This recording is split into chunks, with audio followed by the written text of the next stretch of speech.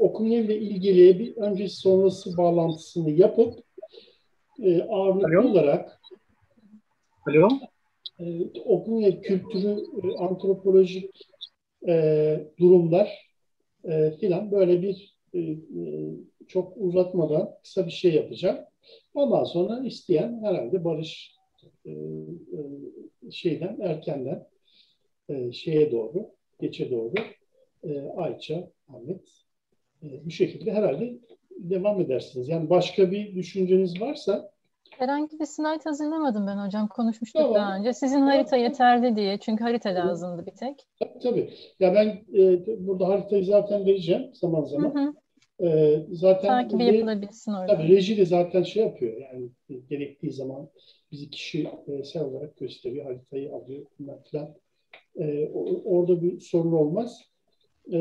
Ya şey yapalım. Yani şeyde bizim kamdaki tartışmalar gibi öyle ders veriyor gibi işte şöyledir böyledir falan öğreten adam gibi olmasın da aralara girelim. Yani ben konuşurken siz girin. Biri konuşurken biri girsin. Yani böyle tartışmalı güzel. Soru bazlı da gidersek rahat anlatırız aslında hocam. Yani birbirimize şey yapalım. Yani, soruyu da şey yapalım, ortaya atalım. Çünkü hani bizim bildiğimiz şeyler zaten biz biliyoruz. Hani bir başkasının bilmek istediği, ne düşündüğümüz şeyleri de böyle araya serpiştirelim, araya girelim falan. Bir tartışma. Yani bir sert bir şey olursa da şey yapmayın. Senaryo gereği. Şu neydi, bu neydi falan diye soran olursa Ahmet sorabilir mesela. Ben değil de. Öyle bir şey olursa da kimse şey yapmasın. Yani şaşırmasın, sürpriz olmasın. Oktay Bey tamam mıdır?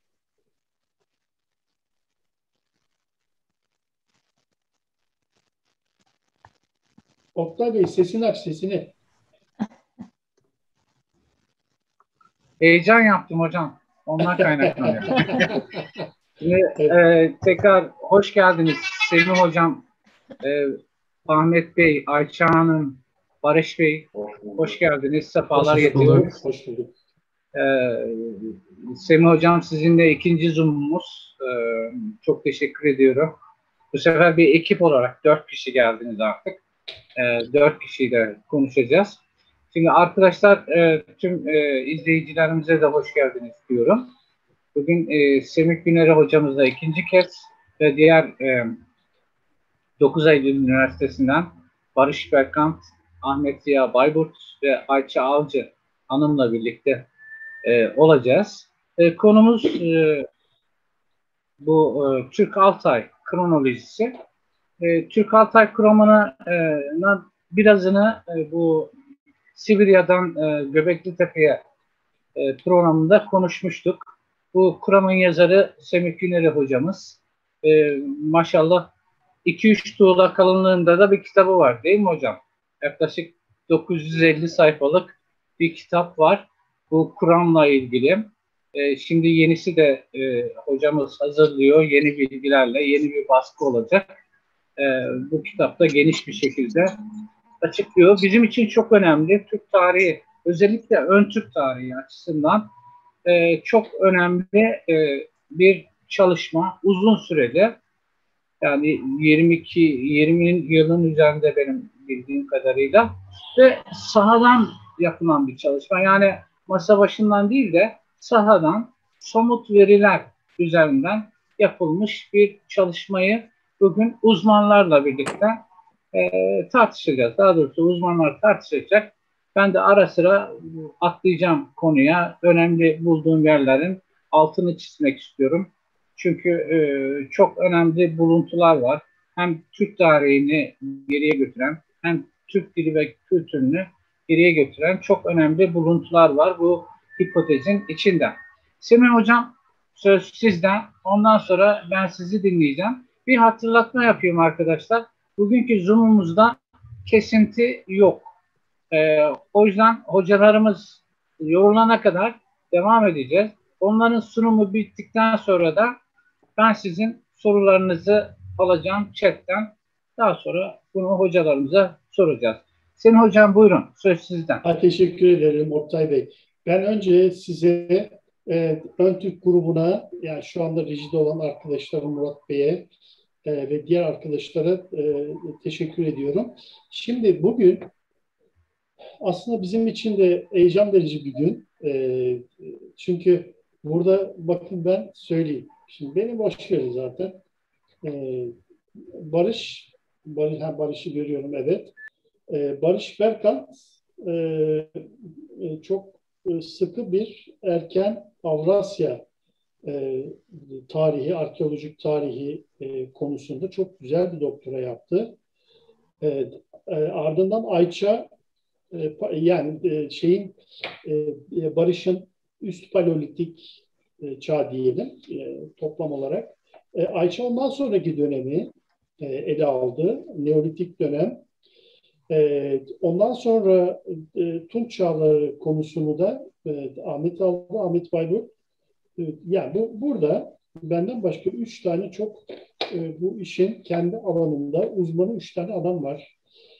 Bu benim için zaten güzel bir ortam. Yani birlikte olmamız beni çok mutlu ediyor ama bu toplantı için de, bu toplantıyı izleyenler için de bu gerçekten bir tarihi bir şey diyelim, bir durum diyelim. Çünkü yıllardır bu arkadaşlarla birlikte çalışıyoruz. Hem teorik olarak çalışıyoruz, hem arazide çalışıyoruz. Destek aldığımız pek çok kaynaklar var. Bu bakımdan gerçekten güvendiğim, donanımlı diyebileceğim 3 tane çok değerli doktor arkadaşlarımla birlikte şu anda karşınızdayız. Biraz da heyecanlıyım bu bakımdan. Barış zaten doktorasını yeni bitirdi. O tam bir uzman şu anda. Ayça arkadaşımız da bitirmek üzere, yani toparladı, bitmek üzere. Ahmet de yeni başladı ama Ahmet bir önceki konusu, yani yüksek lisans konusu da şu anda geliştirmekte olduğu Avrasya Tunç çağları diyelim, çok fazla şey yapmayalım, açık vermeyelim. Şu anda doktorasını da o konuda yapıyor. Andronovo merkezli ve bütün Avrasya'yı ilgilendiren bir konuda doktora yapıyor ve 3 tane çok değerli elemanla karşı karşıyayız hepimiz. Ben de dahil olmak üzere. Ben çok fazla girmeyeceğim bugün şeye. Ve bu 3 arkadaşımızı da ben böyle gururla takdim ederken bu arkadaşlarımızın da yakın gelecekte, hiç şüphe yok ki kimsenin şüphesi de olmasın, Türkiye'de, Türk Akademiyası'ndaki uygulamalı çalışmalar, teorik çalışmalar düzeyinde Türk tarihi konusunda bu konuyu ileri taşıyacak 3 tane önemli geleceğin önemli uzmanını da bu şekilde takdim etmiş oluyorum. Şimdi Türk Altay kronolojisi diyoruz da önemli olan burada neyin Altay, neyin Türk olduğu önemli değil. Burada dördümüzün de yaptığı iş Türk tarihinin Avrasya'daki arkeolojik belgeler düzeyinde. Bu son yıllarda arkeolojik, antropolojik ve genetik bilgiler de buna katıldı. Tüm bu bilgiler üzerinden Türk tarihini araştırmaya yönelik, erken Türk tarihini araştırmaya yönelik çalışmalar. Bu bakımdan çok önemli bir konuyu şu anda uzmanları tarafından izliyorsunuz.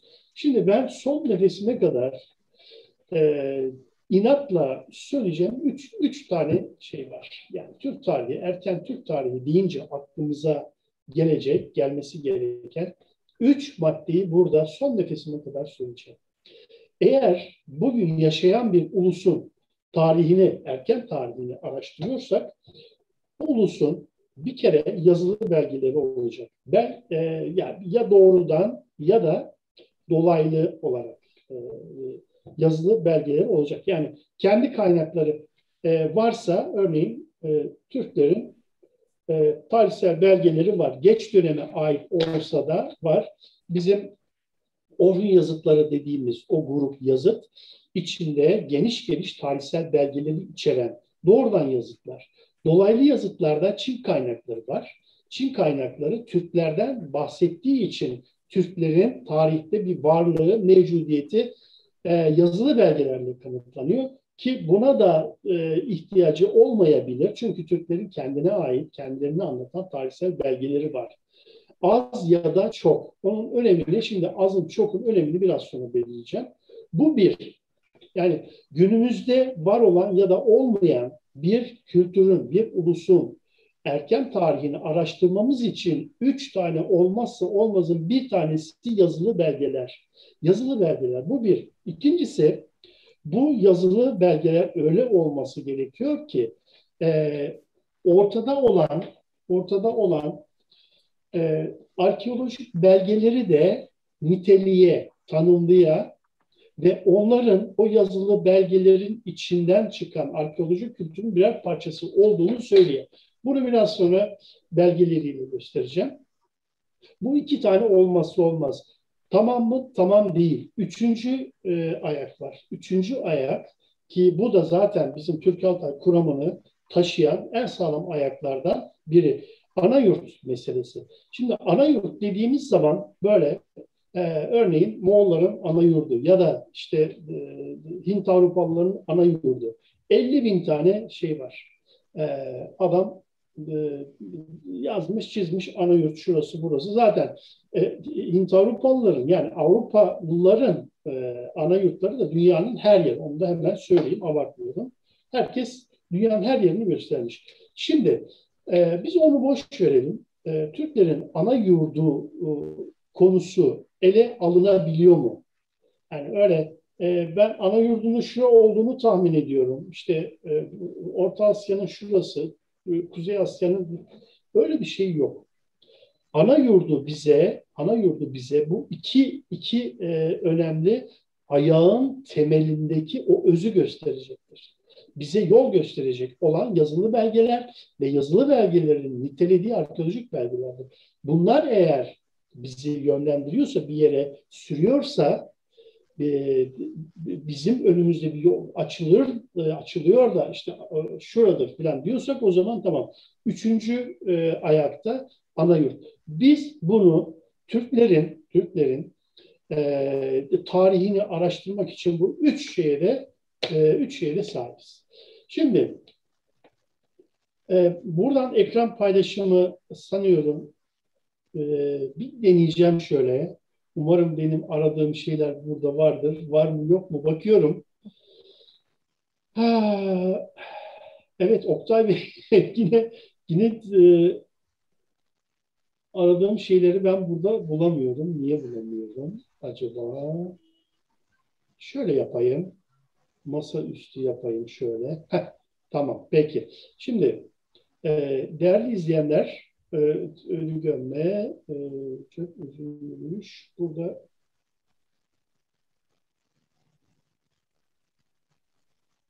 bakayım şöyle tam olması gerekiyor.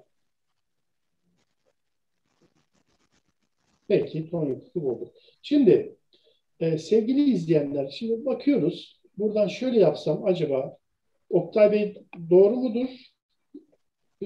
Doğru hocam gözüküyor. Şimdi bakın burada hop bir dakika bir dur yapalım. Şimdi burada benim yıllardır çalıştığım ama arkadaşlarımla birlikte kazılar yaptığımız Tonyukuk alanına bakıyoruz. Moğolistan, merkezi Moğolistan'da bir yerde, başkente çok yakın bir yerde Tonyukuk alanı. 2 tane yazıt var. Şu ilk şeyden bakalım. 2 yazıt var ve bu 2 yazıtı çerçevesi de var. Bakın görüyorsunuz çerçevesi var. Arkada keçiler var.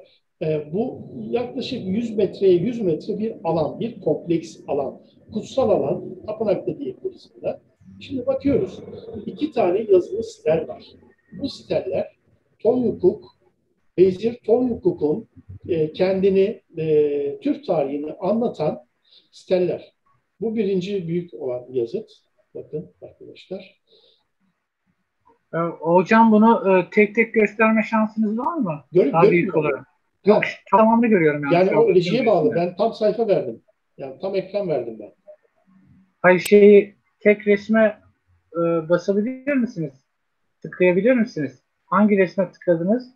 Şu anda Ha, bütün resimleri görüyorum. Şey ha, öyle olarak. mi? Ha, tamam. Evet. Tapınan alanını görüyorsunuz. Yeşil, sarı Evet, evet. otlar var. Bütün resimleri görüyorum Ha, şu anda. Bütün bak burada şeyler var. Buradaki kutsal alanın, mezarın etrafındaki taşlar var. Neyse, ben buradan hemen çıkayım. Durdurayım bunu. Tamam değil mi? Şimdi şu anda çıktık. Şimdi e, diyeceksiniz ki, ya da biri diyecek ki yani iyi niyetli kötü niyetli. Ya arkadaş, şimdi bu milattan sonra 6. yüzyıla ait bir stel, yazılı stel. Sen bizden işte 6.000, 7.000, 12.000, 30.000 diyorsun. Bu nasıl? Hemen söyleyeyim. Şimdi biz eğer elimizde bir maddi kültür belgesi varsa, yazılı belgelerin de nitelediği, oradaki yazılı belgeler, oradaki bütün arkeolojik belgelerin Türklere ait, hatta tarihini ve gününü bile söylüyor. Yani bu kültüre aittir diye onun damgasını vuruyor. Biz buradan hareketle arkeolojik belgelerin stil gelişimi yöntemiyle daha erken evrelere gitme şansımız var. Yani elimizde bir done varsa, geç döneme ait bir done varsa, onu erken döneme kadar yürütüyoruz. Bu sadece arkeolojik belgeler düzeyinde. Yani bir ulusun, bir kültürün erken evresini incelemek için bu yazılı belgeler, arkeolojik belgeler, ölü gömme adetleri. Bakın, ölü gömme adetleri. Bunlar dört bir yandan daha erken evrelere gidebilir. Diyelim ki ölü gömme adetleri. Şimdi bir kültürün yazılı belgesi varsa vardır. Mesela Hititlerin yazılı belgeleri var, kaynakları var. Biz bunların, Hititlerin tarihini, kendilerini, bilmem nelerini, her şeyi biliyoruz. Onların arkeolojik tarihini, siyasal tarihini, her şeyini biliyoruz. Türklerin de aynı şekilde bu sahip olduğu bütün bu arkeolojik, antropolojik, hatta genetik bilgilerden daha erkenlere gitme şansımız var. Bakalım o bölgede kim var başka? Moğollar var. Yani dibimizde Moğollar var. Moğolların böyle bir şansı yok. Moğolların yazıtları en erken, hani dolaylı yazıtlar diyelim, 10. 11. 12. yüzyıllara aittir. Ve baktığımız zaman, koskoca Avrasya Bozkırı'nda baktığımız zaman, şu Moğol kaya resmidir, şu Moğol stelidir, şu Moğol kompleksidir, mimarisidir, kutsal alanıdır, tapınağıdır diyebileceğimiz arkeolojik belgelerde, yazıtlar da ortada yok. En yakın, yani dip dibe bulunduğumuz Moğollar.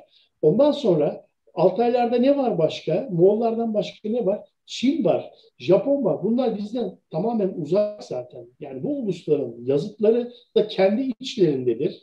Kendi içlerinde yayılmış değildir. Türkler gibi bütün Avrasya'ya, bütün Asya'ya yayılmış değildir. Ve bunların diğer arkeolojik belgeler ile karşılaştırılabilir bir durumları da yoktur.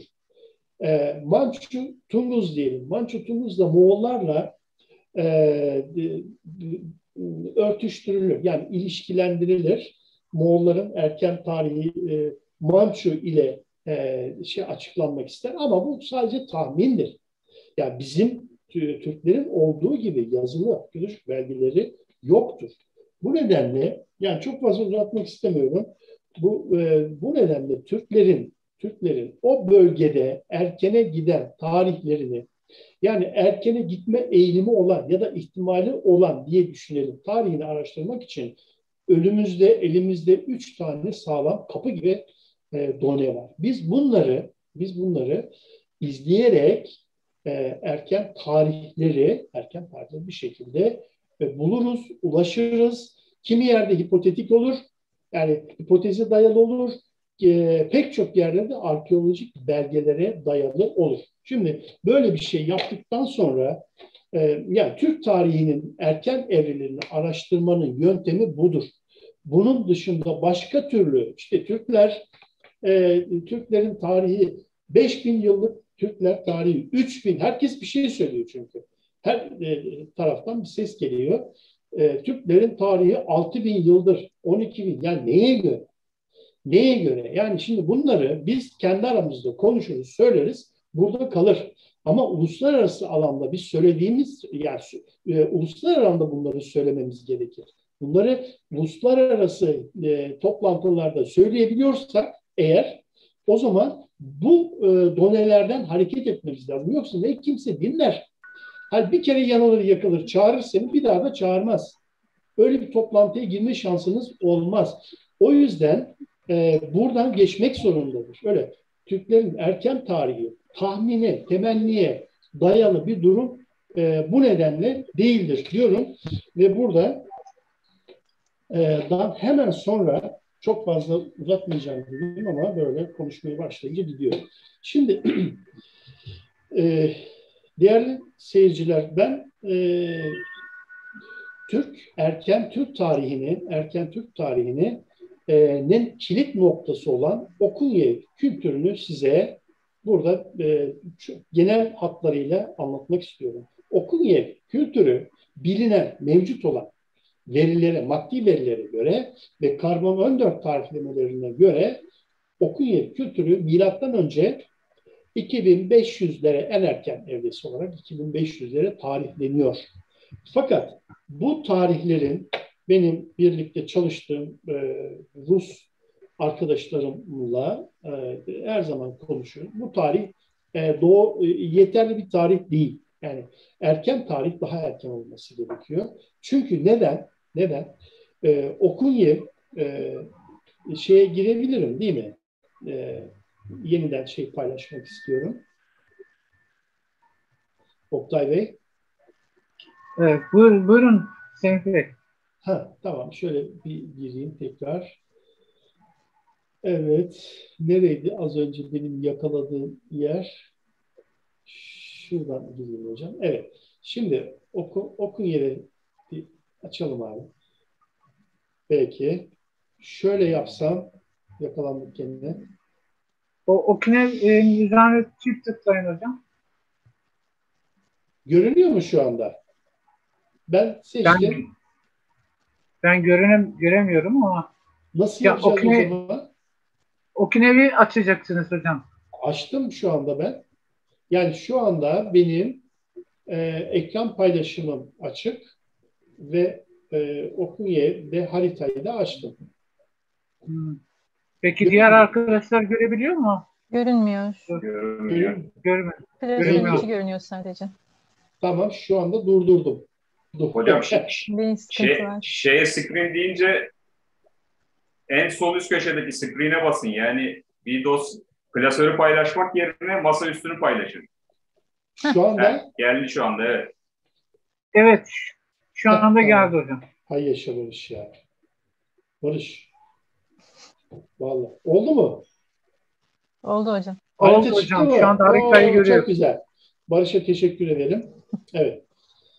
Şimdi Okunyev kültürü, bakın burada sarı alan var. Ortada Hakasya, burada Şire var, Kazanovka var, Askiz var. Bu alan Abakan, Minusinsk, Çayırlı, bu sarı gördüğümüz alan Taşya'ya kadar, Krasnoyars'a kadar.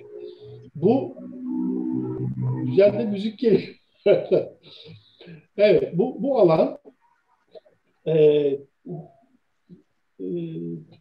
Okunyev kültürünün geliştiği alan. Şimdi hemen fazla yapmayalım. Okunyev hakkında haritanın üzerinden hemen ben şeylere geçeyim. Okunyev kültürü deyince bizim aklımıza bir arkeolojik kültür, yazılı belgesi yok zaten. Yazılı belgesi yoksa ölü gömme adetleriyle ilgili belgeler var mı? Var. Arkeolojik belgeler var mı? Var. Bir sürü plastik eser var. Yani heykel var, kabartmalar var. Peki bu alanların antropolojik özellikleri belli mi? Yani iskeletinin tipi bilmem nesi, evet o da var. Peki stili var mı? Şimdi her arkeolojik kültürün bir stili vardır. Yani o stili de var. Yani kendine ait özellikleri de stil diyoruz. O var. Ve burada Okunyev yapan arkadaşlar onun anıtsal heykelleridir. Yani bunlar plastik 3 boyutlu heykeller, kabartmalar. Kısa kısa geçeyim böyle. Bunlar ta 2001'de ben bu ilk makaleye başladığımız zaman yani 15-20 yıl önce ilk şeylerini yazdığım dönemde bunları kullanmıştım. Bakın burada başka bir heykel. Evet, burada ne görüyoruz? Herkes burada eminim net olarak görüyor. Kocaman bir koç heykeli. Bu da Minusинsk Müzesi'nde. Koç heykelimiz 2,5-3 metre, tam hatırlamıyorum boyutunu. Fakat burada o gün, o dönemde yere yatırılmış, habire sulana da orada tuzlanmış, orada bir korozyon bağlamış. Ve hep bunu ben dedim, ya bunu özellikle mi bu şekilde yapmış? Bu dik duruyor çünkü arazideyken dik duruyor. Neyse geçelim. Çizimi bu şekilde. Bakın üzerinde hiç akıl sır almayacak motifler var, süslemeler var. Bunların spiritüel anlamları var. Onlara hiç girmeyeceğim. Evet, daha farklı bir okuya istedi. Bunlar yüksek, 2-3 adam boyunda taş heykeller. Burada da farklı ama hemen şunu söyleyivereyim. En üstte bir insan yüzü var. En üstte. En üstte bir insan yüzü var. Orta bölümde vahşi hayvanlar, şöyle geçelim. Orta bölümde mask var. Onun altında vahşi hayvanlar var. Yani bu spiritüel olarak şöyle tanımlanıyor. Üst taraftaki tanrısal bir figür. Ortada mask. Ölü maskları Okuyev kültüründe çok önemlidir. Bu Okuyev kültüründen daha sonra aynı bölgede Altaylar'da Tataşlık kültürüne kadar sürüyor, devam ediyor. Ta oraya kadar iletiliyor. O mask önemli bir fenomendir. Geçelim. Evet.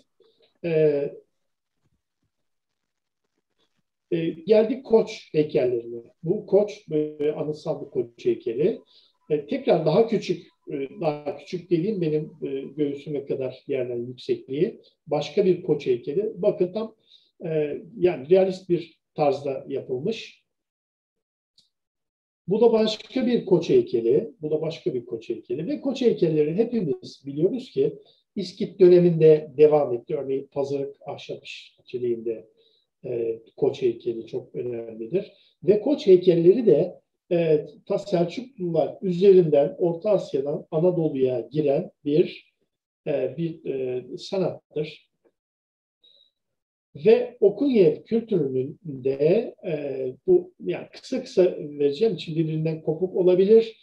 Kaya sanatı diyelim ama kaya resmi derken petroglif bizim anladığımız anlamda değil. Plaka taşlar üzerine de yapılıyor, kaya üzerine de yapılıyor, mezar taşları üzerine de yapılıyor. Burada tüy kanat tüy dediğimiz böyle şamanik ya da kamla ilgili tengrici şeyler var burada birbirini devam ettiren. Bakın Okuyev kültürünün ve onunla ilgili kültürlerin bu kamp figürleri nereye kadar gidiyor? Hemen bakalım. Kurt başlı, gene bir kanat tüyü başlıklı bir kam var burada. Ritüel yapıyor. Burada evet. Bunlar hep Okuyev kültürüyle ya doğrudan ya da onların versiyonu olan buluntularla ilgili. Ve bu ta nereye kadar geliyor? Evet, bu da çok muhteşem bir kam figürü. Ve buraya kadar geliyor. Bu da bizim Okuyev kültürünün yüksek Altay versiyonu olan Okuyev döneminin bir kültürü. Artık burada iyice bu şaman diyelim, hadi herkes bilmeyebilir, bir şamanik bir giysi ile birlikte bakın ta tepeden tırnağa kadar bir takım şeyler sallanıyor. Bir kamp figürü. Bu da günümüzde etnografik bir belgedir bu. Bir 100-200 yıllık bir şey. Yani günümüzdeki kamp giysileriyle önceki döneme ait kamp figürleri yani birbirini tamamlayan şeyler. Evet. Heykeller ile de şimdi sadece burada estetik değil, aynı zamanda kültürden kültüre nasıl geçildiğini de burada biz izliyoruz. Ben sanıyorum 2005'te yazdığım ilk Okuyev makalesi. Okuyev kültürü de bizim tarafımızdan zaten Türkiye Akademisi'ne tanıtıldı. Evet, şimdi bu az önce kendisinin heykelini gösterdiğim bir Okunyev heykeli. Şimdi bakıyoruz, bu ikinci bin Okunyev heykeli. Bu birinci bin İskit dönemi, yani Tagar-İskit dönemine ait bir şey. Tekrar bakalım. Aradaki bağlantıyı görebiliyoruz. Çünkü aynı alanda oluyor. Aynı alanda cereyan eden bir kültürel gelişimin birbirine aktardığı nesneler bunlar. Sanatsal eserler. Evet, burada başka bir Okunyev şeyini görüyoruz. Burada Okunyev steli, bu da Tagar döneminin, İskit döneminin. Evet. Bu Okunyev, bu Tagar. Ya bakın, ya 3 aşağı 5 yukarı zaten kültür devam ediyor da sadece steller üzerinden nasıl aktığını ben size Okunyev dönemi ile daha sonraki, yani milattan önce 2. ve 1. bin arasındaki kültürel akışın sürekliliğin kanıtları olarak gösteriyorum ve en son Okunyev stelleri bizim Geyiktaş dediğimiz Moğolistan Bozkır'ın ünlü geyik taşlarına geliyor. Ondan sonra geyik taşlardan sonra devam eden bu sefer 1. binde Göktürk dediğimiz evre, yani klasik Türk dönemi 2 evresinin de stellerine, taş babalarına geliyoruz, bakıyoruz. Evet. Evet, buraya kadar ya çok kısa bir steller üzerinden bir yolculuk. Yani 3. binden 1. bine nasıl geçiliyor? Sadece steller üzerinden şey yaptık. Hemen buradan stop şey yapıyoruz. İşimize dönüyoruz. Şimdi Okunyev kültürü yapan bu heykeller, stellerdir. Ve duvar taş steller üzerindeki kabartmalar, kaya kabartmaları, stellerin 3 boyutlu kendileri Okunyev kültürünü özgün yapar. Ve sanat, Okunyev sanatı bu tarihten sonra ne İskit döneminde, ne Karasuk döneminde, ne Türk döneminde bu kadar özgün, bu kadar kaliteli, bu kadar muhteşem sanat anlayışını asla yakalayamadı. Bunu da hemen ilave edeyim. Şimdi sevgili izleyenlere ben bir daha bir paylaşım yapacağım ve Okunyev kültürünün antropolojik özelliklerini vereceğim. Şimdi bu antropolojik özellikler deyince, yani kafatasının şekli, onun özel biçimi filan, bunlar tekrar böyle yapıyorum. Hemen Barış'ın dediği gibi buradan. Barış, oldu mu? Olmadı. Niye olmadı? Heh. Oldu. Olmadı ama buradan başka bir şey seçmemiz lazım burada. Peki, tekrar şöyle yapalım. Bu tür şeyler olabiliyor maalesef. Evet. Tekrar geliyorum. Buraya geliyorduk değil mi? Seçili yere Barış, seçili yerden. Evet, sol üst köşedeki screen. Screen. Evet. Buradan nasıl tekrar gideceğimi bir bilsem. Buradan masa üstüne nasıl gideceğimi. O karenin yanındaki, solundakinden indirin aşağı hocam onu. Çizgiden. Bunu indireyim. Evet. Tamam. Peki. Şimdi hemen geçiyorum. Tamam oldu değil mi? Gözüküyor hocam. Moğolistan değil mi? Tamam. Şimdi sevgili izleyenler, Türklerin bir kere beyaz olmadığını ben hemen söyleyeyim. Şimdi herkes hevesleniyor. Yani bir sürü de böyle 40-50 yıl önce 40'lı 50'li yılların, hatta 60'lı yılların erken Türk tarihi yazarları o kadar hevesli ki Türkleri beyaz yapmaya. Türkler Hint Avrupalıdır. Türkler beyazdır. Ya Türkler beyaz filan değil. Eğer Altay bölgesinde ya da Kuzey Asya'da, Doğu Sibirya'daki biz arkeolojik belgeleri, yazılı belgeleri değerlendireceksek o zaman Türkleri biz beyaz yapamayız. Beyaz Avrupalı olmaz. Hemen söyleyeyim. Bizim atalarımızı seçme şansımız da yok. Yani böyle bir şansımız yok. Ayrıca gerek de yok yani. Yani muhteşem bir tarih var. Buna saygı duymak zorundayız. Bazı arkadaşlar, akademisyen arkadaşlardan bahsediyorum. Türkler işte beyazdır, Avrupalıdır. Ondan sonra oraya gitmişlerdir. Sonra gözleri çekilmiştir filan. Böyle çok akılla mantığa uymayan şeyler söylüyorlar. Ha, bunu da çok fazla dikkate aldığımız filan yok. Yani orada muhteşem bir arkeolojik birikimden bahsediyoruz.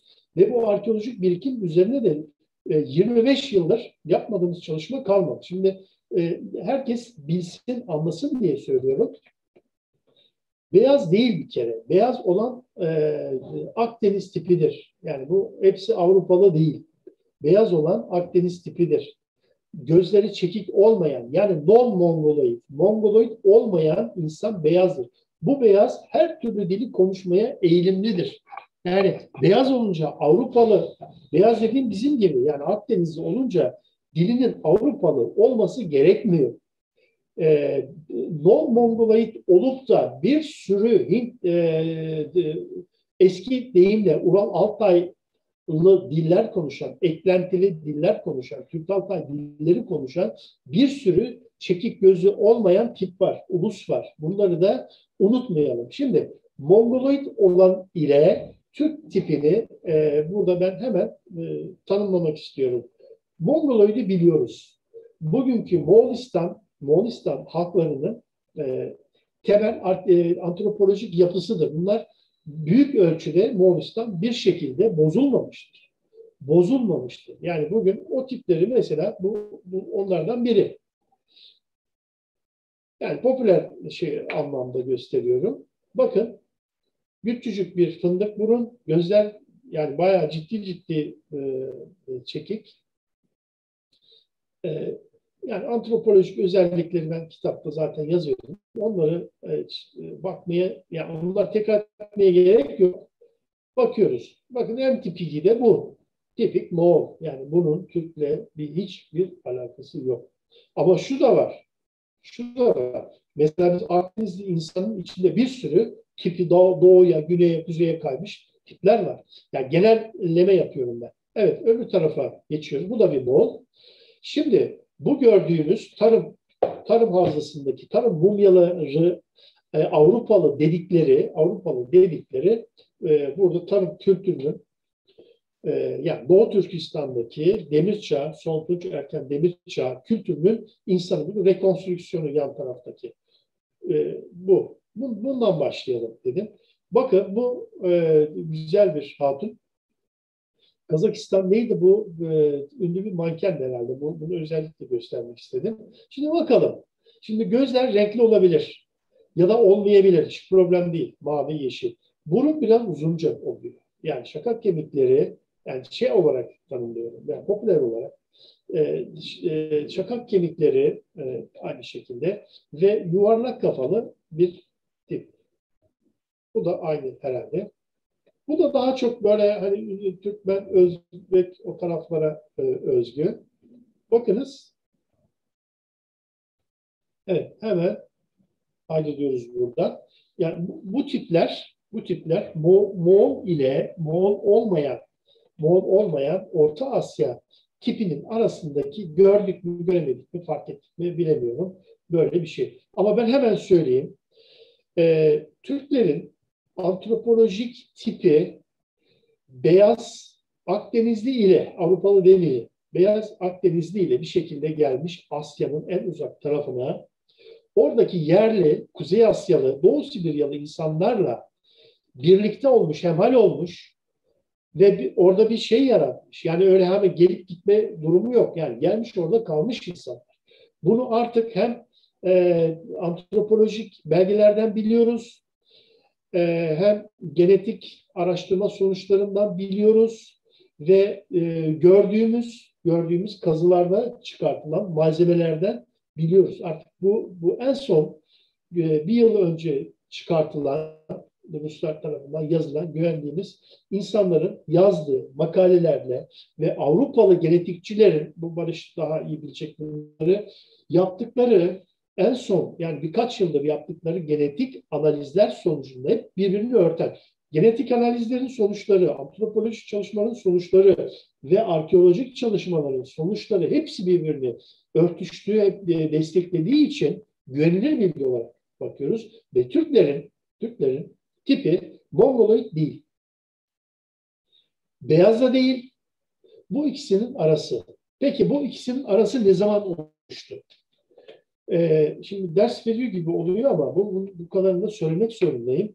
Bu ikisinin arası en son yapılan çalışmalara göre günümüzden önce 30 bin ile 24 bin yıl önce arasında oluşmuş ve bizim bildiğimiz günümüzden önce 24 bin yıl öncesinin bizim Angara-Baykal bölgesinde yapılan kazılarda ortaya çıkartılan en erken gömmelerden biri olarak kabul edilen Malta çocuğu gömmesiyle biz bu yapıyı, yani bu antropolojik yapıyı netleştiriyoruz. Yani orada en son yapılan çalışmalar bunu gösteriyor. Ama hemen parantez açalım ve şunu da söyleyelim. Bir tane araştırmadır bu, bir tek. Bir tane değilse bile birbirine benzeyen birkaç buluntu var. Ama bunların artması lazım. Mevcut malzemeye göre biz Türklerin en erken atalarının Mongoloid olmadığını, beyazlı olmadığını ama bu ikisinin birleşiminden meydana gelen bir fenotip olduğunu ve bunun da bizim meslektaşımız, Rus meslektaşımızın söylediği gibi, onun söylediği şu, Güney Avrasya Antropolojik Formasyonu diyor ki bu bütün Rus uzak doğusundan, Amur'dan Urallara, yukarıdan kuzeyden Orta Asya'nın da güneyine kadar olan bölgelerde var olan antropolojik yapıdan bahsediyor.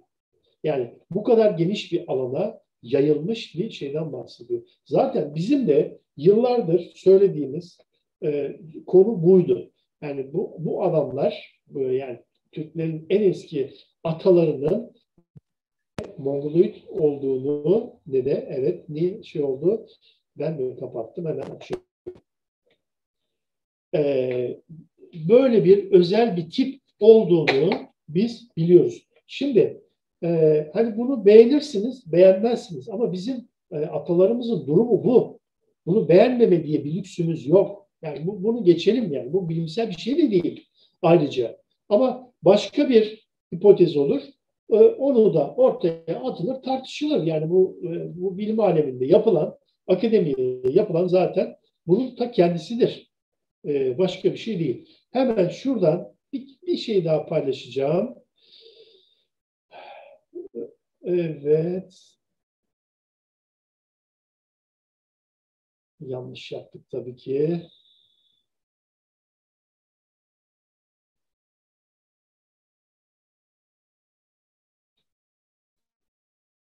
Tamam. Evet, şimdi de ölü gömme adetlerine bakıyoruz. Evet, şimdi bu haritamız zaten bizim standart haritamız. Bunu şöyle bir geçiyorum. Bizim Baykal'ımız bu. Angara Nehrimizde bu. Şurada çok güzel hem mikroklima bir alan var. Güney Sibirya'nın doğusu budur. Batısı da ta Urallara kadar gidiyor. Malta'da bura. Arkadaşlar. Malta dediğimiz yer ilk bu az önce Malta çocuğu dediğimiz adamın çocuğun bulunduğu 4-5 yaşlarında bir gariban. Evet bu. Şimdi ölü gömme adetleri nedir? Şimdi bu ölü gömme geleneğinin başladığı tarihler aslında 30 bin yıllara günümüzden önce kadar gider. Şimdi bu dönemden itibaren bir mezar yapma geleneği daha önce de olabilir ama bizim tam iskelet olarak bulabildiğimiz en erken tarih budur. Günümüzden önce 30 bin yıl. Şimdi bu gömme günümüzden önce 24 bin yıl öncesine ait bir çocuğun heykeli. Nasıl duruyor bu? Yan yatmış, soluna yatmış. Buradan bu üstte bacak kemiklerinin bir kısmı, önde kol kemiklerinin bir kısmı, boynunda kolyesi. böyle büzülmüş bizim hoker dediğimiz ana karnında duruş pozisyonu şeklinde yapmış. Ama bunu hiçbir kaynakta ben göremedim. Barış biliyor mu bilmiyorum. Bunu yan yatmış, büzülmüş pozisyonda mezara bırakıldığını gösteren başka bir bilgi var mı bilmiyorum. Hemen geçiyorum. Aynı döneme ait, belki daha Neolitik, Mezolitik arasına ait mezarlarda ölü ya sağına ya soluna, bu aslında sağına da ben ters çevirdim aynı şey bozulmasın diye. Sağ tarafına genellikle yatırılıyor. Neolitik'te de böyledir. Avrasya'nın çok büyük bölümünde ölüler en erken yani üst paleolitik çağdan itibaren ya yan yatırılmış, büzülmüş şekilde mezara konur ya da sırt üstü dümdüz şekilde. Evet, başka bir şeye bakıyoruz. Bu da sanıyorum Afganistan'a ait, Pakistan'a ait bir Neolitik gömme. Bakın burada da soluna Malta boyda bu ben tesadüfen buldum. Malta çocuğu dediğimiz çocukta böyle bir şey olacak yani. Bu ömrü o kadar şey yapmamış. Şimdi bir bakıma burada bir çok ilginç bir durumda açıklayayım. Bu onu temsil ediyor olsun. Var çünkü. Yani şey yok. Ortada bir kurmaca yok. Bu çocukcağız 3-4 yaşlarındaki bu çocuk, Malta çocuğu bizim Türk dili konuşan halkların en erken atalarımızın çocukları diyelim. Artık atamız olmaz da ömrü vefa etmemiş ata olmaya. En erken atalarımızın çocuğu bu. Yani Malta çocuğu. Bu da daha erken yani 30 binlerde günümüzden öncelere tarih eden Sungir gömmeleri Moskova'nın 200 kilometre doğusunda. Bunu niye gösteriyorum? Sırt üstü düz.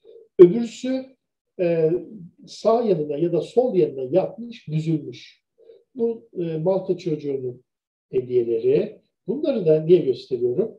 Tam o dönemde günümüzden 24 bin yıl öncesinde artık bir gömme adeti başlamış ve arkeolojik kültür de şekillenmeye yüz tutmuş. Bakın burada bir sürü kadın heykelcikleri var.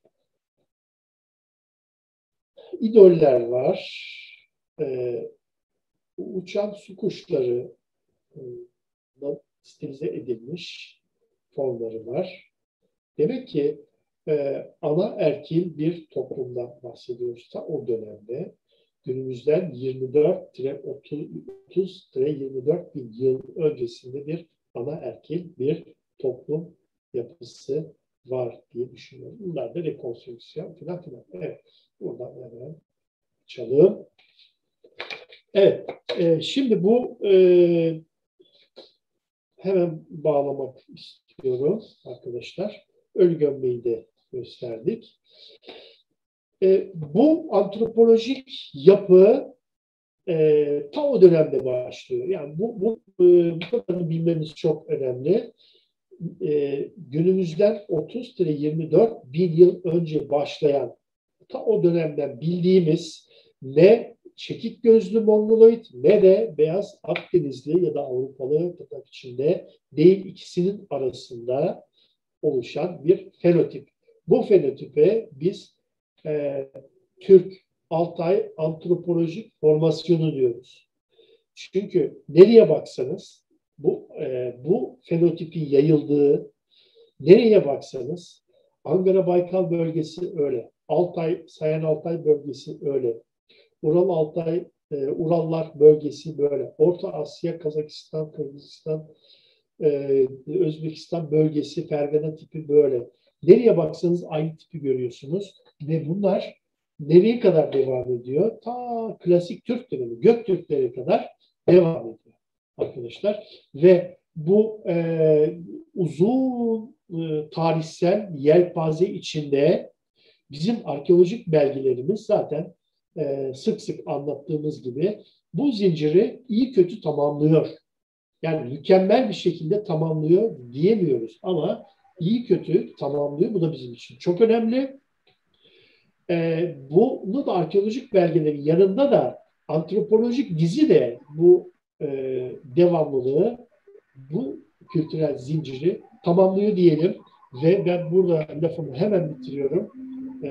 İsterseniz ara veriyor muyuz Oktay Hocam yoksa devam ediyoruz? Hocam ara vermeyelim de ben sizin sözünüzü şimdi tabii bir şey oldu. Beyin fırtınası gibi oldu. Bayağı bir itiraz da geldi. Şöyle başlayayım. Kısaca bir özetlersem hocam sizin söylediğinizi diyorsunuz ki evet yazı olmayabilir ama yazısız olarak da biz sanata bakarak çeşitli inançla alakalı heykellere bakarak biz bunu geriye doğru takip edebiliriz. Bu takip neticesinde de Türklerin Sibirya bölgesinden, Altay bölgesinden yani Türkler değil de bizim ön atalarımız belki başka toplulukların da aynı atalara sahipler. Örneğin Japonlar da o koldan geliyor olabilir. Koreliler de o koldan gelebilir. Ama bizim de ön atalarımız buradan çıkmış olacağını söylüyorsunuz. Ve bu tarihi de 24 bin yıl öncesine götürüyorsunuz. Evet. Değil mi hocam? Evet, 24 bin yıl öncesine. 30-24.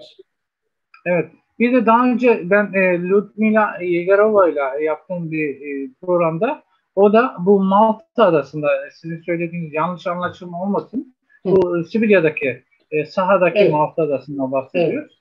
Oradaki bir buluntuda yani inanç buluntusu kadın vajinası olarak düşünüyordu o. Türklerin inancının 37 bin yıl öncesine yani atalar kültürünün dayandığını söylüyordu. O buluntuyla. Tabii o da onun hipotezi. Yani şöyle böyle bizim köklerimizin oraya dayandığı açıklanıyor. Yani bir şekilde. İkincisi şunu ben arkadaşlara söyleyeyim. Senin hocamızın söylediği şu. Türkler yani bizim atalarımız daha doğrusu bizim geldiğimiz kökler Mongolit değildi ama beyaz da değildi. Doğru mu hocam? Evet tabii ki. Sabahtan beri aynı şey söylüyorum. İkisinin arasında bir şeydi. Kesinlikle tabii, karışımdır. Bakın mixtir, karışımdır. Bunu hiç kimse küçümsemesin. Yani bunu küçümseyecek durumda değiliz biz ya. Evet yani bak, bu... Bir şey daha söyleyeyim. Bak bir şey daha söyleyeyim. Şimdi Barış bunu bilmiyor. Daha yeni duyacak belki de. Bu şeyleri, bu Malta çocuğunun kol kemiğinden bir parça kesit alarak götürüp o kendi ülkesinde analiz yaptıran adamla ben buldum konuştum. Yani şeyle konuştum yazışarak. Ya dedim çok yazmışsınız. Yani herkes yazıyor. Herkes yazıyor. Bana dedim net bir şey söyle. Bir cümlelik bir şey söyle. Bu dedim karışım mıdır? Değil midir? Beyaz mıdır? Çekik gözlü müdür? Adam aynen şunu söyledi ya.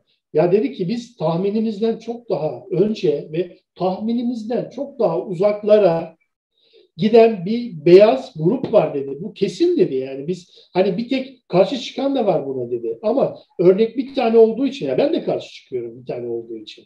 Ama mevcut elimizdeki belge bu olduğu için adam diyor ki bu mixed abi diyor. Abi demiyor da ya bu mixed diyor. Beyazlar oraya gitmiş ve kalmış diyor. Orada diyor bizim Malta çocuğu bildiğimiz diyor. Bildiğimiz tek belge diyor. Ve o döneme ait bir sürü şey olması gerekir orada diyor. Bunlar da varsayıyoruz diyor. Ama en erken tarihi bu diyor.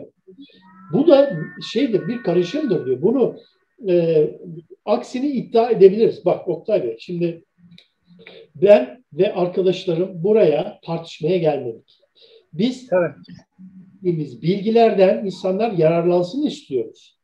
Burası akademik bir kürsü değil. Akademik kürsü olunca bizim kavga çıktı. Akademik yok kürsü, hocam.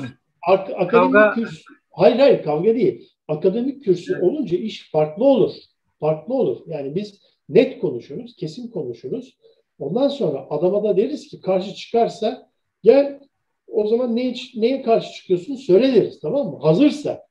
Hayır yok makaleyle karşı çıkarsa makaleyle o zaman yaz arkadaş ona göre şey yap. Biz burada bilgi veriyoruz. Bak kısıtlı zamanımız dahilinde bilgi veriyoruz. tartışmalara falan asla girmeyeceğiz. Tartışmaya girebilmemiz için bizim akademik bir kürsüde olmamız gerekiyor. Burada bizim hedef kitlemiz bilgi için, bilgiye susamış, öğrenmek için bizim karşımızda bizi dinleyen insanlardır. Akademik bir kürsü değil burası.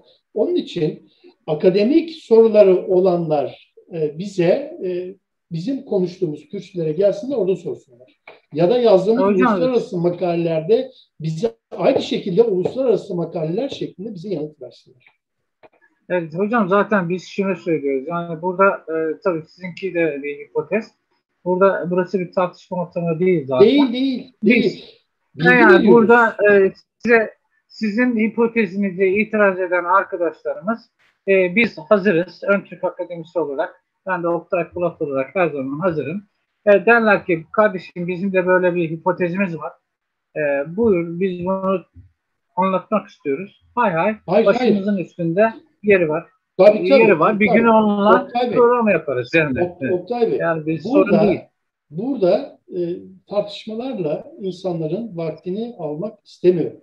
Yok, gerek yok. Biz bilgi veriyoruz. Burada ne varsa paylaşıyoruz. Bak 4 tane tabii. burada işin uzmanı adam var.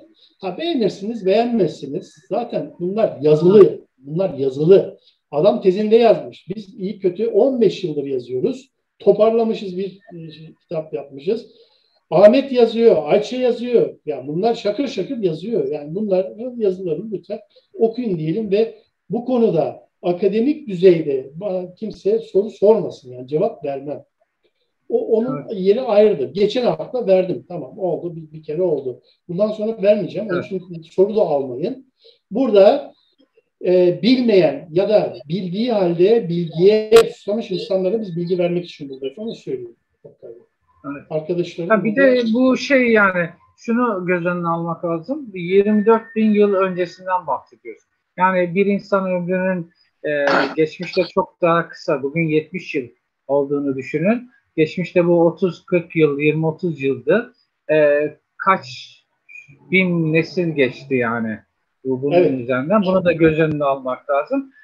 Yani ben katılıyorum. Diyorsunuz ki siz somut olarak bizim buluntumuz bu. O Malta Adası'nda bir çocuk var. İşte olay somut olarak bu. Ama beğenen olur, beğenmeyen olur. Onların keyfine kalmış. Buyurun hocam. Devam edelim. Artık bunu geçelim hocam. Geçelim. Güzel bilgi veriyoruz. Bir defa kavga çıktı ya. Evet. Tabii biz bir taraf olduk. Lütfen şeyi kapatabilir misiniz arkadaşlar? Konuşmacılar haricinde lütfen katılmayalım. Yani burada konuşmaya katılacak Semih Hocam var, Barış Bey var, Ahmet Bey var, Ayça Bey var, Ayça Hanım var. Pardon. Bir de ben varım. Onun dışında lütfen hiç kimse hiçbir şekilde karışmasın. Lütfen. Evet, buyurun hocam, devam edin. Tamam, ben bu kadar söylüyorum. Yani bunları söylemek istiyorum Barış.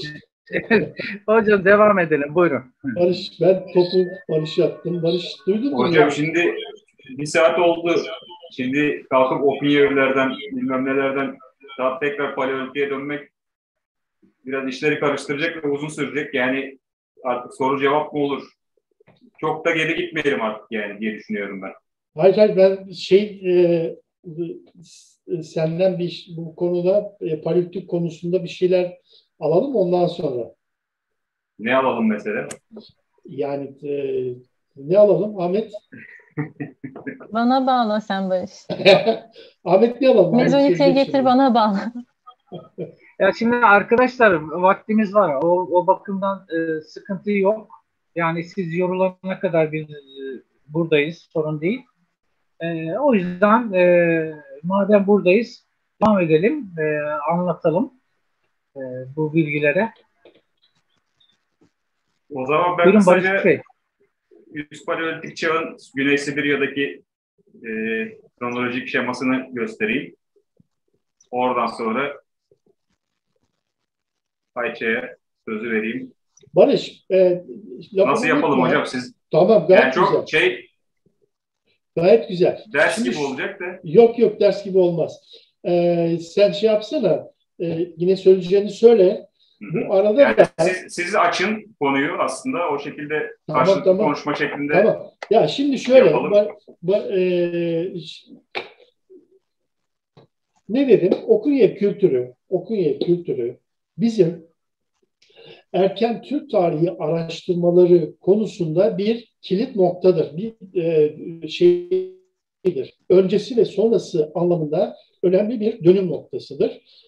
Neden? Çünkü Okunye kültürü çok iyi tanımlanmıştır. Bugün hala Okunye kültürünü Hint-Avrupalı diye tanımlayan yığınca insan var. Yani akademik dünyada. Ve bunlar bizim başımızın belası, uslanmıyorlar. Ben yazıyorum, uslanmıyorlar. Kendileri yazıyorlar, uslanmıyorlar. Avrupalılar yazıyor. En son Rus'un en Rus'u olan bir meslektaşımız yazdı artık. Ya diyor ki, bulabilir miyim hemen şurada, hemen Barış sana şey yapacağım zaten. Şimdi diyor ki, neyse bulamayacağım herhalde. Şunu söylüyor. Artık diyor hani Hint Avrupacı Ruslar Okunye'de şunu söylüyor. Ya Okunye kültürü diyor. Okunye kültür bir kere diyor Afanasyev Avrupalı kültürü altında ezildi, biçimlendirildi, tanımlandı filan, böyle bir şey yok. Bunu söylüyorlar. Çünkü hakikaten Afanasyev kültürü yani 4. binin, erken 4. binde bunlar muhtemelen Güney Rusya'dan çıkıyorlar, geliyorlar Sayan Altay bölgesine ve buradaki Okunyev kültürünü baskılıyorlar. Ve buradaki Okunyev kültürünün insanı ise Güney Rusya'dan gelen Avrupalıların antropolojik formasyonunun tam tersi ya. Az önce söylediğimiz gibi. Yani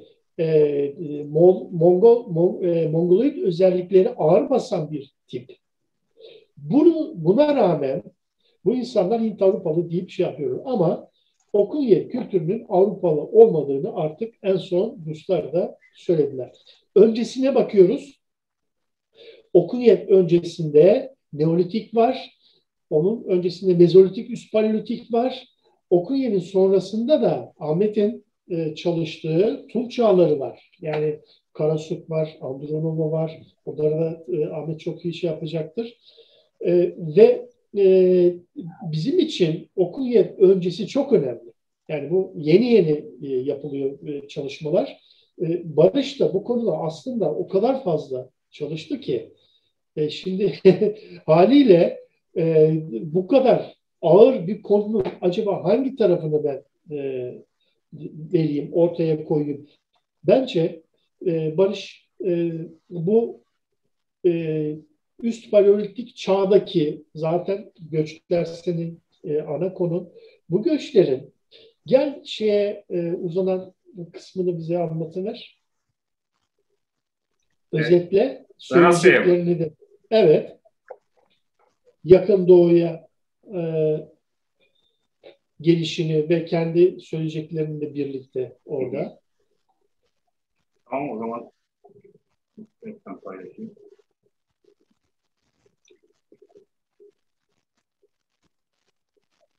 Gözüküyor mu şu anda ekran? Evet, çok da güzel.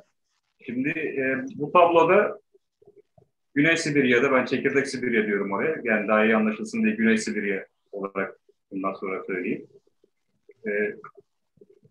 Üst Paleolitik çağın kronolojik bir tablosu var. Burada öncül üst Paleolitik çağ olarak gösterilen sarı renkle bizim türümüz olan Homo sapiens sapiens'in Güney Sibirya'ya girmesini gösteriyor. Yaklaşık 48 bin yıl önce.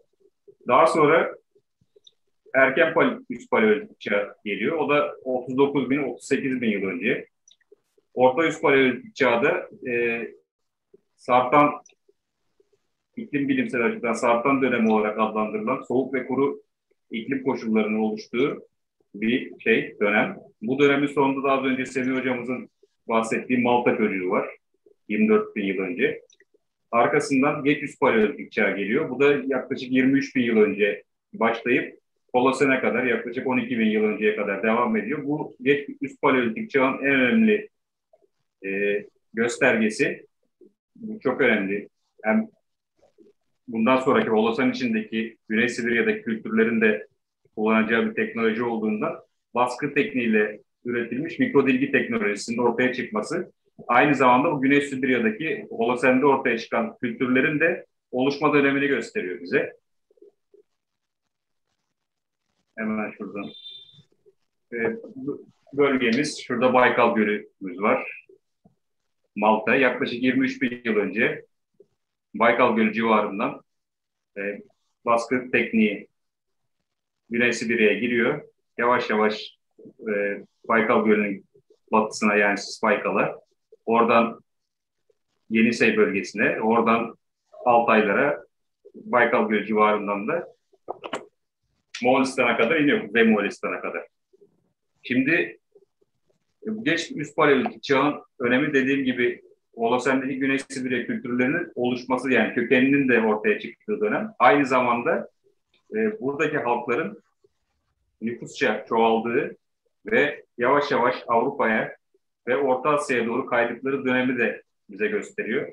Barış, burada bir soru sorabilir miyim? Bu aslında ya bende bir yanıt var ama sendeki yanıt nasıl olacak? Şimdi diyoruz ki son üst paleolitik çağda işte yani gerçekten bir göç var. Yani bütün dünyanın büyük bir kısmını kapsayan bir göç var ve bu göçleri de bu baskın mikrodilgilerle izleyebilme imkanımız var. Hatta Göbekli Tepe kültüründe biliyorsun biz hep beraber geliştirdiğimiz böyle hipotezimiz var. Peki bu adamların, hani diyoruz ya, beyazların, beyazla bu 2500-3000 metre Altay dağlarında ne işi var bu beyazların diyoruz ya. Şimdi tam onların ağzıyla soralım. Bu Kuzey Asyalı, bu bizim arkadaşların üst paleolitik çağda, yakın doğuda, Güneydoğu Anadolu'da, Göbektepe kültüründe ne işi var? Niye gidiyorlar? Bunların amaçları ne? Hangi kaderin cilvesi bunları o kadar yolu aldırmaya, göze aldırıyor? Bunu nasıl açıklıyorsun Barış? Hocam şöyle açıklıyoruz. Geç üst paleolitik çağı içerisinde yaklaşık 18-16 bin yıl önce, şurada H1 olarak gösterilen Heinrich bir olayı var. O olay sırasında, yani bu soğuma aşamalarını gösteriyor. Bu sırada, yani her zaman Güney Sibirya'da olduğu gibi soğuma aşamalarında oradaki insanların yüksek alanları terk edip ırmak vadilerine indiklerini görüyoruz. Bunlardan bir tanesi özellikle Yenisey, Minusin Vadisi. Bir tanesi de sizin daha önce bahsettiğiniz gibi Angara bölgesi. 18-16 bin yıl önce arasında bunlar yine şeylere çekiliyorlar. Yenisey ve Angara bölgelerine. Özellikle Yenisey'de çok önemli. Orada geç üst paleolitikte bulunan kültür katmanlarının yarısından fazlası bu 18-16 bin yıl öncesi arasına tarihleniyor. Yani nüfus oraya toplanmış ve çoğalmış. 18-16 binden sonra yaklaşık burada göstereyim. 15 bine doğru Bolling-Allerot ısınma aşaması deniyor. Yavaş yavaş iklim ısınıyor ve insanlar oradan bir nevi Ergenekon'dan çıkış gibi çıkıyorlar. Ve bir dakika. Şimdi benzetmiş gibi olmuyor ama. Bir dakika. Oktay Hocam. Alo. Efendim? Oktay Bey. Şimdi bak biz onu unuttuk. Barış'ın tezi daha bitirmeden önce bir şeyi var. Çok önemli bir burada bir hipotezi var. Diyor ki bu diyor Türklerin en erken bir nevi türeyiş yani. Türeyiş. Çoğalma. Türeyiş demeyelim de çoğalma diyelim. Ama esas orijinal lafını söyle. Yani bir nevi Ergenekon'dan çıkış gibi diyelim. Ergenekon. Ben bunu unuttum. Aklıma gelse söyleyeceğim. Ben çok hoşuma giden bir şeydi.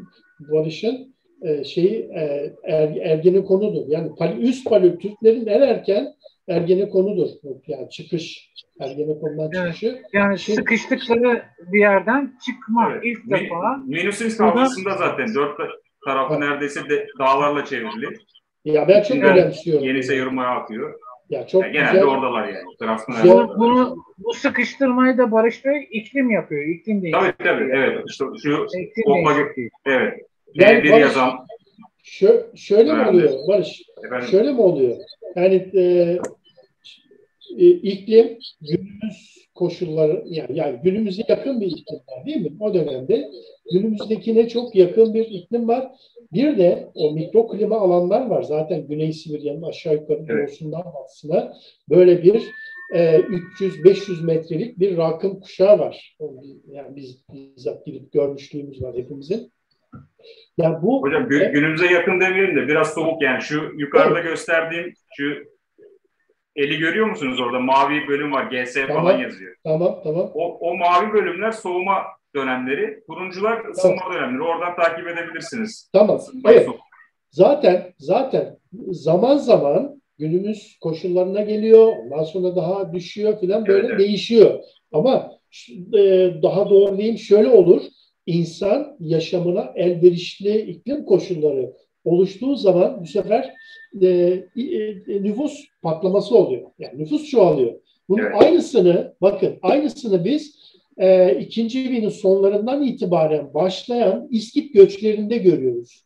Şimdi göçebelik kavramının başladığı tarih yani milattan önce 1. binin başlarında iklim koşulları son derece uygun bir hale geliyor ve insanlar çoğalıyor. Çoğalan insanlar yeni otlaklar, yeni hayat alanları arıyor ve kitlesel göçler oluyor.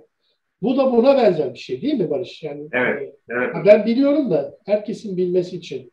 Bir de şöyle bir şey var. Özellikle Yenisey bölgesi için yine Ankara için de aynı şekilde ısınma dönemlerinde ağaçlanma arttığı için ısınma dönemlerinde o bölgeleri terk ediyorlar. Yani ağaçlık alan, ormanlık alan insanlar için bir tehlike her zaman. Yani daha çok bozkır tarzı alanlarda yayılmayı. Yani hayvanı çıkıyor, ayısı çıkıyor, bilmem nesi çıkıyor. Görüş alanı daralıyor falan filan.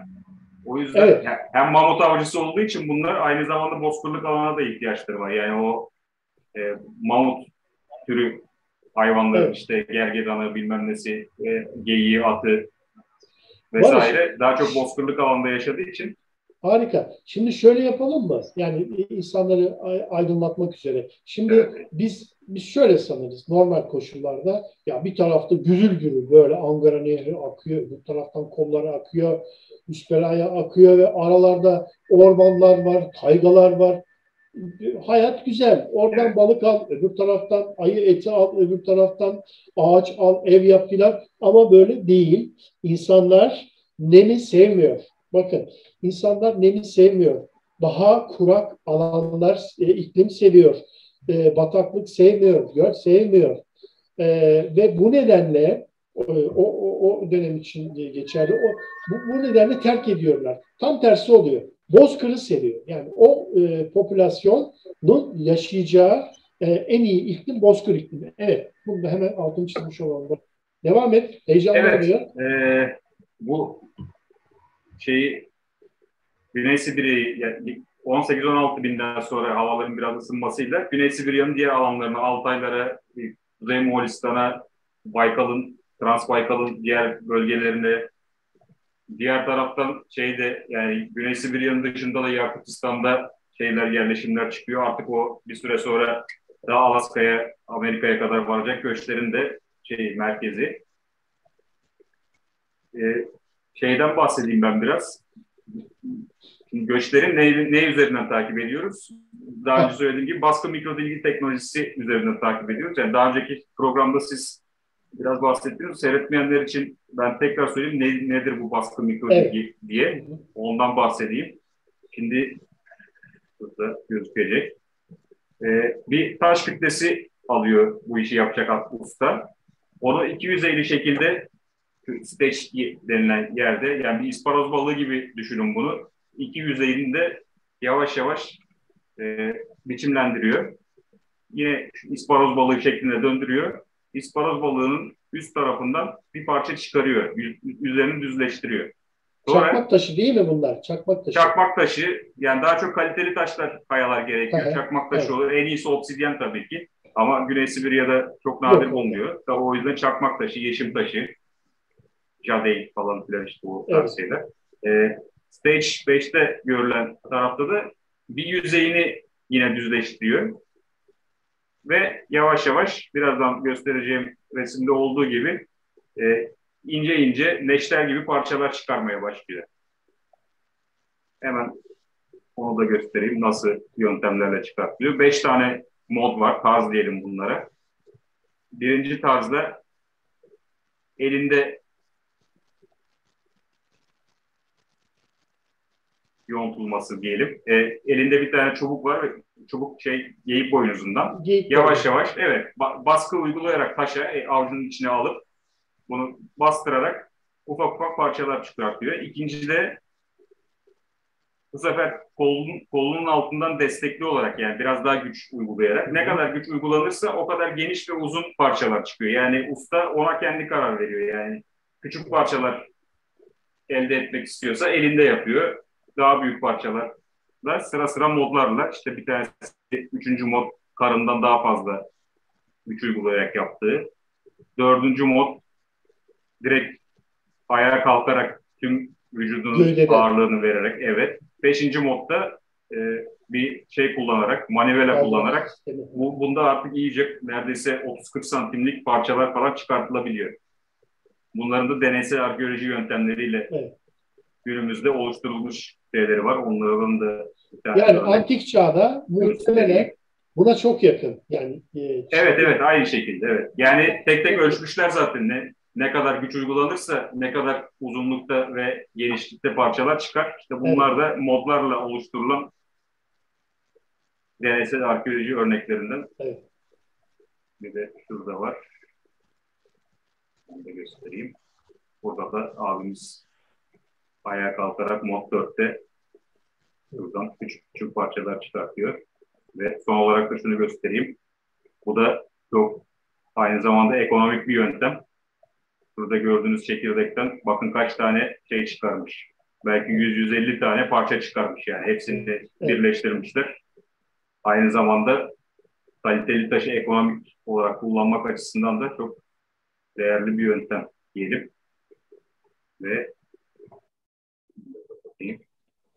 evet.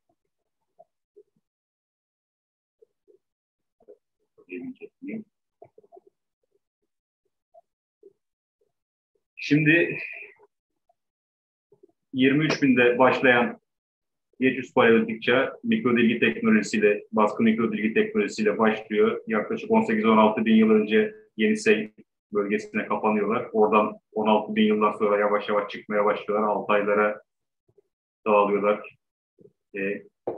Yeni kültür bölgelerine doğru yönleniyorlar. İşte bu yeni kültür bölgelerinden bir tanesi benim Doğu kolu veya Güney kolu da diyebiliriz buna. Yavaş yavaş Orta Asya'ya doğru yönlenmeleri. İlk önce bunu Kuzeydoğu Kazakistan'da görüyoruz. Şurada kırmızı okun ucunda çok küçük gözüküyor. Şulbinka'da başlıyor. Yaklaşık 14 bin yıl, 13 bin yıl önce arasına tarihleniyor.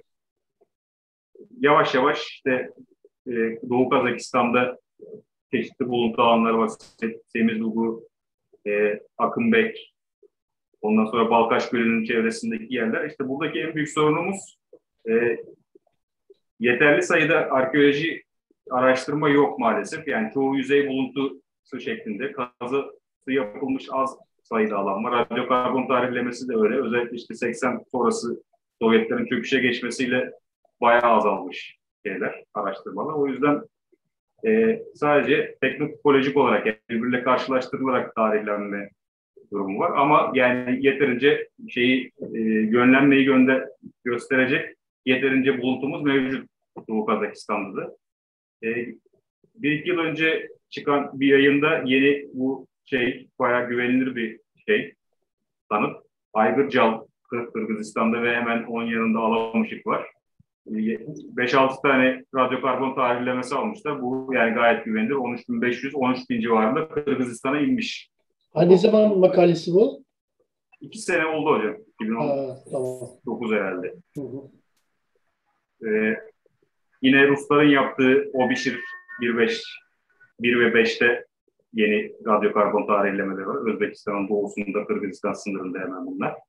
Onların da tarihlemesi 12 ile 10.500 yıl önce arası, yani milattan önce değil, milattan önce olursa 10.000, 8.500 olacak.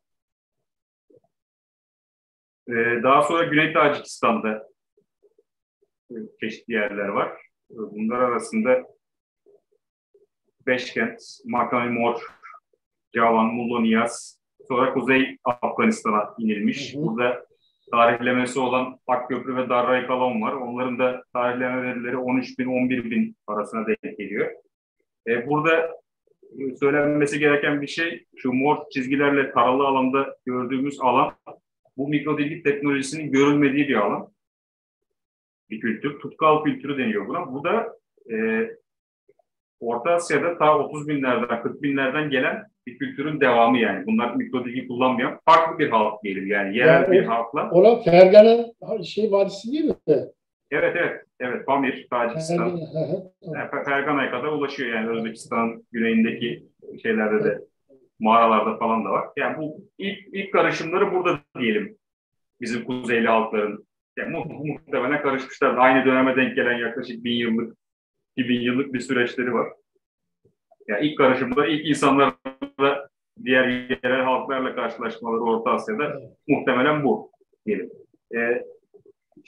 Yönlenmesinden bahsedeyim biraz Ön Asya'ya. İşte en büyük sıkıntımız İran, özellikle İran'daki rejim değişikliği sonrasında arkeolojik araştırmalar önemli ölçüde kesintiye uğramış ve geçtiği alan büyük ihtimal yani şu İran'ın çöllük bölgesi diyelim. Son 1-2 yıldır kuzeydoğusunda ve güneydoğusunda bizim talep ettiğimiz döneme dair buluntular var. Yayınları başladı. İnşallah aradaki bu güzergahı da bize gösterecek yeni çalışmalar yapılır. Biz direkt bildiğimiz çalışmaların olduğu ve bize gösterdiği yere geçelim. Yani burada bir sorunumuz var açıkçası. Nasıl geldi? Hangi bölgeden geldi? Nasıl ilerledi diye. Ön Asya'da, Kuzey Irak'ta müleffat yerleşim var. En erken baskı tekniğiyle mikrodilgi üretilen yerleşim. Bunun tarihi biraz sıkıntılı. Birbiriyle uyuşmaz radyokarbon tarihlemeleri var. Yani genel görüş 11.500-11.250 arasında çıktığına yönelik bir kabul var ama yani çok kabul edilebilir de değil diyeyim ben kendi açımdan. Daha sonra Nemrik yine hemen komşusu sayılabilecek bir yer. Onun tarihlemeleri de 11.000-10.500 yıl önce arasında. Yani bu muhtemelen müleffatın da budur. Yani milattan önce 9.000'den önceye götüremiyoruz açıkçası. Yani 11.000 yıl önce başlamış diyelim. Yavaş yavaş bu teknoloji PPNB dediğimiz dönemde yukarı Fırat ve Dicle havzasına yayılmaya başlıyor. Kuzey Suriye ve Kuzey Irak. İşte en iyi bildiğimiz tabakalanması en iyi ortaya konmuş yerleşimlerden biri olan Çayönü'nde var. İşte bunun tarihini artık yapabiliriz yani. Şüphesiz kabul edebiliriz. Onun tarihi de milattan önce 8.500-8.250 yıllar arasında Çayönü'ne girmiş. Kısa bir zaman yine Kaletepe'de, Orta Anadolu'da kullanılmış. Yani o kısıtlı bir zaman 8.300-8.200 yine Çayönü ile çağdaş. Sonra kesintiye uğramış. Daha yaklaşık 1500 yıl sonra Çatalhöyük'te tekrar 7. binin ortasında ortaya çıkıyor. Doğu Anadolu'nun durumu böyle. Yine müleffat kültürü deniyor buna. Yavaş yavaş o etkiyle yapmış. Bu teknolojiyi geliştiren insanlar da Zagroslardan güneye doğru, yani Sümer bölgesine doğru, şurada mor renkte gördüğümüz yerleşimleri Gangdare, Tepe Abdül, Hüseyin, ondan sonra Malikuş, yavaş yavaş Güney Zagroslara kadar bu yerleşimler yayılıyor Neolitik dönem boyunca. Tam burada bir sorun var. Buyurun hocam. Barış. Şimdi bana sürekli sorulan, hatta biz şeyle de tartıştık. Bu işin Türkiye'deki en uzman, en yaşlı yaşayan uzmanıyla Ya şey diyor, şimdi bu tamam teknoloji geliyor ve bunu izliyoruz. Ya pek çok yerde de sorun var, tarihleme sorunu var, boşluklar var. Evet. Yani yani 3-5 tane araştırmayla bu iş netlik kazanmaz. O nedenle şimdi mevcut olan durum, en son durum bu. Ama bu adamlar kendi elleriyle mi götürüyorlar bunları? Yoksa bir şekilde ara istasyonlardan nakletme suretiyle bu teknoloji farklı dilleri konuşan insanlar tarafından bir sonraki istasyona ya da bir sonraki yerleşim birimine mi gidiyor? Yoksa doğrudan Kuzey Asyalı dil konuşan halkların elleriyle mi Anadolu'ya kadar geliyor? Burada bir şey evet. var. Ne Hocam bunun için yani bir teknolojinin yayılması için genel olarak yani bu konuda da aynı şekilde 3 tane görüş var. Bir tanesi ilk bizim dediğimiz zaten direkt insanların göçmesiyle yanında teknolojiyi götürmesi. İkincisi kültürel etkileşim deniyor. Akültürasyon dedikleri.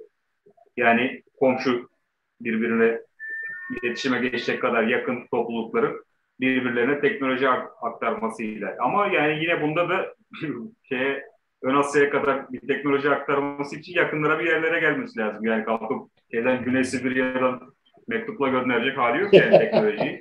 Yani mecburen İran'a, Afganistan'a bir yerlere gelmesi lazım. Yani. Barış Bey, ben burada şunu merak ediyorum. Yani güzel, siz tabii teknik olarak izliyorsunuz bu taş teknolojisinin ne dayanarak, somut bilgiye dayanarak bu şeyi açıklıyor. Yani Türkiye'deki en eski yerleşim yerleri mesela Çayönü'nün neden olduğunu açıklıyor. Yani Göbekli Tepe'yi açıklıyor. Ama benim merak ettiğim yani bu kadar böyle kulağının arkasından göstermek gibi niye Kafkaslar üzerinden gelmemişler bu adamlar? Yani bunun bir özel bir sebebi mi var yoksa buluntu mu yok bu konuda? Yani bizim üst tarafta da bir şey yok. Yani Türkiye'nin işte yok. Güneydoğu'da var da mesela Karadeniz'de işte en erken şeyi bulduk. Orta Anadolu'da Çatalhöyük var. Çatalhöyük'ten geriye giden ne bileyim Ege'de bir yer yok. Atıyorum Karadeniz'de bir yer, bölgesinde bir yer yok. Kars'ta bir yer yok. Ama Güneydoğu'da var. Yani Diyarbakır'da var. İşte Urfa'da var. Sizin yolunuzu açıklıyor, doğruluyor. Ama benim merakım niye bunlar Kafkasya'dan gelmediler? Daha kısa bakalım. Değil mi? Hadi sor bakalım. Hadi Barış. Ben niye Kafkasya'dan? Abi sen söyleyeceksin. Şimdi sonra cevaba geçmeden önce bir akıllarda soru işareti kalmasın. Hani buralar bomboştu. Yok öyle bir şey tabii. Kuzey Asyalı halklar geldi yerleşti demiyoruz. Yani burada yaşayan insanlar vardı. Onlarla beraber. Burada vardı evet. Tabii evet, karıştılar. Onların kullandıkları teknolojiyi aldılar. Kullandıkları uçlar var. Nemrut uçları var vesaire. Tabii. Uçlar var. Yani bir karışım kültür ortaya çıkıyor burada. Yani direkt getirdikleri kültürü empoze ediyorlar, her şeyi kuruyorlar falan gibi bir şeyden bahsetmiyorum. Yanlış anlaşılması yani o konuda. Ya Kafkasya'da da var aynı gelenek. Oraya da gelmemiş Kafkasya'ya değil. Geçersek dediğiniz gibi Kafkaslar çok önemli bir bariyer. Yani o dönem insanları için. Kuzey Kafkasya'ya bir iki tane buluntu alanı var. Bir de tarihi belirsiz şurada çok olarak belirtilen çok kültürü var. Yani muhtemelen o Mezolitik daha sonraki döneme ait ama bir nevi bariyer oluşturmuş ve insanlar aşağıya geçememişler yani. Orada kalmışlar ve muhtemelen Kırım'a doğru yürümüşler diye cevaplayayım yani. Ben de çok yani bir cevap Karadeniz'in üstüne doğru gittiler. Ben de söyleyeyim. Tabii evet yani. Şimdi dağlık bölgeye geçmemişler anlaşılan. Evet. Şimdi Barış tabii mantıklı bir şey söylüyor. Şimdi ben de beni çok ilgilendirdiği için kitapta ben bir sürü dünya düzeltmesini yaptım. Şimdi arkeolojide bugün bir şey yaparsınız, kazı yaparsınız, ona göre bir yol yaparsınız. Ama ertesi sene kazılar sizin o fikrinizi değiştirir. Yani bu 2 kere 2 4 gibi değil. Daha hiçbir şey yapılmış değil. Dünya tarihinin belki %1'i, %2'si biliniyor. Yani bizim şu anda üstünde çalıştığımız konuların %1'i, %2'si belki de bilinmiyor. O nedenle yapılan her yeni araştırmada ortaya çıkartılan arkeolojik belge hipotezlerinizi, şeylerinizi değiştiriyor. Örneğin benim bu Hurri ve Hatti şeyi vardı. Tabii bu olaydan bağımsız bir şekilde gelişti benimki.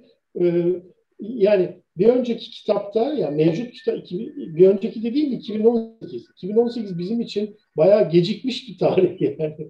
Az önce onun için sordum. 2 sene deyince hani ben 1-2 ay önce falan yayınlanmış diyeceksin diye sordum.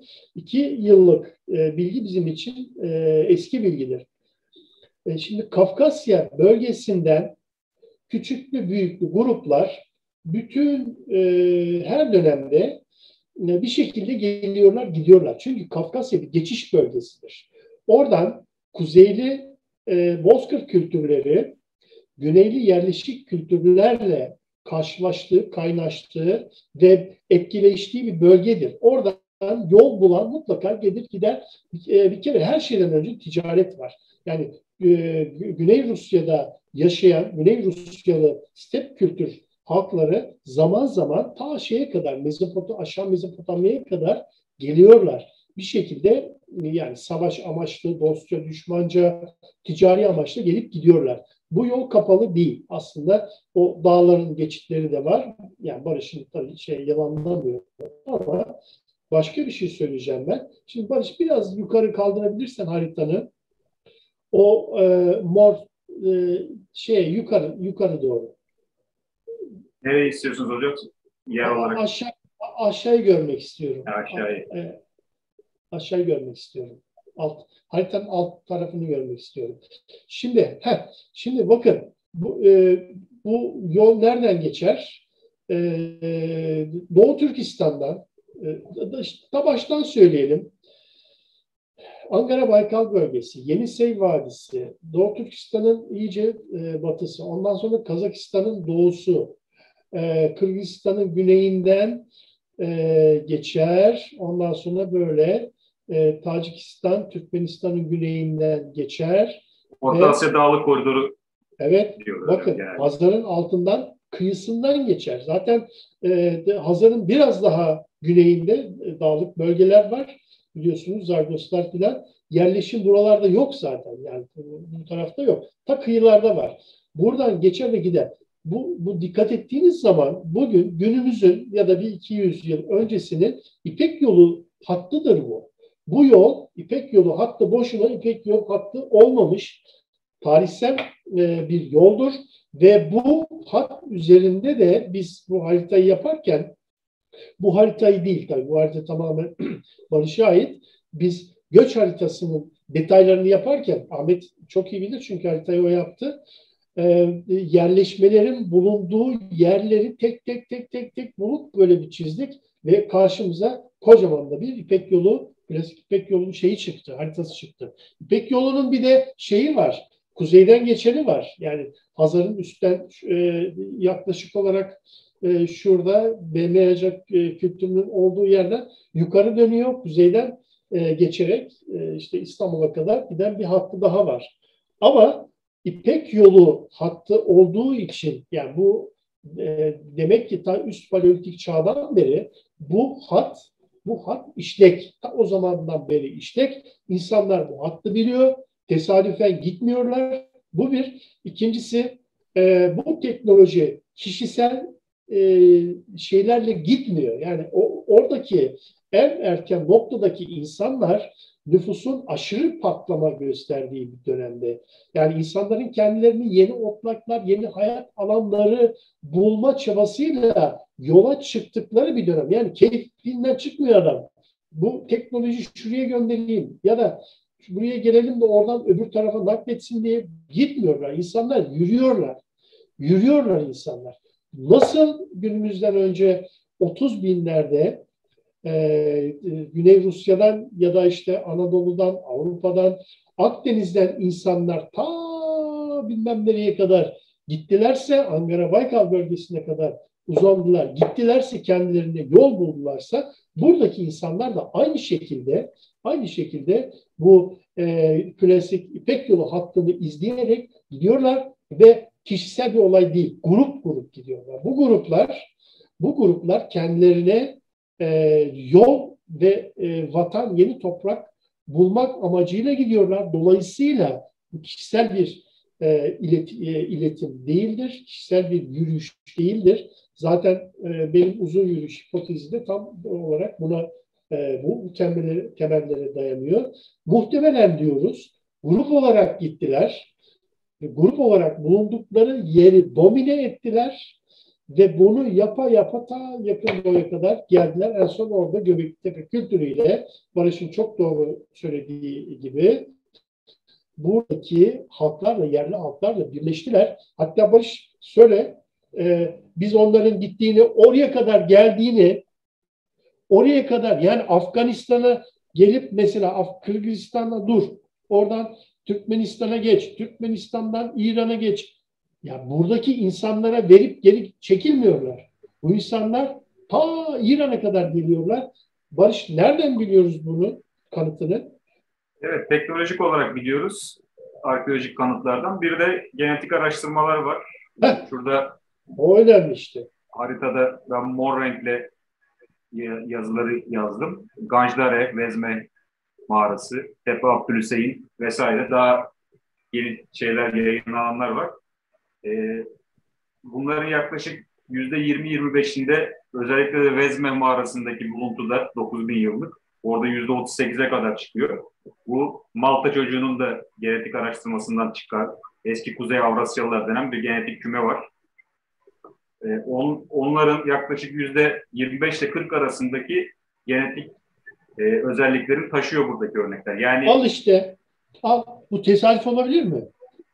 Bir şekilde aktarmışlar yani genetik özelliklerini. Bu da işte yani etkileşime geçmişler o yerel halkla beraber. Ya buraya kadar gelip aktarmışlar. Adamlarla hemal olmuşlar. Yani bu bunu gösteriyor değil mi? Çok önemli yani. Ya nasıl beyazlar ta Baykal'a kadar gidiyorsa buradaki adamlar da İran üzerinden öbür tarafa geçerken o genetik şifrelerini, izlerini bırakmışlar oraya. Bunun tesadüfle bir ilgisi yok. Şimdi bir taraftan taş aletlerin kanıtı var. Bir taraftan diyorsun ki yani yaklaşık %50'sinin yani oradaki halkın %50'sinin değil mi? Gene yarısına yakınının genlerinde Kuzey Asyalı genler var.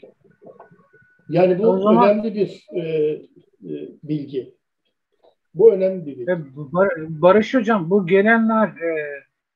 gelenler şimdi bizim Sibirya'dan ya da Altay'dan çıkıp Malta Adası'nın tipinden gelenler bizim ön atalarımız.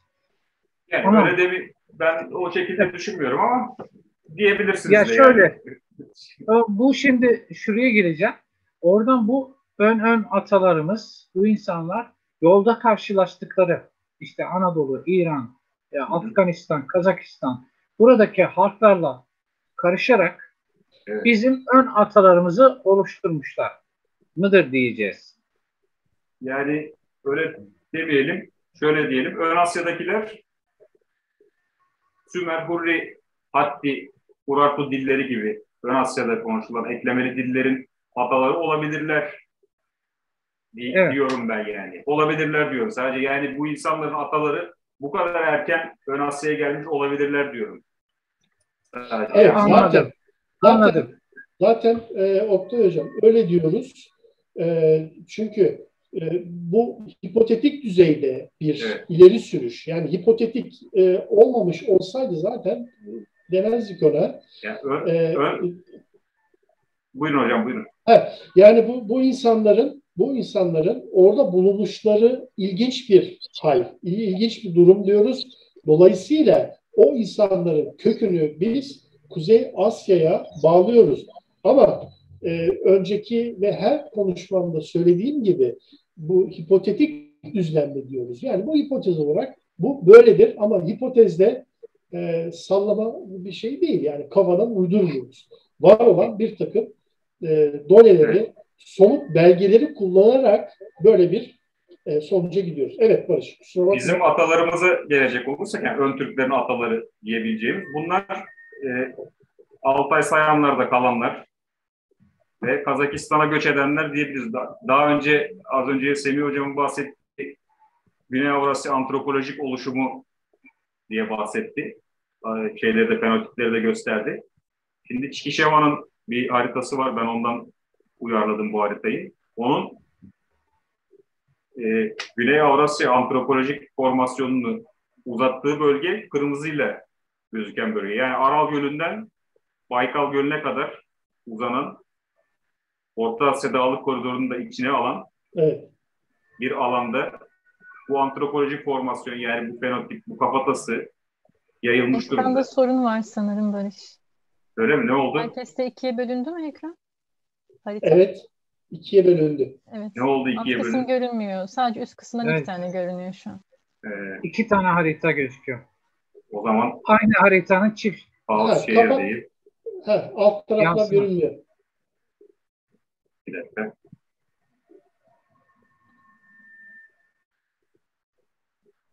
Doldu mu? Herhalde bir şeyler oldu. Evet, alt taraf kırmızıyı göremedik biz de.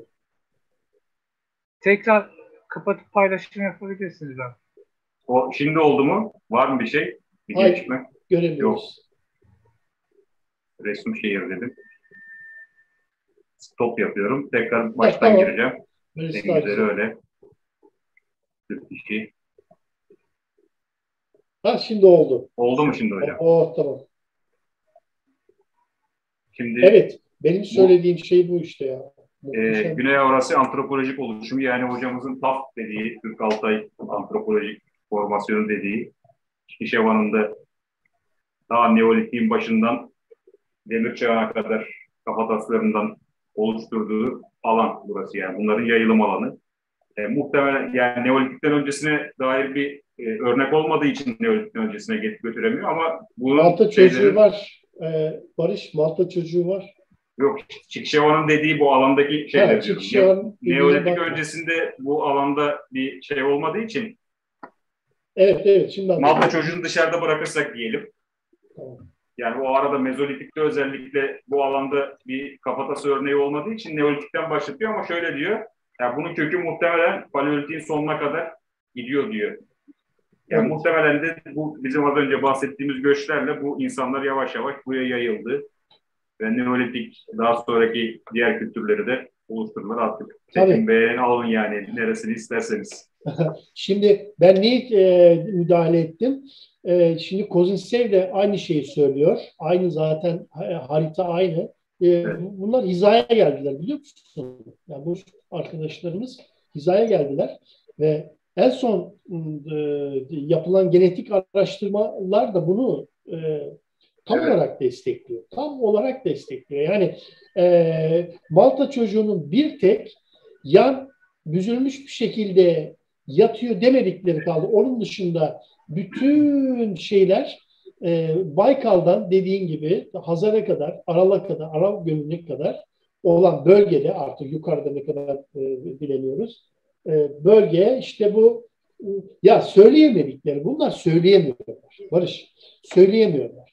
Biraz mahcupları açısından evet. Bunlar söyleyemiyorlar. Korkuyorlar bunlar. Yani biri ağzından kaçıracak diye böyle şey yapıp korkuyorlar. Yahu bu Güney Avrasya Antropolojik Formasyonu dediğiniz bu mix Türklerin erken yani geçten erkene doğru bir zincir kurduğunuz zaman zaten bu Okunye ve oradan da Malta çocuğuna bağlanıyor bu ya. Bunu antropolojik olarak bağlıyorsun. Genetik olarak bağlıyorsun. Bizi zaten kilit nokta dediğimiz Okunye kültürünün öncesini ve sonrasını buna zaten bağlıyoruz biz. Ama haberin var mı bilmiyorum Barış. Epeydir görüşmedik seninle. Evet. Kitabın İngilizcesi için hazırlıklara başlıyoruz. Çok iyi, hayırlı olsun. Tabii yani çok ciddi bir şekilde, hevesli bir şekilde yayıncımızda ve bunu bütün her şeyle haberleştim ya. Neyse girmeyelim konuya. Konuyla ilgili de seni kesmeyeyim. Ben daha bir sürü alan bekliyorum. Evet Barış. Hocam ben daha fazla da uzatmayayım. Şu kısaca Tamam. Doğu Avrupa'ya doğru gidişi de bir kısaca anlatayım. Şu az önce sarı bölgede onların yayılımını gösterecek. İskandinavya'ya kadar. Evet. Burası da Kuzey Avrasya antropolojik oluşumu oluyor. Yine kökleri Güney Sibirya'da olan Paleolitik'te.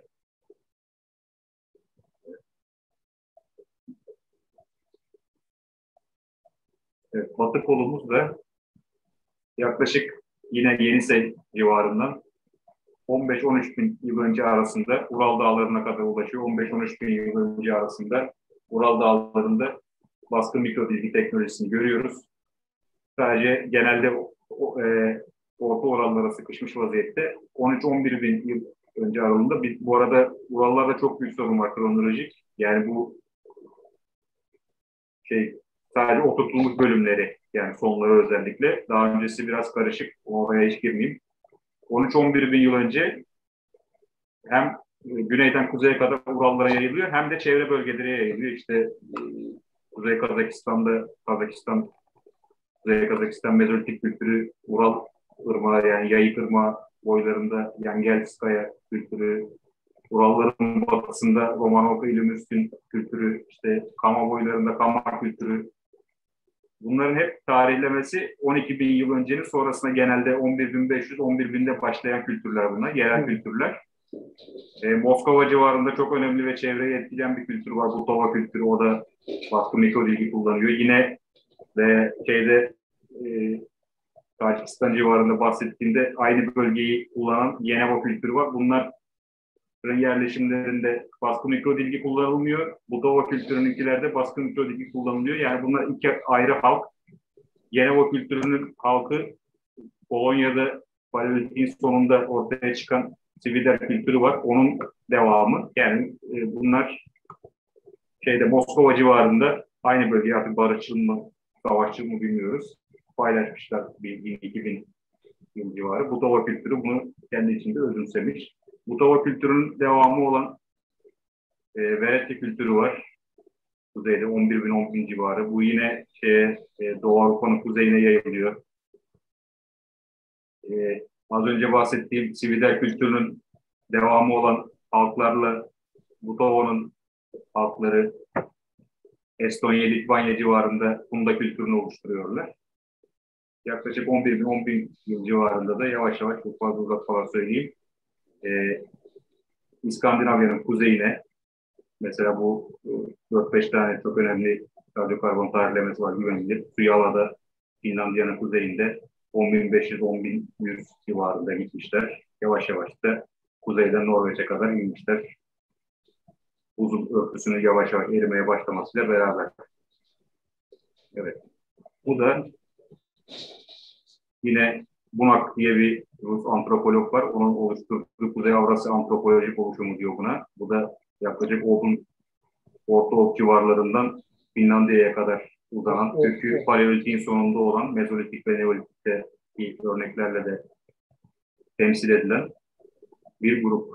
Yani bunlar her ne kadar Ural Altay Dil Topluluğu akrabalığı şu anda çok fazla kabul görmese de onun yayılımına yönelik, en erken yayılımına yönelik bir şey olabilir diye bağlıyorum. Evet, harika. Oktay Hocam, Barış'ı biraz sıkıştıralım mı? Soru soralım mı? Yani soru soralım da bu şimdi şunu merak ediyorum ben aslında, Barış Hocam'a da sorayım da. Şimdi bu mikro baskı teknoloji dediğimiz taş teknolojisinin yayılma alanına baktığım zaman ben yine bizim Türklerin yayılma alanı gibi geliyor bana. Size de öyle mi geliyor? Ya da akraba topluluklarına. Evet, kesinlikle öyle. Kesinlikle. Genelde kuzey halkları kullanıyor zaten. Yani belirli bir bariyer Yani var gibi. Yani bizim bağlantıda olduğumuz, sanki mesela Kuzey İskandinavya var. Biliyorsunuz, evet, runik harflerle Odin'le falan bağlantımız var. Karadeniz'in kuzeyi var. Yine bizim etkilerin at koşturduğu bir alan. Anadolu yine öyle. İran zaten belki Anadolu'dan daha bir Türk bir yer. Kafkaslar öyle. Yani tabii siz akademisyen olarak bilmiyorum. Yani ben bir araştırmacı, sade bir vatandaş olarak şunu görüyorum. Diyorum ki bu mikrobaskı teknolojisini yapan insanlar bir yerde sanki bizim atalarımız gibi geliyor bana. Evet. Yani alanlar uyuyor. Ben öyle gördüm yani haritada. Şöyle bir şey var. Bunlar bizim de içinde bulunduğumuz topluluklar genelde göçebe yüksek devingenliğe sahip. Bu mikrodilgi teknolojinin çıkması da zaten bu Sartan döneminde zorlu iklim koşullarının ortaya çıkmasıyla yüksek devingenliğe geçiyorlar. Yani o yüzden taş aletlerin biraz hafiflemesi gerekiyor. Ondan da bulunmuş bir şey aynı zamanda. Yani bildiğimiz jiletten daha ince, neşter kadar şeyler. Şuradan da nasıl olduğunu göstereyim.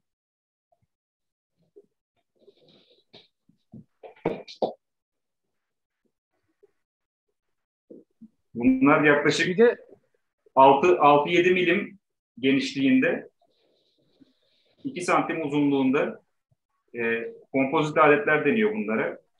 Geyik boynuzundan her iki tarafına oluk açılıyor veya tek tarafına. Bildiğiniz ustura gibi tek tek bunları diziyorlar. Şurada küçük küçük görülen şeyler ve bildiğiniz ustura keskinliğinde olan şeyler. Evet. Sakal tıraşı, saç tıraşı. Barış Hocam biz bunu bu çok keskin. Şöyle biliyorum ben. Şimdi Kars'la Erzurum arasında obsidyen yatakları var. Evet. Yol kenarında. Ben şimdi rehberlik de yaptığım için orada turist grubuyla giderken hemen orada durdururum arabayı. Otobüsü yolun sağına çekerim. Buyurun derim, işte obsidyen bedava size. Toplayabildiğiniz kadar. Hatta biz biraz da baskı tekniği falan çalışırım ben. Çoğu zaman elimi kesmişimdir. Yani çok keskin, değil mi? Taştı. Çok keskin, yani jiletten çok daha keskin. Ben de insanları ikaz ederim, aman dikkatli olun diye. Çünkü o baskıyı yaparken bile elinizi kestiriyor, tutarken kestiriyor. Ameliyatlarda kullanılacak kadar keskin. Evet. Yani neşter gibi, neşter gibi. Evet. Mesela bir örnek göstereyim size. Bu Batı Sibirya'dan Lubovskoye mamut mezarlığından çıkarılmış bir mamutun kemiği. Bakın buraya girmiş bu ok ucundan. Bu arada hem ok ucu hem mızrak ucu olarak kullanılabiliyor yani bu şeyler. Yapıldığı büyüklüğe göre ister ok ucu, ister mızrak ucu, ister hançer olarak kullanılabiliyor. Burada mamutun kemiğine girmiş omuruna. Bakın nasıl delmiş. Bildiğiniz o şekli oluşturmuş. Hayvanı da öldürmüş. Bir de Barış Hocam şunu söyleyeyim. Ben geçen yıldı sanırım. Geçen yıl Toroslar'da bir tane tesadüfen bir mızrak ucu buldum. Bildiğin biraz aşınmış ama ben görür görmez anladım. Dedim bu bir taş devrinden bir mızrak ucu. Ama buradaki kayalardan yapılmıştı. Yani o Toroslar'da bulunan keskin kayalardan yapılmıştı. Obsidyen ya da şey değil. Çakmak taşı değil. Şimdi sizin anlatımınızda şöyle bir şey kafamda canlanıyor. Bu adamlar yerel halklara göre daha üstün bir teknolojiye sahipmiş gibi geliyor. Yani evet, bu üstün teknolojiyi kullanarak da gelmişler, buraları bir şekilde gittikleri yerleri ele geçirmişler. Yani yani bir teknolojiyle gelmişler. O kurguyu yapmak elinizde de bilemiyoruz yani şeyleri ne kadar barışçıl veya savaşçıl o dönem. Yani bunlar bir şekilde ele geçirme şeklinden geliyorlar, yoksa böyle barışçıl yöntemlerle birbirleriyle hediyeleşme şeklinde mi yapıyorlar, bilemiyoruz onu şu anda. Yani Oktay Hocam şimdi ondan şöyle bir dakika, ben söylediğini anladım ben. O aletler daha çok orta paleolitik taş aletleri. Barış biliyorsun böyle yumurta gibi, avuç içi gibi. Biz Satır. hatta biz Barış bilir, Ahmet hatırlar. Biz Moğolistan'da 2015'te yüzey araştırması yaparken kazılardan sonra bir grup orta paleolitik döneme, onlar da çakmak taşı da değil yani. Senin söylediğin gibi sert siyah taşlar. bir grup bulduk ve tekrar gelişimizde bulabilmek için de bir yere gömdük. Koordinatını falan aldık. Tabii o gitti onlar. Yani o taşlar daha kaba. Orta Paleolitik için tipik onlar. Hem şey gibi böyle avuç içine sığan el baltası gibi ya da böyle çekirdek formunda yumurta gibi biraz daha büyük. O tür şeyler. O bizim üst paleolitik taş aletler özellikle de bu baskı yöntemiyle elde edilenler çok daha ince.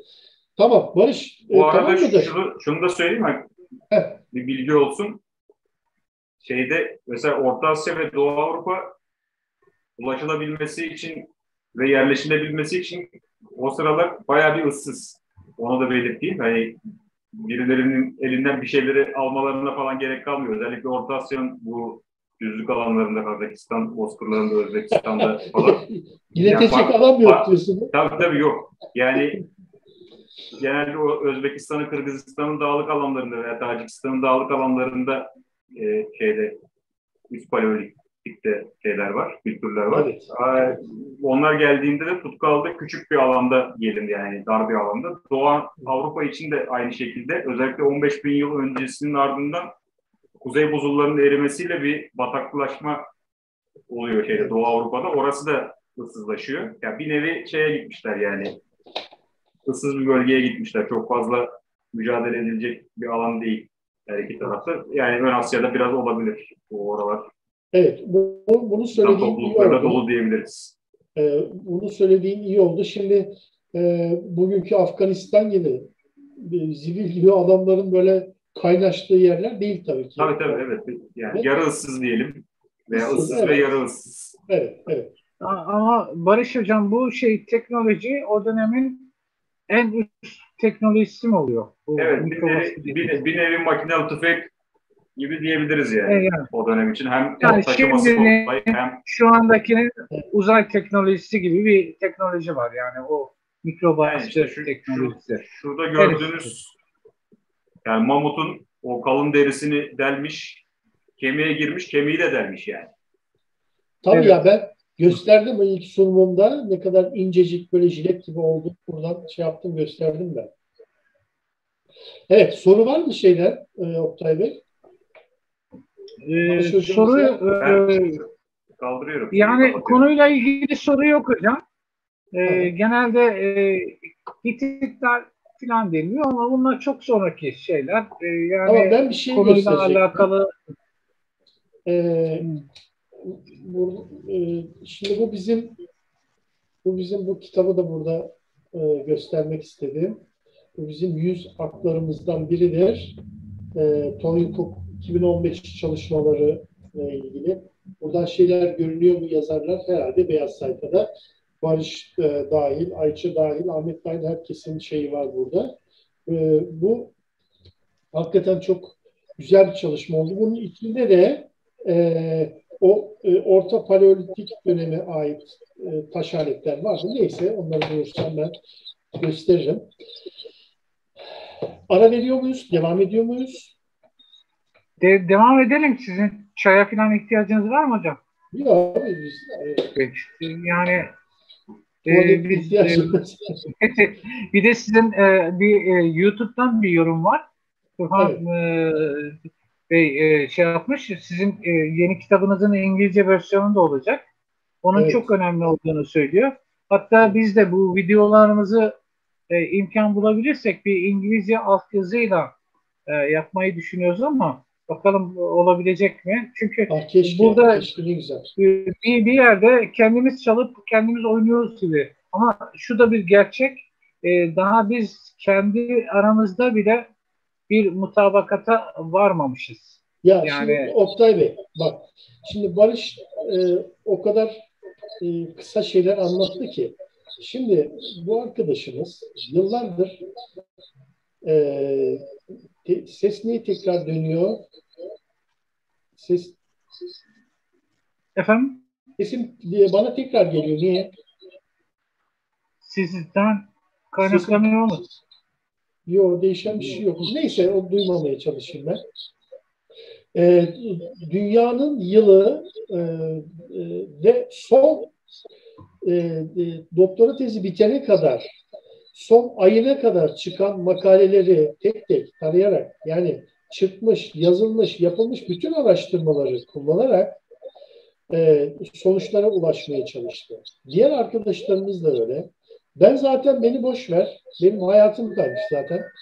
25 yıldır. Estağfurullah. 25 yıldır orada bu işe uğraşıyoruz. Yani başımıza gelmeyen kalmamış. Bu koşullarda çalışmışız ve yaptığımız sadece bilgiye ulaşmaktır. Maddi kültür belgeleri üzerinden, antropolojik belgeler üzerinden ve her arkeolojik, her antropolojik belgeler üzerinden de değil. Seçilmiş bilgisine, çalışmalarına güvendiğimiz insanların yaptıkları çalışmalardan hareketle, onların yaptıkları çalışmaların sonuçlarını değerlendirerek bu sonuçlara ulaşıyoruz. Ve burada bak, şimdi Barış bir soru sordun, dedi ki tam öyle bir şey söyleyemem. Ben de ona yakın bir şey söyledim ama ben yuvarlayarak söyledim daha önceki dönemde. Şimdi arkeolojide böyledir. Yani şimdi bu hep bunu söylerim ben. Şimdi üst Paleolitik Kuzey Asya halklarının hepsini biz Türk olarak kabul edebilir miyiz diye sürekli soru soruyorum. Şimdi kabul edebiliriz dediğimiz zaman neden, hangi gerekçelerde kabul edebileceğimizi söylüyorum ve arada bir sürü şey bırakıyorum. Yani boşluk bırakıyorum ki başkaları da ya bu adamlar öyle değil de böyle konuşuyor desinler. Biz de ona göre şeyimizi alalım, ona göre tartışmamızı şey yapalım. Yani akademisyen hassasiyeti bizim çalışmalarının temelini oluşturur diyelim ve Ayça'ya da konuyu bırakalım. Evet, ne diyorsun Ayça? Şimdi Barış çok güzel bir tez yaptı zaten. Türkiye'de sayılı tezlerden bir tanesini yaptı. Barış'ın bahsettiği bu göçen insanlardan bir grubu da göçmedi. O bölgede kaldılar. Tabii ben ki. de onları çalıştım çok güzel. işte. Çok güzel. Neolitik'e kadar, daha doğrusu Erken Tunç'a kadar benim konum. Mezolitik'ten itibaren ölü gömme kültürleri üzerinden ele aldık biz çalışmamızda. Erken Tunç ölü gömmesine kadar getirdik. Ama sadece tabii ölü gömme değil, mezarlardan ele geçen kült objeleri de irdeledik. Ben de buradan bir sunum açsam aslında. Tabii. Açabiliyor muyum? Ekran paylaş. Açabilirsiniz. Şu şekilde açıldı mı acaba? Görünüyor Açıldı. mu? Gayet güzel. Bu aslında başka bir sunuma ait ama görselleri işe yaradığı için koydum. Şimdi alanımız bu. Cis-Baykal, Baykal Gölü'nün batı kıyıları, Trans-Baykal doğu kıyıları. Zaten okunuyordur sanırım Sayan Altay bölgesi. Bütün buralar olduğu gibi Güney Sibirya tek bir bölge olarak ele alabiliyoruz biz burayı. Çünkü kültür arasında kültürler olarak bir farklılık görmüyoruz biz. Bunu Paleolitik dönem için Barış'ın tezinde görüyoruz. Mezolitik verileri sadece Cis-Baykal'da var. Mezolitik gömmeleri. Afantovagora var Yenisey bölgesinde. Yenisey Havzası'nın Orta Yenisey'de. Krasnoyarsk şehrinin içinde kalıyor. Hatta şeyi söyleyeyim başlamadan önce, bu melezlik konusunu, dental antropoloji var son zamanlarda daha çok işte revaçta olan, diş üzerinden genetik bağlantıya bakıyorlar. Genetik bağlantı bir laboratuvarda gen üzerinden yapılır.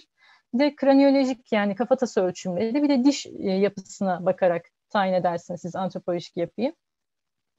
Afantovagora'da, Malta çocuğunda, bir de Lena'nın yukarı akımlarında, daha doğrusu aşağı akımlarında Kolyma Irmağı var.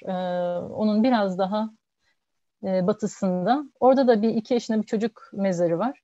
Bunların diş analizleri, dental antropolojik çalışmaları birbirinden bağımsız çalışmalar ve üç çalışmada da hem doğu hem batı özelliği gösterdiği söylenir. Yani hem Mongolit hem Kafkasoid özellik gösteriyorlar.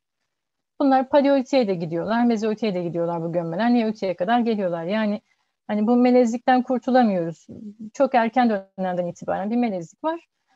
Şu söyleniyor Çikişeva'nın çalışmalarında, Mongoloid özellik bir parçadan daha fazla, daha baskın. Kafkasoid özellikler çok daha az kalmış.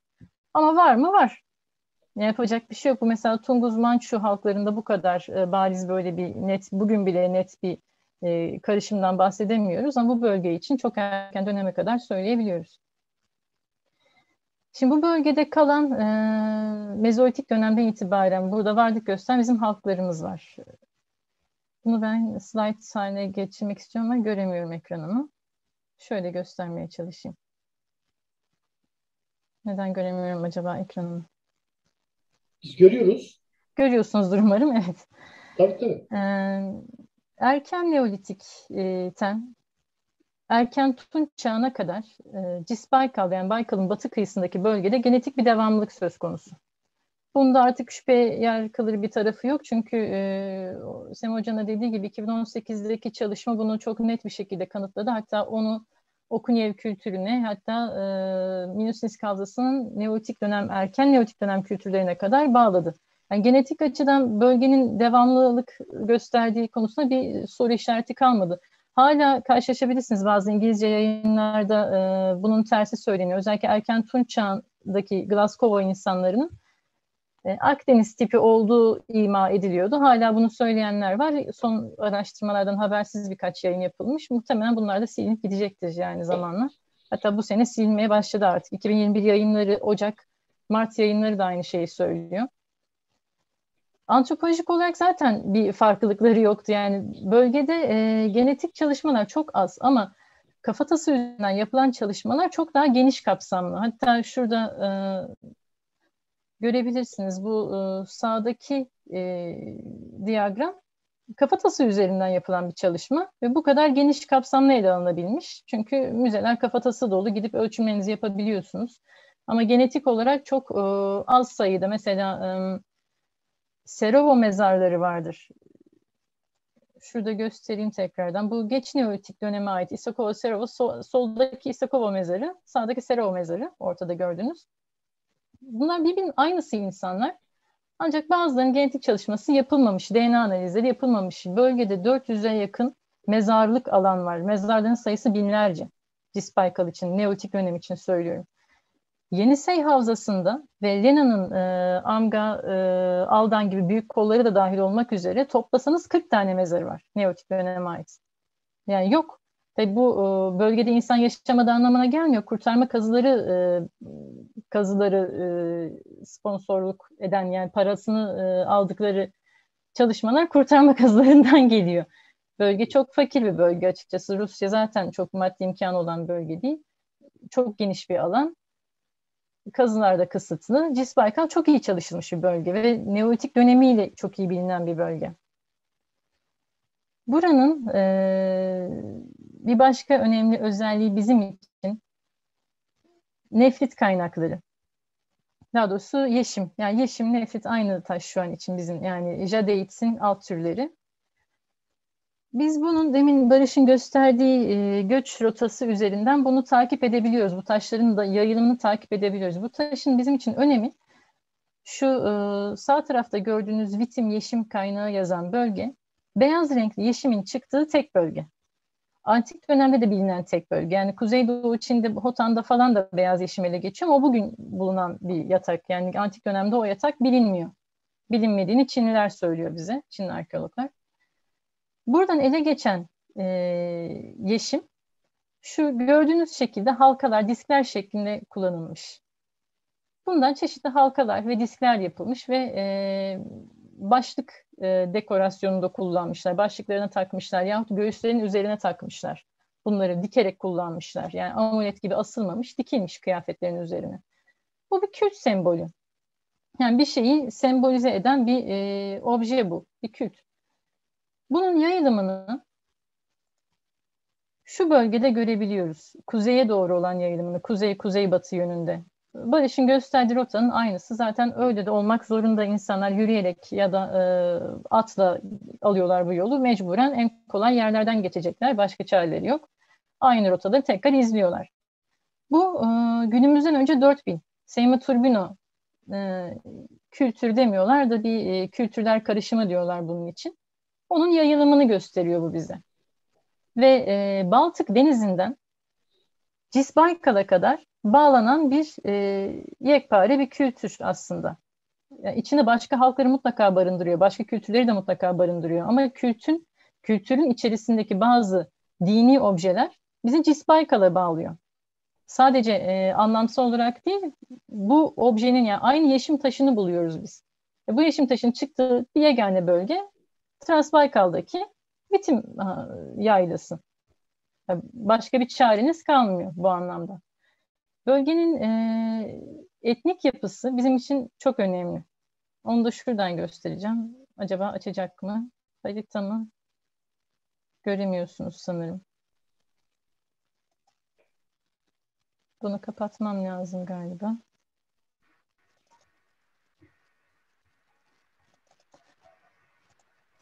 Haritam bitti. Paylaşımı kapat, aç. Tekrar. Nevşehir'den açmam lazım sanırım. Kapat, tekrar aç. Stop sharing.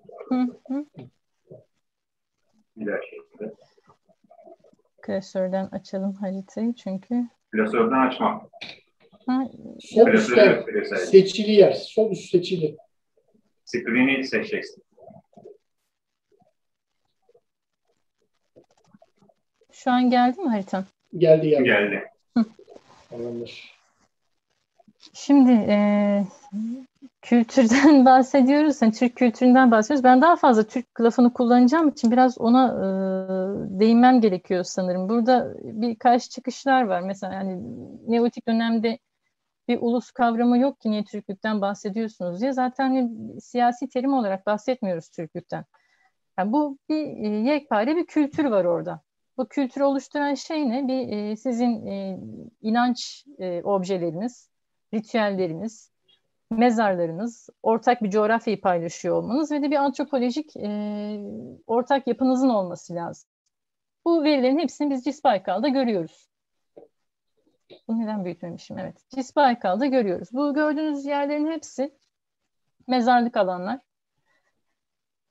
Baykal kıyısında gördüğünüzün hepsi erken Neolitik'ten erken Tunç'a kadar olan mezarlık alanlar. Bu işaretli alanların hepsinde bizim bir tane ortak paydamız var. O da ayı sembolü. Ayı sembolü bizim için şöyle önemli. Erken Neolitik dönemde Baykal'ın şu en güney ucunda 8 numaralı gördüğünüz yerde Şamanka adında bir mezarlık alan var. Erken Neolitik döneme ait bol miktarda mezar var. Yaklaşık 97 tane olması lazım. Bir de 10 ya da 11 tane de erken Tunç Çağı mezarı var. Onun dışındaki mezarların hepsi bir de günümüze ait birkaç tane mezarlık alan var orada. Bu mezarlarda yoğun miktarda biz ayı mezarına da rastlıyoruz. Hem mezarların üzerine konmuş ayılara rastlıyoruz, ayı kalıntılarına, ayı kafataslarına. Hem de hususi olarak gömülmüş ayılara. Ayı gömmesi mi? Ya bizim bildiğimiz at gömmesi gibi ayı gömmesi değil mi? Yani sözünü ettiğim. İnsanlarla beraber gömülmüyor bu ayılar. Bu ayılara bayağı cenaze töreni düzenlenmiş ayılar gömülmüş. Hayır, yani ayıyı hani ölmüş kalmış gibi değil de yani bayağı gömme yapmışlar. Tabii yani özellikle kafatası için bu ritüel çok uygulanmış ama ayı tek bir vücut halinde de gömülmüş. O zaman kutsal bir hayvan değil mi tam o dönemde itibaren? Muhakkak zaten bu çalışmalar aslında 1926'dan beri zaten yapılmış ayı kültüyle ilgili çalışmalar yapılmış bölgede. Sibirya'nın tamamı için kutsal bir hayvan. Ama Ruslar sahip çıkıyor buna. Ruslar Stalin'den sonra sahip çıkmaya başlıyorlar. Çünkü Kuzey Sibirya halkları şeyden habersizler, yeni rejimden habersizler. Bunlara bunu anlatmamız gerekli. Bogarastan diye bir etnograf var, oraya gidiyor. Buraya bakıyor ki burada kahraman ayı mitosu var. Kahraman ayıdaki ayıyı çıkarıp Stalin'i koyuyorlar. Kahraman Stalin mitosu haline geliyor. Yani güneşi kurtaran ayı mitosu, güneşi kurtaran Stalin mitosu oluyor. Şarkılar falan düzenleniyor. İşte bu Sovyetler dönemindeki bazı gençlik olimpiyatları var. Orada da bu ayıyı bir sembol yapalım diyorlar. Buradaki Sibiryalı halkları da alalım, bir araya toplayalım diye. Hatta ayı getiriyorlar falan. Ama onlar kurban etmiyorlar ayıyı orada. İşte o Rusların medved oradan öyle çıkıyor. Evet, çok güzel bir bilgi bu. Medved'in zaten etimolojik anlamı bile bal yiyen, yani oradaki ayının etimolojisiyle hiç uyuşmuyor. Yani orada herhangi bir hayvan ismi olarak nitelendirmişler. Burada ayı, bizim buradaki hani ayıya dayı deme meselesi var ya, işte ayıya dayı diyorlar hakikaten, yani tayı diyor mesela Altay Türkleri. Daha çok büyük baba, büyük anne falan söylüyor. Bugünkü etnografik veriler de çok uyuşuyor erken Neolitik dönemin ayı kültü. Bugün hala ayı kurban ediliyor. Daha doğu bölgelerde, Sibirya'da kurban ediliyor, yeniyor törenlerde. Ve işte büyük babamız, büyük annemiz diye de ayıya cenaze töreni düzenleniyor. O tayı bir daha söyler misin Ayça? Dayı, yani maternal uncle diye zaten çevirmişler, yani bildiğiniz dayı. Yani bildiğiniz dayı. Burada Ayça Hanım bir şey yapalım, yani çok ilginç bir konuya değindiniz. Şimdi bizi de ters köşeye yatırdınız. Yani şu andaki Türkiye'deki birçok insanı değil de öyle yani müthiş bir sol kroşe çaktığınız gibi bir şey oldu. Yani gerçekten, çünkü bizim ongunlar arasında ayı bulunmuyor denir. Kime sorsanız. Evet. Bu bir. İkincisi, ayı Semih Hocam'ın dediği gibi Rusların sembolüdür denir. Bizimki kurt denir. Kurttan başka bir şeyler de var da, ama onu öğrendiler diyor bizim Türkler. Ama bu ayı olayı çok farklı geldi. Bir de Semih Hocam'ın dediği gibi, yani bir Türkler işte atlarla gömülüyor, başka hayvanlarla. Demek ki o dönemde bir ayı ritüeli vardı. Ayı ritüeli var. Ayı ritüeli var. Bunu burada bir tespit olarak koyalım. Demek ki bizim ayı diye bir ongunumuz varmış. Daha neler var? Neler var? Bir Ayça bir anlatsın bakalım. Farkı şu, mesela geyik gibi, kartal gibi şamanik hayvanlar, yani üst dünya hayvanları ya da yılan gibi, işte kurbağa gibi alt dünya hayvanlarından ziyade ayı insanla özdeş. Yani gene üst dünya hayvanı olarak ele alınmış, yani tabii bu gene açıkçası yabancı kaynaklardan okurken temkinli olmak lazım. Çünkü yorum yanlışlığı oluyor. Mesela şöyle söyleyeyim. Ayılarla, ayı avıyla alakalı, ayı ritüelleriyle alakalı kadınlara ait tabular vardır. İşte kadınlar yasaklanmıştır falan gibi bazı Avrupalı araştırmacıların yorumları var.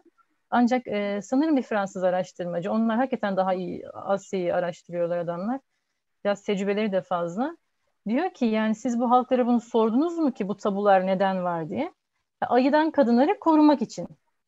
Yani yorumlarda bazı sıkıntılar olabiliyor. Yani ayıyı bir şamanik hayvan gibi görüyorlar. Şaman da bu ayı kıyafetlerini, ayının postunu ya da ayının kafasına geçirebiliyor, ama ayı bizim akrabamızdır dedikleri tek hayvan o bölgede. Evet.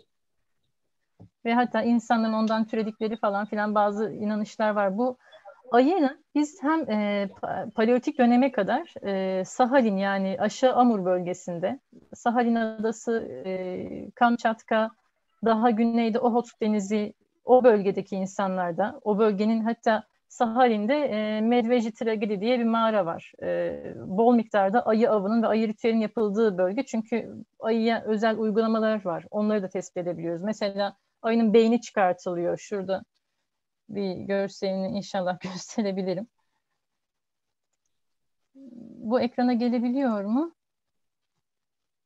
Sanırım gösteremiyorum ben bunları. Geldi bir şeyler. Bir şeyler geldi. Ekranın dondu. Arşivin çıktı senin. Harita gitti. Kapat, aç yap tekrar Ayça. Öyle mi? Ya paylaşımın kırmızıya bas, tekrar yeşili. Her seferinde bunu yapmam gerekecek. Tamam, öyle. Şunu koyayım. Bu Medveji Tragedi'den bir ayı kafatası. Nedense büyümüyor. Şu gördüğünüz iki delik ayının beynini çıkartmak için kullanılan iki tane delik. Bu Paleolitik döneme ait. Yanlış hatırlamıyorsam bu 10.000-9.300 arasına tarihleniyor olması lazım bu ayı kafatasının. Aynı uygulamayı bugün etnografik verilerde zaten biz gene görüyoruz, görmeye devam ediyoruz. Yani bugün de ayının beyni çıkartılıyor bu şekilde ve beyine özel bir uygulama yapılıyor. Bu bölgeden ayının kafatasına saman dolduruluyor. kafatası ağaçlara asılıyor, direkler üzerine konuyor. Mesela Altay Sagaylar'da var. Tabii yok, Sagaylar'da var, bir de Telengitler'de var. Bir direk üzerine, bir kül yığını üzerine bir direk konuyor. Kısa bir kazık gibi düşünün. Üzerine ayının kafatası oturtuluyor. İşte ayının kendisini görmesi istenmiyor. Kafatasının avcıları görmesi istenmiyor. İşte intikam alır falan filan gibilerinden. Ruhu gelir diye. Benzer uygulamayı biz Şamanka'da görüyoruz. Yani mezarların üzerine ayının kafatası konmuş. Aynı şekilde. Mesela ayının kafatasını yakıyorlar. Aynı şekilde yanmış. Hani hiçbir uygulamada farklılık yok. Hatta çok önemli bir ayrıntı var. Şorlar, yani bugün Tom Havzası'nda yaşayan bir Türk kabilesi gene. Ayının dişlerini hemen kırarlar. Ayı öldürüldükten hemen sonra dişlerini kırarlar, sökerler ve atarlar. Şamanka mezarlığında da, ki erken Neolitik gene söylüyorum, her yer ayı dişidir. Ve kafataslarında ayı dişi yoktur. Yani dişler sökülmüş, atılmış, etrafa yayılmış. Ki onlar da fırlatıp atıyorlar dişleri. Yani bizi yemesin bu hayvan tekrardan diye. Ben şu haritayı tekrar açayım. Açabilirsem.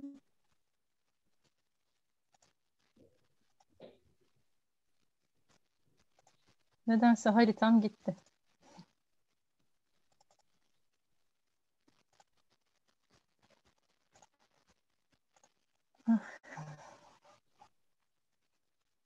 Yapabileceğim bir şey yok. Haritam gitti. Eyvah. Yani gösteremiyorum. Bir harita açarsa oradan belki takip edersiniz. Neden bilmiyorum, şu an göstermiyor aşağıyı. Ya o bir azizlik vardı zaten.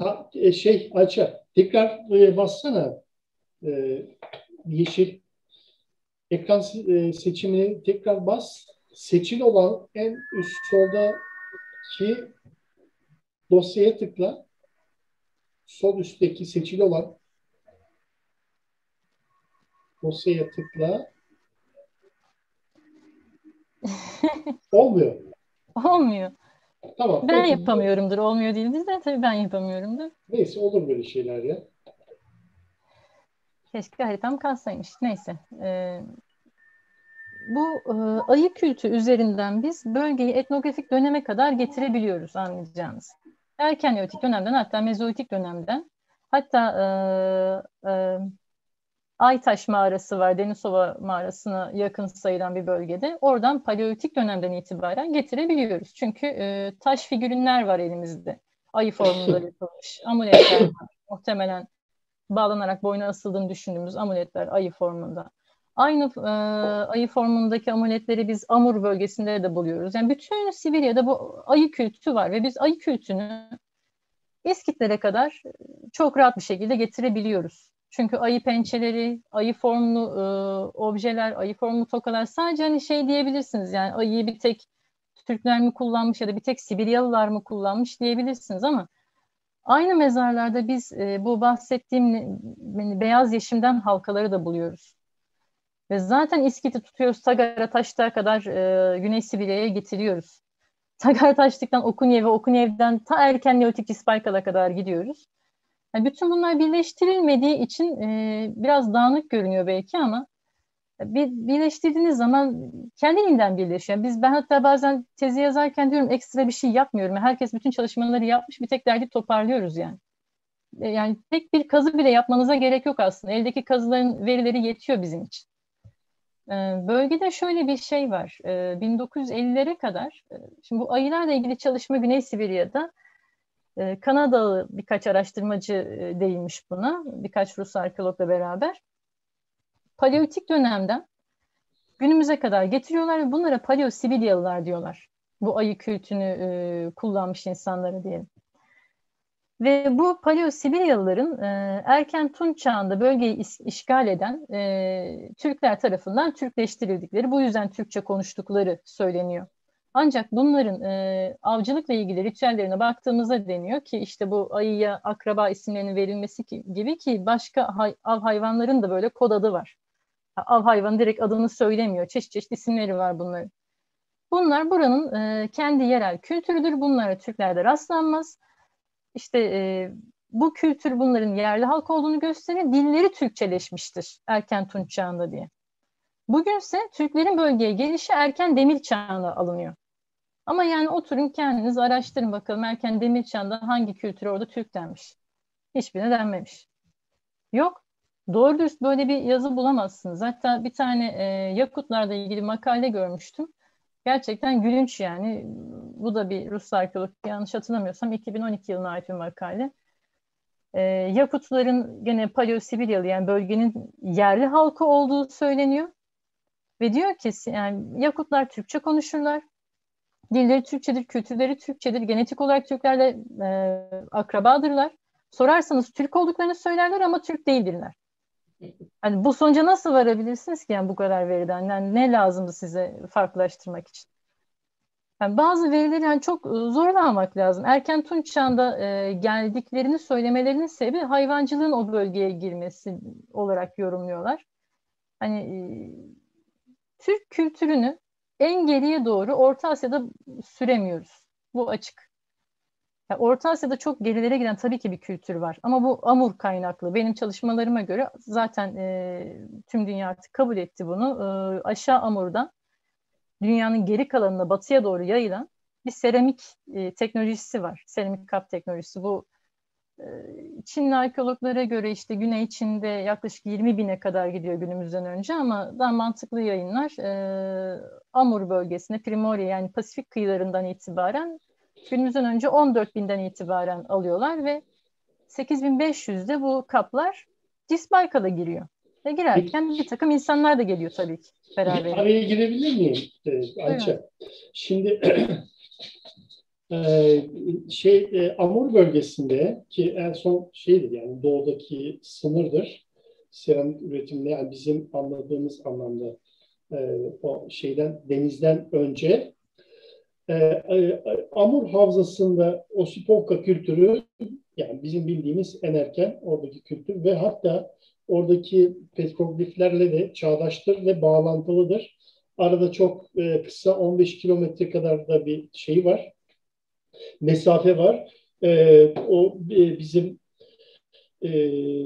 o petroglif bölgesi ile Osipovka kültürünün kazılarının yapıldığı o Gonçarka bir sit alanı ile arasında hem yakın mesafe hem de bulunan diğer arkeolojik belgeler ile petroglifler arasında bağlantı kurulmuş durumda ve bu petrogliflerin de Osipovka kazılarından elde edilen belgelerin de milattan önce yanlış söylemiyorum milattan önce 14.200 gören var mı bilmiyorum bunu. Oranın kazıcısı rahmetli Şevkomut bizim Şevkomut ve Usta efendim? Yanşina değil, hayır. Yanşina değil. Şevkomut neyse ikili birlikte daha çok birlikte vakit geçiren ikisi. Onların 2009 tarihli çalışmalarında benim gözümden kaçmış. Geçenlerde yakaladım, çıkarttım. Bilmiyorum gören var mı? Normal şartlarda oradaki o Yanşina ve Şevkomut'un 2012'deki kitabı en son şeydir. Yani Gonçarka kazılarının en son yayınıdır, nihai yayınıdır. Orada milattan önce 11 bin yani günümüzden önce 13 olduğuna göre milattan önce 11. bin ne tarihlenir orada en erken o düz kaplar, alt yuvarlak kaplar. Fakat bu 2009 arada işte 3 yıl falan var. Yani 3 yıl önceki kitapta da açık milattan önce 14.200 tarihi var. Onlara söyleyeyim. Yani ilk seramiğin yapıldığı o bölgedeki tarih. Bunu bizim şeyler niye dikkate almadılar? Hocam şöyle bir şey var. Dikkat etmek lazım onu. Rusça'da bir letnazat, bir NL var. Bir de do NL var. O arada bazen karışabiliyor. Hayır, o do'yu yanlış silebiliyorlar. Hayır, İngilizce makale. Do NL İngilizce o zaman karışmamıştı. Yani Rusya'da o karışıklık ben çok rastladım çünkü yanlış söyleyeyim. Ya o yıllardır o do NL'yi biliyoruz biz de. Yani bu en son yapılan çalışmalardan biri. İngilizce çalışmadan aldım ben bunu. Ben size gönderirim. Hatta sana da çok lazım olur bu. Ciddi yazıyor ve diyor ki Yazar diyor ki seramik üretiminin diyor bölgedeki diyor yani daha doğrusu arkeolojik oluşumunun diyor başladığı tarihi milattan önce 15. yüzyıl olması çok ilginç diyor. Yani bunu da dipnot olarak veriyor. Yani güvenilir iki kazıcının 2009 makalesinde ben sana gönderirim. Onu da araya koyayım. Yani milattan önce 11.000 değil 14.200 tam detaylı tarih. Yani evet sen devam edebilirsin. Zaten tarihlerde bir takım sıkıntılar var. Yani demin gösterdiğim Vitim yaylasında bulunan bir Karenga, üst Karenga bölgesi var. Oradan ele geçen kapların da tarihi 13.000 olunca olmaması lazım tabii ki. Yani çünkü son derece gelişkin bir kap. Osipovka ile harita yok şu an ama Google Earth'ten bakabilirsiniz. Habarovsk şehrini görürsünüz. 11.000. Yani günümüzden önce. Ben hem günümüzden önceye göre söylüyorum. Tez o şekilde yazdım. Milattan önce 11.000. O da şeyde öyle.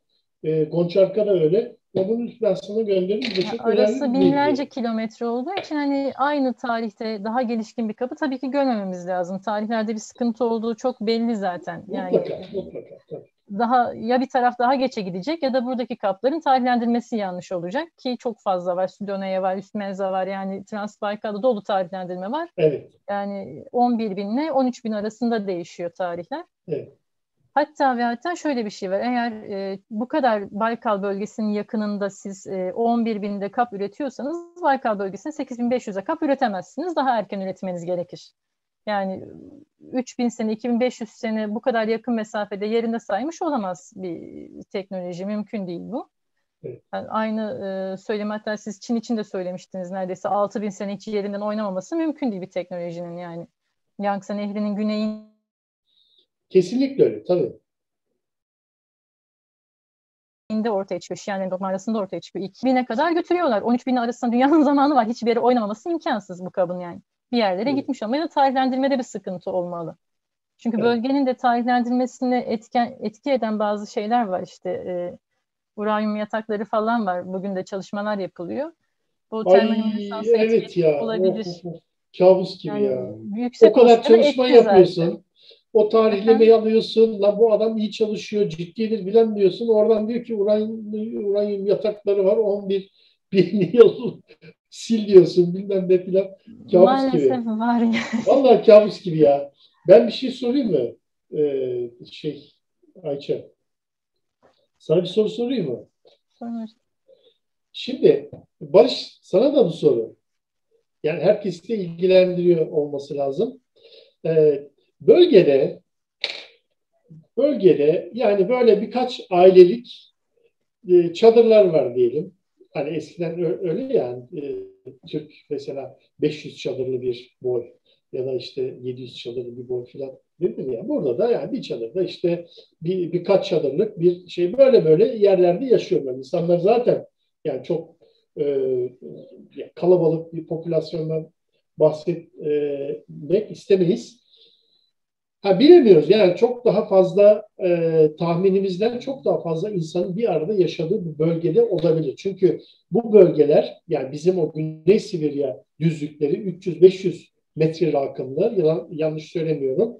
Yani yeni duyanlar öyle 300-500 metre rakımlı mikroklima alanlar bunlar. Yani insan yaşamına çok uygun yerler. Burada o bölgede gene de az bir grup var. Buradaki tek tip etnik grup lafına ne diyorsunuz? Barış sana da soracağım. Önce Ayça'ya soralım. Çünkü ben buradaki tek tip etnik grubu ben onaylıyorum, kabul ediyorum, mantığıma uyuyor. Öyle de diyorlar zaten. Yani orada zaten Güney Sibirya için mi söylüyorsunuz hocam, Doğu Sibirya için mi? Cisbaykal için söylüyorum. Cisbaykal için. Evet. Cisbaykal, o bölge için. Çekirdek bölge. Hocam. Ne dersin? Ne diyorsun sen? Şimdi bizim hani böyle tartıştığımız ve sıkıntı yaşadığımız konu genellikle kelimelerin anlamlarını doğru bilmemekten kaynaklanıyor. Yani diyorum ya Türk kültüründen bahsettiğimizde eğer işi hani bugüne göre kıyaslayarak ele alırsak tabii çok yanlış yerlere gidiyoruz. Yani o gün o bölgede elbette ki bir kapalı insan grubu var. mutlaka göç oluyor. Amur Nehri'nin, bütün o koskoca Amur Nehri'nin bir göç rotası olduğunu Oklatnikov her şeyle ortaya koydu. Zaten veriler de bunu gösteriyor. Ama zaten iki bölge, yani Doğu Sibirya ile Ohotsk Denizi insanlarıyla, Tunguzlarla, Mançularla bölgenin Cisbaykal insanı, Kitoy insanı, Serova, Glaskova insanı, ki hepsi birbirinin aynısı bu adamların, bir akrabalığı var, muhakkak var. Bir genetik akrabalığı var. Ama bizim için önemli olan o bölgenin oluşturduğu kültür. Yani aynı antropolojik yapıya sahip misiniz? Sahipsiniz. Erken Neolitik'ten erken Tunç'a kadar sahipsiniz. Artık bunda tartışacak bir şey kalmadı. Yığınla yayın çıkardılar. Hala çıkarıyorlar yani. 2018'de başladılar. Yağmur gibi yayın geliyor. Ölü gömme adetlerine bakıyorsun. Ölü gömme adetlerinde bir tane şaibeli durum var ki o da genetik ve arkeolojik veriler bakımından tamamen homojen. Ama ölünün pozisyonu bakımından biraz tuhaflaşıyor. Son derece büzülmüş, Hocker'den de daha böyle büzülmüş, sıkı bir... Tamam, Neolitik Çatalhöyük'te de var. Tabii var. Yani kaplanmış diyoruz ona. Çoğunluk %90 sırt üstü uzanmış şekilde evet. Ölülerin. Okay. Ama tabii ki ölü de bizim için önemli olan, daha sonra benim için, ki bölge arkeologları da aynı şeyi söylüyor, mezarlıkların topografyası. Daima su kütlesi yanına yapılmış mezarlıklar. Asla dağ başına, çorak bir yere, işlevsiz bir yere, oraya buraya yapmamış. Mezarlık alan su kütlesi yakınında, yüksekçe bir yerde, taşkın döneminde su altında kalmayacak bir yerde yapılmış ve bu topografya hiç değişmemiş. Kaç bin seneden bahsediyorum, yani 8500'den 3500'e kadar. 5000 sene dile kolay, yani kolay, hiç değişmemiş. Tabii Sayın Altay'da da aynı şey söz konusu. Tabii yani Lena tabii çok az şey var, çok az veri var elimizde Neolitik dönem için ama aynılar yani. Biraz daha kazı yapılsa ele geçecek. Şimdi barajların özellikle Yenisey'de yapılan barajlar çok fazla yeri tahrip ettiği için orada biraz geri dönüşsüz veri kayıpları oldu tabii ama Lena'dan çıkacaktır muhakkak. Lena'nın Neolitik kültürlerin oluşumu zaten aynı şekilde Cisbaykal'dan giden insanlar da oluşmuş. Şimdi bizim antropolojik olarak elimizde bir homojen bölgemiz var. Ölü gömme adetleri ve işte kült objelerle ilgili de bir homojen yapı sergileyen bir bölgemiz var Cisbaykal. Bunların aynı dili konuştukları muhakkak, yani başka bir dil konuşacak halleri yok, yani adamlar birbirinin akrabası çünkü. Yani buraya ister Türk diyelim ister başka bir şey diyelim fark etmez, yani bu adamlar bugünkü etnografik döneme kadar gelen her şeyin atası. Ne derseniz deyin ona yani. Bugünkü adamlara da, yani Türkçe konuşan, ben ona da çok karşıyım açıkçası. Yani bu İngilizce'de en çok gördüğümüz şey Turkish language speaking tribes, işte yani Türkçe konuşan kabileler. Yani Türkler deniyor ona. Yani bunu Sibirya'yı illa başka bir millete aktarmaya çalışmanın bir anlamı yok. Ya da yapabiliyorsanız yaparsınız. Genetik olarak kanıtlarsınız. Yaparsınız. Yani ama yapılamıyor ya. Yok yapılamıyor yani zaten sonra. Yani yapılabilse yapılırdı şimdiye kadar. Biz yani Semih Hoca bahsetmedi ama şimdi 2019'da İrkutsk ekspedisyona gittiğimizde çok fazla yerde kazılara katıldık. O bölgenin hakimiyeti Kanadalılardan. Yani İrkutsk Oblastı'nın tamamının hakimiyeti Kanadalılardaydı. 2017 yılında onlar Hokkaido bölgesine geçti araştırma yapmak için. Araştırmanın ikinci ayağı Hokkaido'ydu. Baykal Hokkaido projesiydi adı. Baykal'ı 20 sene araştırdılar. Ama Hokkaido'ya geçtikten ve biz 2019'da bölgeye gidip araştırmalar yaptıktan sonra o 20 senelik araştırmaların yanlış olduğunu ortaya çıkartıp 2020-21 yıllarında değişik şeyler yazmaya başladılar. Yani çok iyi niyetli çalışmalar yapılmıyor bölgede. Şimdi işin bir de bu yüzü de var. Yani biz her yeri Türk yapmıyoruz da her yerden bir şeyler değiştirilmeye çalışılabiliyor. Ya o bu ayıp konusuna hiç kimse girmemiş mesela. O kadar tonla veri var ellerinde Kanadalıların. Evet. Tonla. Evet. Yani Baykal'ın hem doğusu hem batısıyla alakalı. Tek bir çalışma yok. Bir tane var daha doğrusu. Çok fazla yanlı taraflı çalışıyorlar. Ben artık onu biliyoruz yani. Onu yapacak bir şey yok. Yani bölgeye gittiğimizde kafatası çalışmasını biz yani ısrarla istedik. Gerçekten kafataslarını bize getirdiler. Sağ olsunlar Mongol eğitiminden etnografik dönem Mongol eğitimi, Erken Moğol bir kadın kafatası, Kitoy kafatası, Glaskova, Erken Tunç kafataslarını getirdiler.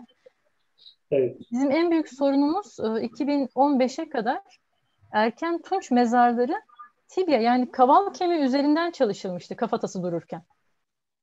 Yüzlerce mezarlık. Niye siz kaval kemiği üzerinden çalışıyorsunuz ki? Bunların boyu erken Neolitik'ten daha uzundur. Yani Akdeniz demeye çalışıyorsunuz. Öyle olmuyor işte. Yani kafatasıyla ilgili hiçbir yayın yok. Kaval kemiğiyle ilgili bir yayın var. Yahut mesela bu melezliği onlar da çok biraz karşı koyuşlar yorumlarda, o yüzden ben anlıyorum. Yani melez dendiği zaman adamlar, işte Ahmet bilir, özellikle Tunçay'la ilgili biz birbirimize çok yayın gönderiyoruz. Adam diyor ki Hereksur bugün bildiğimiz kurgan. Çitli kurgan yani. Burada yatan insanlar melezdir, Mongoloid ve birazcık da Kafkasoid özellik taşırlar diye makalenin başında yazıyor. Geri kalan bütün 30 sayfada Kafkasoid diye geçiyor. Yani bu iyi niyetli değil tabii ki yani. Öyle. Ama şu var. Ayça, şöyle bir sorunumuz var. Yani herkese söylüyorum bunu. Biz körler sağırlar, tırnak içinde söylüyorum, böyle bir çalışma yapmıyoruz.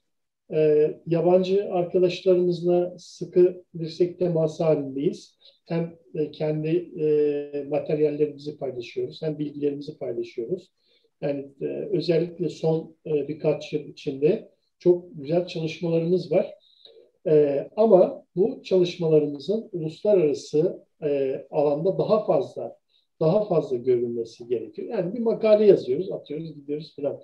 Ama böyle toplu çalışmalarımızın çıkan sonuçları daha geniş yerlerde yayınlamamız lazım. Ben iyice göze aldım. Bu Türkiye Altay kuramını evirip çevirip bir yıl içinde İngilizceye basıp bütün dünyaya da yayacağız. Yayıncım da çok memnunum. O da çok istiyor. İstersen Ayça bir bağla. Ahmet de oradan garip bakıyor bana.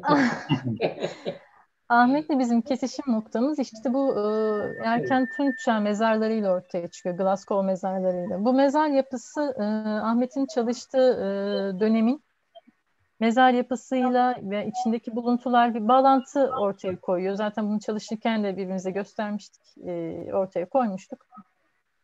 Şimdi Seyma Türbünü üzerinden de sanırım bağlayacak o. Başlasın bakalım Ahmet. Eksik edik bir şey varsa birbirimize gene paslaşırız. Ben şimdi Ahmet Bey'e geçmeden size güzel teşekkür ediyorum akşam. Çok güzel bir bilgilerdi. Şimdi bir de şey var, Semih Hocam yani keşke biz Kanadalılar mesela hakim dediniz. Keşke orada Türkler hakim olsaydı. Keşke. Maalesef. Biz yani 4 kişi var işte gördüğümüz kadarıyla orada çalışan. Ya beni tahrik ediyorsun. Oktay Hocam. Bak tahrik ediyorsun. 40 kişi olsaydı hocam. Tamam, çok Ahmet'e daha... geçmeden önce ben bir iki laf söyleyeyim. Yani böyle. O kadar doluyuz ki bazen de ulan sus nereye kadar sus anasını satayım. Ya biz orada Susun hocam, konuşun.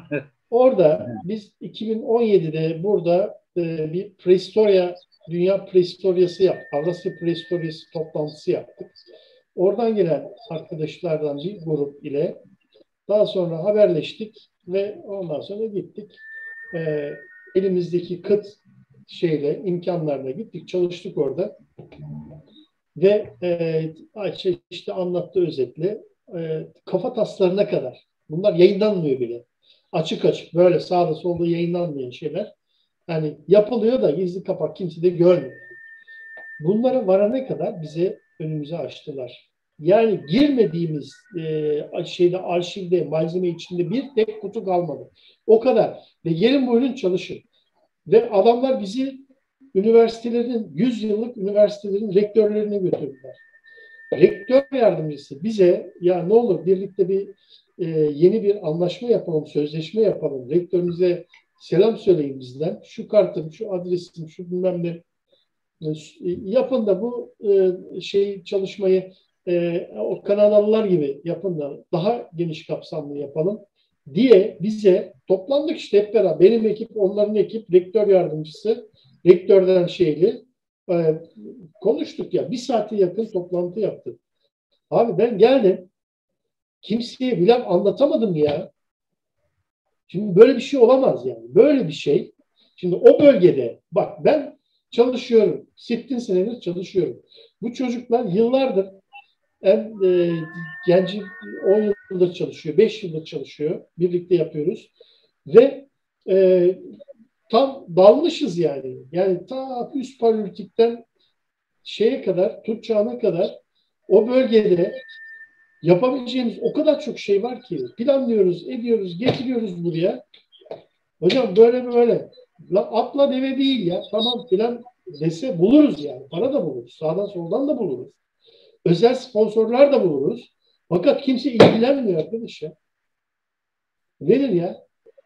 Nedir? Yani hani bazı şeyler mesela TÜBİTAK'a der ki ya ilk projeni bana gönder de. Nereye göndereyim ilk projemi? Sen ilk projenin desteklemeyeceksen kim destekleyecek?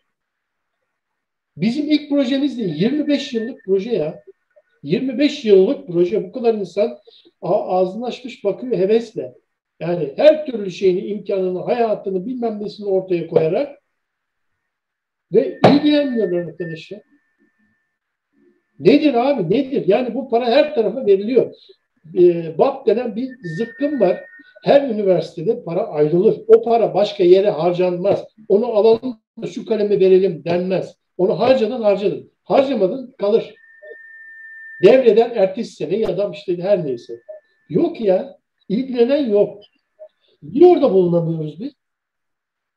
Nedir yani? Bizim bilimsel, ahlaki, toplumsal, kültürel eksiğimiz ne arkadaş ya?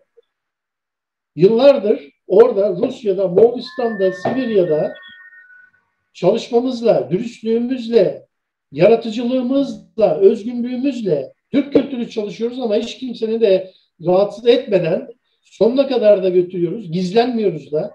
Kriptik bir durumumuz da yok. Herkesin sevdiği, davet ettiği, çalıştığı bir grubuz ya. Bizim neyimiz eksik arkadaş? Kanadalı'dan neyimiz eksik ya? Adamların orada artıklarıyla falan şey yapıyoruz biz. Yapıyoruz da bu kadar olayı da ortaya çıkartıyoruz. Diyorum Ahmet kusura bakma zamanından çaldım canım. Ne düşünüyorsun? Olur mu hocam? Estağfurullah. Ne düşünüyorsun bu konuda? Bak o kadar geldik. Yani hocam yani daha fazla şey yapılabilirdi. Daha ileriye taşınabilirdi. Yani sadece bizimle ilgili değil. Yani genel olarak bir kayıp oldu bu. Yani tarih açısından, arkeoloji açısından. Türk tarihi açısından kayıp değil mi Ahmet? Aynen hocam öyle. Yani ben biraz daha yumuşatmaya çalıştım ama. Nedir ya? Bizim karımız yok, bir şeyimiz yok ya. Varımızı yoğumuzu evimizin parasını orada harcıyoruz anasını satayım. Evet Ahmetciğim. Yani ben ne diyorsun şöyle... sen? Ne diyorsun Ahmet? Bu tek tip etnik grup konusunda çünkü çok önemli. Barış'ı atladık. Barış kusura bakmasın. Hocam ben o konuya tabii ki o çalışmaları destekleyen benim de elimde veriler var. Kısmen de olsa. Ayrıca bu genel İnto-Avrupacı yaklaşımların gözünden bir bakış açısı da anlatmaya çalışacağım konuyla ilgili olarak. Ben Ayça'nın bıraktığı yerden aslında siz erken Tunç Çağ'la ilgili Okunye ve bağlantısıyla ilgili anlatmıştınız zaten. Ben ondan hemen sonrasından ele alayım. Konuyu çok uzatmayalım. Saat de zaten geç oldu. En çok merak edilen direkt Andronova'dan giriş yapayım. Andronova ve Karasuk üzerinden Orta ve Son Tunç Çağlarından devam edeyim diye düşündüm. Hadi Allah kuvvet versin Ahmet. Sağ olun hocam. Yani olabildiğince kısa anlatmaya çalışacağım. Andronova kültürü 1914 yılında Tugarinov tarafından ilk defa Minusins Havzası'nın kuzeybatı ucunda Açinsk kasabası Andronova köyünde keşfedildi. İsmini de zaten buradan aldı. Bu merkezdeki çalışmalar 1925 ve 27 yılları arasında Teplehov tarafından yürütüldü ve bu dönemde Andronova kültürü Sayan Altay kültür coğrafyası çıkışlı olarak düşünülüyordu. Aynı yıllarda Gryaznov Urallar bölgesinde 1926'da kazılar başlattı ve bundan sonra kültürün Kuzey Kazakistan ve Güney Urallar bölgesinde de bulunduğuna yönelik araştırmalar devam etti. Yani daha çok Andronova kültürü araştırmaları o tarafa kaydı. erken dönem çalışmaları temel aldığımızda Sayan Altay kültürü grubu içinde değerlendirildiğini görüyoruz. Ama devam eden çalışmalar bize kültürün yayılım alanının, ana alanının Güney Urallar ve Kuzey Kazakistan bölgesi olduğunu, yani Batı Sibirya, daha geniş anlamda Batı Sibirya coğrafyası olduğunu, Altay'ın doğu ucunu, Altay Dağları'nın doğu ucunu oluşturduğunu gösteriyor. Şöyle devam edeyim. Güney Urallarda Salnikov tarafından çalışmalar devam ettirildi ve 1940'lı yılların sonlarında, 50'li yılların başında bir Andronovo şeması oluşturuldu. Bu ölü gömme adetlerine ve keramiklerdeki bezeme ve formlardaki bazı unsurların farklılığına göre yapıldı.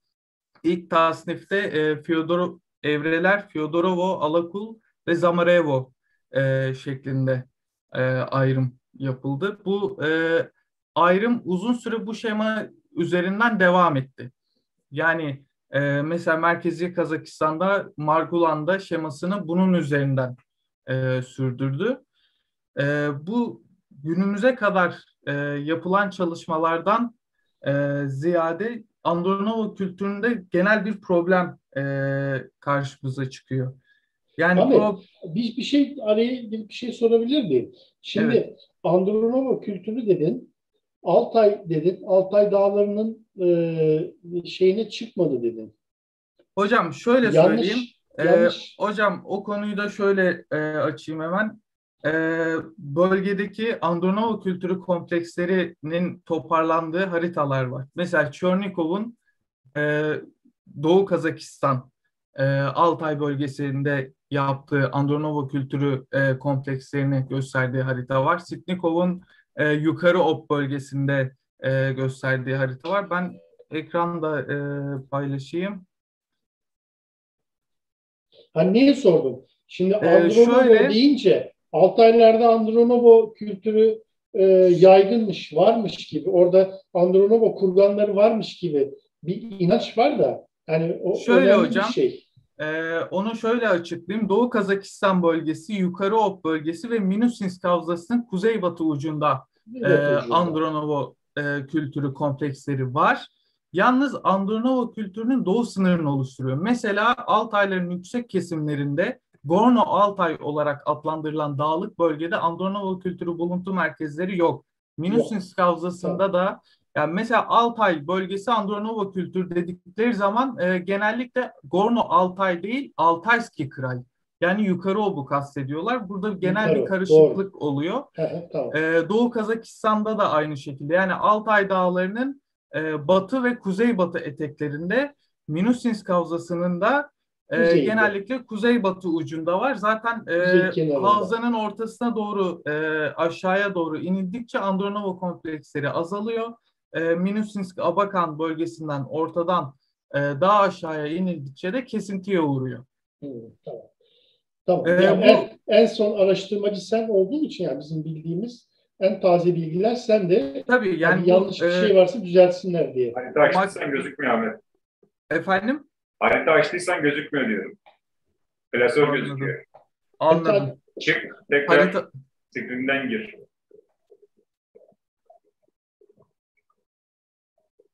İnsicamı bozdum ama. İnsicam bozulmaz Ahmet'te, merak etme. Ahmet kapat aç istersen. Kırmızı yeşil yap.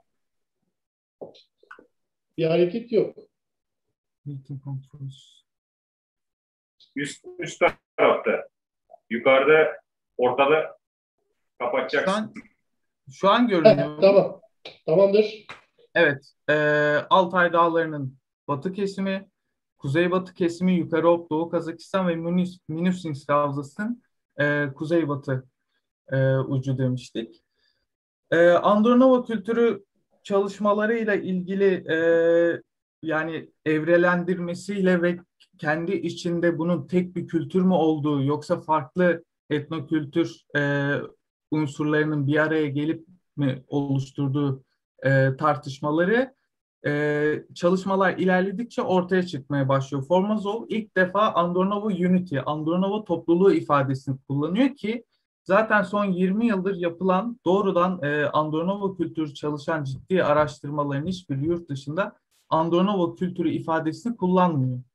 Yani daha çok Andronovo kültürel topluluğu, Andronovo birliği, Andronovo kültürleri gibi ifadeler kullanılıyor artık. Bu evrelendirme Salnikov'un evrelendirmesine karşı bir de Zdanovic, Avanesova'nın evrelendirmesi var. Onda da Fyodorova'yı öne koyuyor. Alakul ve Zamarevo şeklinde gidiyor. Daha doğrusu Bunlar Valikner Türkçe mi Keremit konuşuyor şeklinde. Ahmet? Hocam şöyle söyleyeyim, o konuya da geleceğim izniniz olursa. Neden bu evrelendirme konusuna girdim? Çünkü radyokarbon tarihlendirmeleri bunların evrelerin çağdaş olduğunu bize gösteriyor. Bu da bu bahsettiğim unity kavramının ön plana çıkmasına sebep oluyor. Mesela Çernetsov, Andronovo kültürü bileşenlerinden olan Fyodorova'nın Finno-Ugor kültürüne yakın olduğunu, Alakul'un ise Hint-Avrupalı, Kuzey Karadeniz kökenli olduğunu Vay vay düşünüyor. vay vay vay vay. Tabii bunların problem aslında bu kadarla da basit değil. Çünkü mesela Güney Urallar çalışmasında biz Alakul kültürünü Hoker pozisyonunda gömmeleriyle Fyodorovo'yu ise kremasyon uygulamasıyla biliyoruz. Ama Kazakistan'da, Kuzey Kazakistan ve Merkezi Kazakistan'da Fyodorovo'da her iki uygulamada görülüyor ayrı ayrı biçimde. Minus havzası yukarı Doğu Pakistan'da ise yine Fyodorovo'da Hoker gömmesi uyguluyor. Hoker gömmesini biz Okunyev kültüründen ve o Cem değindiği gibi Malta çocuğuna kadar uzanan süreçten biliyoruz. Afanasyev kültürüyle Andronovo kültürünün Minusins kavzasında ilişkilendirmeye çalışıyorlar. Buna özellikle Andronovo kültürünün Minusins kavzası çıkışlı görüşler savunuyor. Ama burada ölü gömme adetleri içinde de bir tutarsızlık var. Afanasyev kültürünün Supinflex ölü gömme adeti en azından o coğrafyadaki Andronovo kültür mezarlarında görülmüyor. Tam tersi Okunyev'de gördüğümüz Hoker pozisyonunu görüyoruz. Yapılan çalışmalar şunu gösteriyor. Yani Andronovo kültürünün pek çok bileşeni var. Alakul var, Fyodorova var ve melez tipler var. Bu melez tipler yerel tiplerden oluşuyor. Amangeldi, Kojumberdi, Atasu, Semireçe gibi farklı isimleri var. Alakul ve Fyodorova'nın belirli oranlarda kültürel özelliklerini yansıtmasına göre ayırıyorlar. Genel Andronovo tanımını bunu kapsıyor. Bir de daha geniş bir tanım var. Ona da geleceğim. Bu tanıma göre Alakul ve Fyodorova'nın yerel tipler zaten belli bölgelerde, yayılım alanı da birbiriyle eşit değil. Mesela Yukarı Ob coğrafyası, Doğu Kazakistan ve Minusins Kavzası'ndaki Andronovo unsuru sadece Fyodorova'dan ibaret. Yani Alakul daha batıda yaygın. Tabii burada yine iç içeler. Şimdi ölü gömme adetlerinde farklılıklar var. Belirli ölçüde seramiklerde de var ki onlara da ayrıntıya değineceğim zaten. Farklı kültür diyenler de var ama birbirlerine yakın benzerlik de gösteriyorlar. Özellikle bezeme unsurlarında olsun, seramiklerin formlarında belirli özelliklerinde olsun. Buna rağmen dediğim gibi farklı görüşler de olmasına, farklı görüşleri de ifade edilmesine rağmen genel kanı bu bileşenlerin Andronovo kültürü, unity yani birliğini temsil ettiği, yani tek bir çatı altında toplanabileceği üzerine. Şunu da ekleyebilirim. Tabii biz burada bahsederken yani şuna da değinmek gerekiyor aslında. Onu da bir kısaca değineyim. Konunun ne kadar dışına çıkacağım, ne kadar kenarında olacağım onu da bilmiyorum da. Bir Hint-Avrupacı hipotezlere değinmek gerekiyor. Ve Andronovo kültürünün neden bu kadar çok vurgulandığı yabancı araştırmacılar tarafından ve neden Türkiye'de de bir sürü bölgede kültür olmasına rağmen en çok Andronovo kültürünün isminin bilindiğine değinmem gerekiyor. Biz Hint-Avrupa çalışmalarını ilk defa 18. yüzyılda lingüistler tarafından görüyoruz. William Jones 1786'da Hintçe ile Avrupa dilleri arasında, Farsça ile Avrupa dilleri arasında bağlantı kuruyor. Bu bağlantı üzerine ilk defa Hint-Avrupa terimi ortaya çıkıyor. Daha çok lingüistlerin çalıştığı bir konuyken 19. yüzyılda antropologlar da konuya dahil olmaya başlıyor. Bunlardan en ünlülerden biri Gobineau. Gobineau'nun ırklar teorisine göre insanlar arasındaki eşitsizlik ırklara dayanıyor. İşte beyaz ırk, sarı ırk, siyah ırk şeklinde. Tabii burada hocamızın da bahsettiği beyaz ırk, yani Türkiye'de genelde ki pek çok çalışmada da hala da bu Gobineau'nun fikirleri insanların aklına geliyor.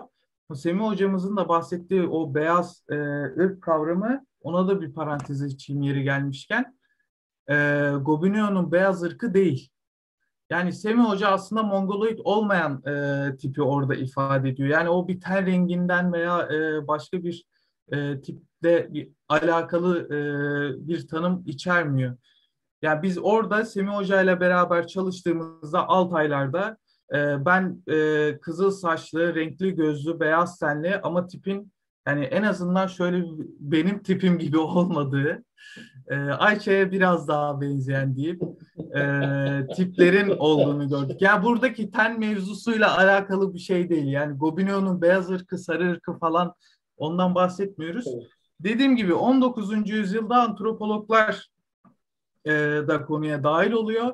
20. yüzyıldan itibaren tabii bu süreç içinde de bu dillerin ortak bir atadan, Proto-Hint-Avrupaca'dan geldiği, tüm Avrupa dillerinin, Hint dillerinin, Fars dillerinin şeklinde teoriler geliştirilirken bu sefer diyorlar bunların bir ana vatanı olmak zorunda. Elimizde Proto-Hint-Avrupaca'ya dair hiçbir kanıt yok. Yani bütün bu dillerin ortak bir atadan geldiğine dair. O zaman madem dilsel veriler, tarihsel veriler yok, o zaman arkeoloji üzerinden ilerleyelim. Ve böylece arkeoloji çalışmaları başlıyor ki bu sırada da en önemli kanıtlardan birini buluyorlar Hititçe'nin çözümüyle beraber Grozny tarafından. Gordon Childe Anadolu hipotezini ortaya atıyor. Tabii sonra fikirlerini değiştiriyor ama Colin Renfrew, James Mellard bu teoriyi devam ettiriyorlar. Ben burada Anadolu hipotezine değinmeyeceğim. İsterse Semih Hoca değinebilir. Bir diğer kuvvetli hipotez, yani Anadolu hipotezi şudur. Anadolu bölgesinde yerleşik tarım yapan toplulukları ifade eder. Bir diğer karşısında duran önemli teoride Maria Gimbutas'ın 1950'li yıllarda ortaya attığı Kurgan hipotezi. Kurgan hipotezi de Hint-Avrupalıların kökeninin pastoralist göçebeler olduğu görüşünü savunur. İkisi birbiriyle zıt görüşleri savunur. Biri ana yurt olarak Anadolu'yu gösterirken diğeri Karadeniz kuzeyini, Dinyeper ve Volga nehirleri arasını gösterir. Yamna kültürüne işaret eder. Daha sonra David Anthony tarafından bu teori geliştirilmiştir. Sretni-Stok kültürü, altın evcilleştirilmesi vesaire gibi konularla desteklenmeye çalışılmıştır. Ama bu kurgan hipotezinin içeriği, neden göçebelerin, neden kurgan yapan insanların Hint-Avrupaca konuştuğu, İranca, Hintçe konuştuğu konusu pek kimse tarafından bilinmiyor maalesef. Çünkü bu konuda zaten biz zamanında tartıştık, konuyu da artık kapattık şeklinde pek de yazmıyorlar. İşin dayanak noktası şudur. Rig Vedalardan ve Avesta'dan alıntı yapar. Yani Rig Veda Hinduizmin en eski dini metnidir. Avesta'da Farsların İran'daki en eski dini metindir.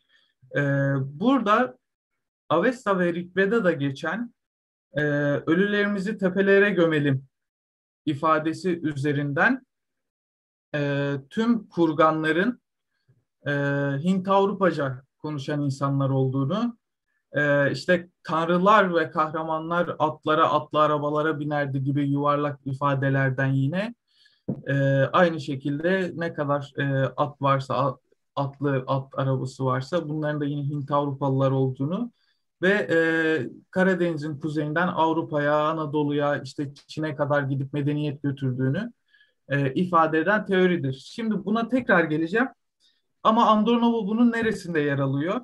Andronovo'nun talihsizliği şurada. 1914 dedim konuya ilk başlarken keşfedildiği tarih. İlk keşfedilen kültürlerden biri. Ve atlı gömmeleri de olan bir kültür. Bu yüzden ellerinden kaçma imkanı bulamamış ve ilk Andronovo kültürüne Hint Avrupalı denildiği için Bozkır coğrafyasında ne kadar kültür varsa bunu Andronovo kültüründen açıklama eğilimi var. Ben size asıl bileşenlerini en azından isimlerini vermeye çalıştım. Bir de Andronovo-like, Andronovo benzeri, Andronoid şeklinde farklı kültürlerin de bu tanım içine veya şöyle söyleyeyim, Andronovo üzerinden açıklanması durumu var. Bu kültürlerin Andronovo ile ilişkisi ne kadar var, ne kadar yok, bu zaten başlı başına bir sorun ama Andronovo'nun zaten anlattığım gibi kendi içinde de pek çok çözülmesi gereken problemi var. Özellikle tarihlendirme bunlardan bir tanesi. Tarihlendirme ile ilgili ya eski çalışmalara değinmeyeceğim ama şunu söyleyeyim. 2006'dan itibaren yeni teknolojiyle beraber AMS denilen bir teknolojiyle beraber daha verimli sonuçlar, radyokarbon analizi sonuçları elde edilmeye başlandı. 1960'ların, 80'lerin, 90'ların radyokarbon analizlerini bir kenara bırakıp 2016'dan itibaren güncel tarihlendirmelere bakmamız gerekiyor.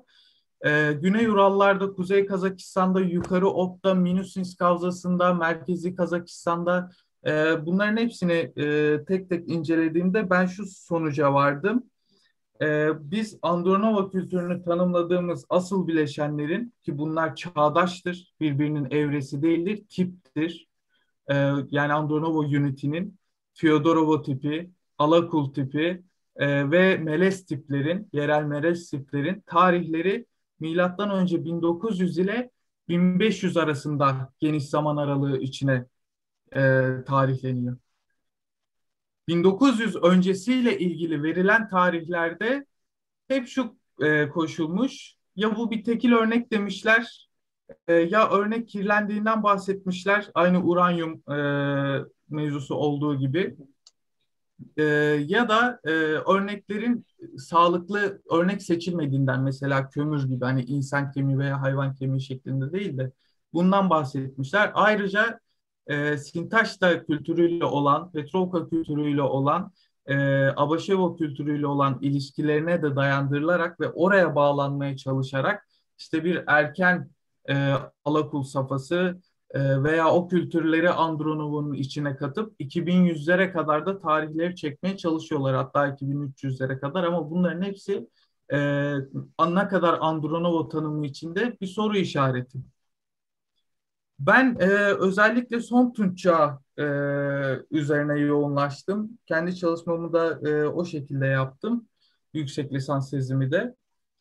Son Tunç Çağı milattan önce 1500-1900 aralığı. Ve biz son Tunç Çağı'nda Andronovo kültürünün asıl bileşenlerinin hiçbirini görmüyoruz. Yani hepsi tamamen ortadan kalkıyor. Ve yerini Alekseyev kültürünün aldığını söylüyorlar. Ama Alekseyev kültürü de Andronovo ile ne kadar bağlantılı, ne kadar değil ayrı bir konu. Alekseyev kültürünün yayılım alanı tabii Andronovo kültüründen daha farklı. Biz Minusins Kavzası'nda Andronovo kültürünün zaten Sayan Altaylı bir kültür olmadığını söylemiştik. Çünkü bölgeye sonradan girmiş, sadece belirli bir kesiminde kendini gösterebilmiş ve Okunyev kültürü ve Karasuk kültürü arasındaki bağlantıları da zayıf. Yani Okunyev döneminin son döneminde bezemelerde bazı şeyler görüyoruz. Karasuk kültüründe yine bezemelerde bazı geçişler görüyoruz seramikler üzerinde. Onun dışında görmüyoruz ama dediğim gibi özellikle Alakul'un Hoker ölü gömme adetlerinin bağlantıları bir soru işareti olarak yine karşımıza çıkıyor. Alekseyev kültürü Andronovo kültürünün Fyodorova bileşeninden farklı olarak Minusинsk Havzası'nda görülmez. Yani Minusинsk Havzası'nda ve Altayların batı kenarlarında ya batı eteklerinde sadece Fyodorova tipi görülüyor ve Alekseyev kültürü son Tunç çağında Fyodorova'nın yerini almıyor. Yani Fyodorova o bölgede ortaya çıkıp kayboluyor. Alekseyev kültürü daha dar bir alanda Andronova kültürünün özelliklerini kısmen devam ettiren son Tunç çağındaki bir uzantısı olarak karşımıza çıkıyor. Bugün Grigoriev'in de makalesini okudum. Yani Andronova kültürünün tanımının ne kadar zor olduğundan bahsediyordu. Problemlerinden bahsediyordu. Ya o Alekseyev kültürünün son Tunç çağını dahil bile etmemişti. Bu zaten asıl bileşenlerinden farklı bir yapıda karşımıza çıkıyor ve her zaman haritada da gördüğünüz kültürlerle ve farklı keramik gruplarıyla beraber görüyoruz. Yine Doğu Kazakistan'daki Andronova kültür tasnifine göre Çörnekov'un yaptığı orada farklı isimlendirmeler kullanılıyor. Son Tunç çağını tekabül eden Tuşnikova kültürü yine Alekseyev kültürünün yakın bağlantıları olan yani aslında aynı kültür diyebiliriz. Ben kısaca bir Begazi Dandubay kültürüne de giriş yapıp girmedi Ahmet, bir şey soracağım ben. Şimdi sen slaytlarını seç. Şimdi bir kültür grubundan bahsettin. Bu çeşitli ölü gömme adetleri konusunda özellikle farklılıklar gösteren çok az sayıda, örneğin seramik konusunda bir birlik var. Onun dışında farklı yönlerde gelişimleri var. Erken evresi olarak gösterilen o Sintaş'ta Petrovka'dan sonra da çok ciddi ölü gömme adetleri farklılıkları var. Peki zaten bu Hint Avrupalıların kendilerinin koydukları, kendilerine aitmiş gibi gösterdikleri ölü gömme adetlerine de benzemiyor yani. Genel olarak Andronovo grubuna baktığı zaman burada ölü gömme adetleri çok ilginç bir şekilde tam yayılmasa bile Altay'daki ölü gömme adetlerine benziyor. Şimdi bunun içinden çıkmak çok zor. Ölü gömme adetleri çok önemli bir konudur. Bu bakımdan Altay yerli ölü gömme adetlerine benzediği halde Türk Altay kültürünün bir bağlantısı, bir ucu, kenarı, hiçbir şeyi olmuyor. Yani nereden baksan bir yönden farklı oluyor. Yani Altaylara bile girmemiş. Minusинsk Havzası'nın bir kuzeyinden şöyle değmiş geçmiş. Şimdi bu ne Hint Avrupalı diyebiliyoruz buna, ne Türk Altaylı diyebiliyoruz. Peki şey olamaz mı? Şimdi bunun arasında da bir takım şeyler var. Etnik tanımlamalar var.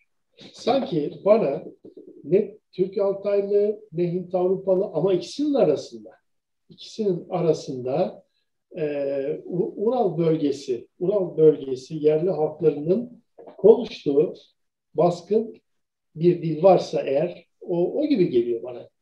Ne diyorsun sen bu konuda? Hocam pek tabii olabilir ama sorunun kendisi hem kültürün tanımlanmasıyla ilgili bir sorun var. Hem de erken Tunç çağı kültürleriyle bağlantıları konusunda bir sorun var.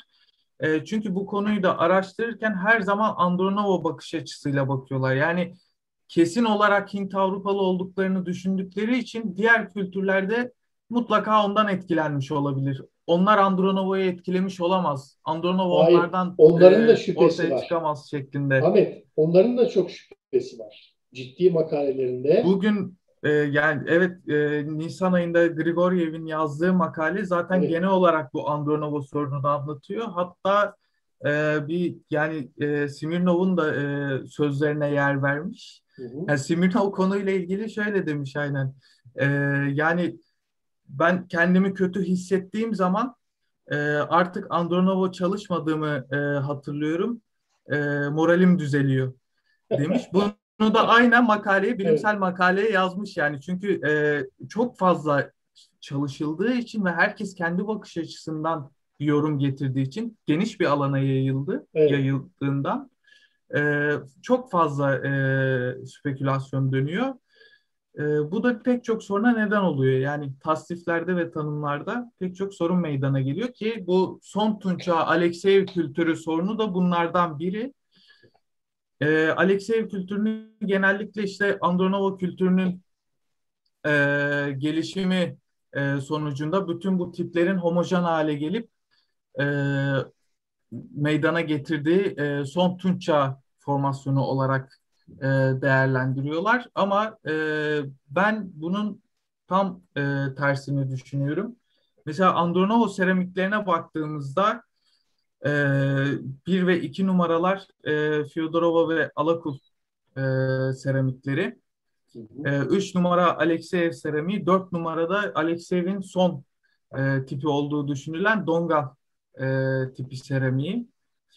E, Şimdi Andronova seramiklerinin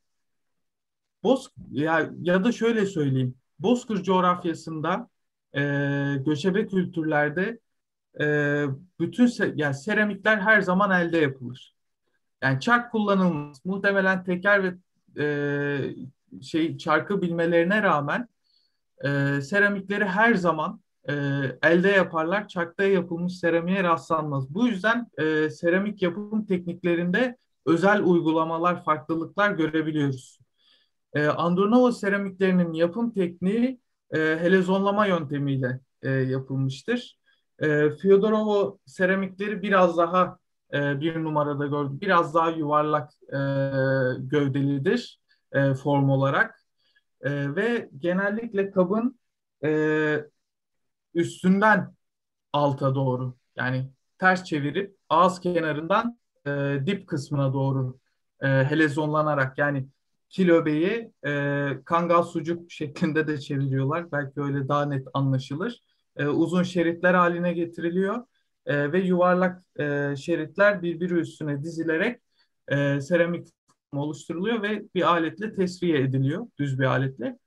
E, Alakul seramiği ise e, dipten ağız kenarına doğru helezonlanarak yapılır. İkisi de helezonlama yöntemiyle yani bu şekilde yapıldığı düşünülür daha doğrusu laboratuvar analizlerine Evet, göre. onlar doğrudur. Yani Tabii genellikle laboratuvar analiz sonuçları doğrudur. Güvenilir sonuçlardır. Andronova'nın en belirgin özelliği seramikleri üzerinde görülen sizin de 1 ve 2 numarada gördüğünüz geometrik üslup olarak adlandırılan bezeme formudur.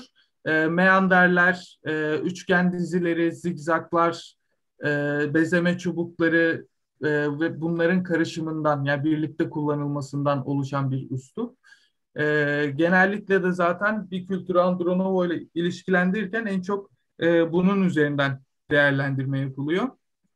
Alakul'da bu daha Gireyim mi düz burada Ahmet? uygulanmışken Fyodorova'da biraz daha yatay olarak Pardon, uygulanıyor. Ayça bir şey dedi orada. Araya gireyim mi dedim de bu bezemeleri daha önce de konuşmuştuk Ahmet'le. Aşağı Amur'da Orta ve Geç Neolitik'te tarımın ortaya çıktığı kültürler var. Marinskaya, Zaysanovka falan, Voznesenovka. Oralarda da var zaten meander deseni. Yani bu ilk ortaya çıktığı yer orası Amur'da. Ama tabii Aslında adam başka yerden de getirmiş olabilir ama buradan alma ihtimali de yüksek yani. Taşkova'da, Yelinino'da, Batı Sibirya, Erken Tunç kültürlerinde de benzerleri ilkel yani daha basit formları var. Aslında zaten bezemelerin kendisi de basit bir uygulama. Yani bakılıp taklit edilmesi, kullanılması öyle zor tasarımlar içermiyor. Alekseyev kültürüne baktığımızda, yani son Tunç Çağı Andronovo ile ilişkilendiren kültüre baktığımızda bu bezemelerin azaldığını, kapın sadece üst kesimlerinde e, yoğun olarak uygulandığını görüyoruz. Andronovo kültüründe görülmeyen tırnak baskı memecik gibi bezemeler yaygın olarak görülüyor. Zaten Dongal tipine geçtiğimizde, Alekseyev'in de geç versiyonunda artık tamamen Andronovo tipin kaybolduğunu görüyoruz. Bu bana göre bir çöküş aşamasını gösterir.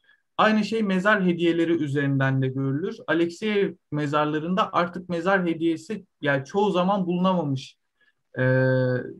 bulunamamıştır. Andronovo kültürüne göre çok daha basittir. Zaten buna bizim bu şekilde tanımı Grigoryev e, buna benzer ifadeler kullanıyor. Ama buna rağmen Andronovo çalışanların çoğu bunu gelişim veya bir değişim olarak gösteriyor. Bu gelişimi de daha çok kentlerin biraz daha nüfusun artmasıyla ilgili olarak değerlendiriyor. Peki, Ahmet bir şey soracağım. Şimdi bu kap konusu uzar gider. Tamam hocam, hemen bağlayayım ben isterseniz konuyu. Karasuk'a geliyorum. Karasuk önemli, onu söyleyecektim. Vegas-Zandubay kapları, hemen Karasuk'a geliyorum. Ki Karasuk kapları da zaten, evet burada Karasuk kapları da. Karasuk kapları genellikle yuvarlak dipli olarak. Niye yuvarlak dipli bunlar? Bunlar koysan durmaz ya, acı yapmaz gibi sallanır durur. Hocam kapların kökeni muhtemelen Neolitik dönemde Lena Yenisey bölgesinden Sayan Altaylar kültür coğrafyasına kadar aktarılan yumurta ve sivri dipli daha büyük kaplardan geliyor. Bu kaplar yani bu genellikle el boyutunda. Yuvarlak dipli kapların kaynağı Lena Yenisey mi diyorsun? Evet hocam. Yani Ankara Baykal bölgesi. Andronovo kültüründe bu formda kap bulunmaz. Andronovo'da yok. Yok. Kesinlikle yok bu formda kaplar. Ama aynı bölgedeki neredeyse çağdaş, yani birbirini devam ettiriyor. Karasuk kapları kesinlikle Okunyev kaplarının bir benzeri. Yani o kapların bir gelişim süreci. En büyük farkı, bu kaplar tabii çok daha küçük boyutlu olarak üretiliyor. Yuvarlak dipli küresel gövdeli kaplar. Biz bunları böyle elimize aldığımızda tam avucumuzun içinde oturuyordu bu tip kaplar. Zaten Begazı-Dandubay kültüründe de benzer kaplara rastlanıyor. Margulan ilk kaplara rastladığında bunların kesinlikle kımız veya süt içmek için kullanılmış ritüel kapları olduğundan bahseder. Andronovo'da niye yok? Andronovo'da niye yok? Aynı bölgenin kültürleri bunlar. Andronovo bölgeye dışarıdan geldiği için aslında burada ikili bir durum var. Minusins Havzası'na işte 1900-1600 arası tarihlendiriliyor Andronovo kültürü buluntuları. O bölgeye dışarıdan geldiği için Andronovo kültürü bu tür kapları bilmiyor. Tam tersi son Tunç Çağı'nda da Begazı-Dandubay kültürü, şimdi değineceğim, Karasuk göçlerinin etkisiyle bölgeye giriş yaptığı için merkezi Kazakistan'a. Ahmet bir dakika. Şimdi bak. Bu kap tipi Altaylar'da Neolitik'ten, hatta üst Paleolitik, Mezolitik'ten beri var. 10.000-12.000 yıldır var, orada var. Altaylar'da zaten var. Okunyev'de var. Tabii. Okunyev öncesinde şeyde var. Afanasyev'de var. Devam ediyor. Karasuk'ta var. Tunç çağlarında düz tipli kaplar ortaya çıkıyor. Ama bir dakika. Şimdi Andronovo ile Okunyev kültürü çağdaş. Madem ki Andronovo Okunyev ile ilişkili, o zaman neden Okunyev kültüründeki yuvarlak dipli kaplar şeyde görünmüyor? Andronovo'da görünmüyor. Ben yanıtını vereyim, devam et. Çünkü iki kültür arasında organik bağlantı, ilişki yok ondan. Hani evet. Andronovo kültürü Altaylı filan zırvasını konuşuyorlar ya. Bu nedenle öyle bir durum yok. Yani Andronovo'nun Altay kültürleriyle hiçbir şekilde demeyelim de büyük ölçüde bağlantısı yok. O nedenle de geçmemiş. Ama Karasuk'un söyleyeceksin şimdi, var mı yok mu Altaylarla bağlantısı? Karasuk kültürü zaten Okunyev kültürüyle bağlantılı kap geleneğini de oradan devam ettiriyor. Yani Okunyev kültüründe düz tipli Tamam. kaplar da üretiliyor. Tamam. Yuvarlak sivri dipli kaplar da üretiliyor. Biz Tunç çağlarında sivri dipli, çünkü sivri dipli kaplar veya yuvarlak dipli kapları bir yere koyduğumuz zaman durmuyorlar. Yani statik kaygıları olan eşyalar. O zaman özel. Bunların özel bir amaçla kullanılıyor. En azından Tunç çağları için özel bir amaçla kullanıldığını düşünüyoruz. Bu kap geleneğini de aynı şekilde Karasuk kültürü devam ettiriyor ve Begazi Dandubay kültürünün merkezi iniyor. iletiyor. Bunlar da Begazi Dandubay kültürünün O zaman seramikleri. Begazi'nin de Andronova ile ilgisi yok. Tabii. Yani Begazi Dandubay kültürü Karasuk göçleriyle bölgeye gelen ve bölgede özgün bir kültürel oluşum meydana getiren bir yapıdır. Tabii sadece Begazi Dandubay kültürünün bu kapları aslında çevre kültür kaplarıyla da ilişkilendiriliyor. İrmen kültürü, Pohmoskaya, Suzgun, Mejouka kültürü gibi. Bu kültürler yine Andronovik çatısı altında değerlendiriliyor. Çünkü Alekseyev kültüründe pek görülmeyen Andronov bezemeleri bu kültürlerde aslında daha yani kapların az bir kısmında da olsa daha başarılı uygulanmış. Ama bu uygulanan kapların ne yapımı, yani ne formu ne de yapım tekniği Andronova kültürüyle tamamen alakasız. Yapım tekniği kil öbeği, yani öbek haline getirilmiş kil içeriden dışa doğru bir alet yardımıyla sıkıştırılarak dış çeper ve kabın şekli oluşturuluyor. Biz bu yöntemi Karasuk kültüründe ve Begazi Dandubay kültüründe biliyoruz. Bunlar genellikle yuvarlak dipli kapların yapımında kullanılıyor. Çevre kültürler de zaten İrmen kültürü başta olmak üzere Mejouka İrmen kültürü kuşağı da deniyor bu orman bozkır kuşağına. Karasuk kültürüyle yakın bağlantıları olduğu biliniyor. Erken çalışmalardan beri kültürler üzerinde bu sık sık dile getiriliyor. Buna rağmen Andronova üzerinden de açıklanmaya çalışılıyor. Burada Alekseyev kültürü bu kültürlerle beraber aynı zamanda aynı yerde bulunuyor. Özellikle Begazi Dandubay'da bu daha farklı bir yapı oluşturuyor ve geneline anlamamıza da yardımcı oluyor. Begazi Dandubay kültürünün en büyük özelliği, en dikkat çeken özelliği mozole olarak bilinen mezar yapılarıdır. Bunlar büyük boyutlara sahip mezar yapılarıdır. Genellikle dış ve iç duvar olmak üzere 2 duvar bulunur. 3 duvarlı mezarlar, mozoleler de mevcut. En büyük özellikleri tabii mezar taş sandık veya çukur mezar şeklinde değil, artık oda halini almış. Yani mezar odası diyebileceğimiz boyutlara sahip, tasarıma sahip bir mezardır. Payandalarla desteklenir ve en önemli özelliği özellikle Begazi buluntu merkezindeki mozolelerinde gördüğümüz dromos yapılarıdır. Begazi mozolelerinin dromosları her zaman doğu yönünü gösterir. Ve bu dromoslar özellikle vurgulanmıştır. Yani sadece mezara giriş yönü olarak değil, yapının yönünü. Dromos dediğimiz mezara giriş yolu, kapıya doğru giden yol diyelim, geçit. Aynen. Evet. Yani aynı zamanda yapının yönünü de belirliyor bu yol. Evet. Biz bu doğu yönlendirmesini Begazi Dandubay kültürüyle birlikte görüyoruz. Begazi Dandubay kültüründen sonra da devamını izleyebiliyoruz. Mozole olarak adlandırılan Begazi Dandubay'ın elit mezarlarının bir benzeri bugüne kadar bulunmuş değildir. Yani Begazi Dandubay kültürüne özgüdür. Ne Andronova kültüründe ne de Karasuk kültüründe bulunmaz. Bu yüzden özgün bir kültür oluşturduğunu düşünüyoruz. Mozolelerin özellikle tasarımı, tabii bunlar granit levhalardan yapılıyor. Yani onu da hemen açıklayayım unutmadan.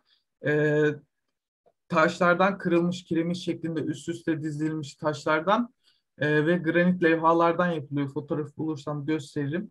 Şu şekilde dolgu ve granit 4 metreye ulaşan levhaların yatay ve dikey olarak kullanılmasından oluşuyor. Üstünde bir mezar örtüsünün yani kurganın üst örtünün bulunduğunu düşünüyoruz ki bu çoğu zaman mozolelerin hepsi soyulduğu için dağıtılmış bir biçimde bulunduğundan tam olarak boyutlarını bilemiyoruz üst örtünün ama 3-4 metreye kadar ulaştığı Bugulu-3 ve Karaçardas'tan biliniyor.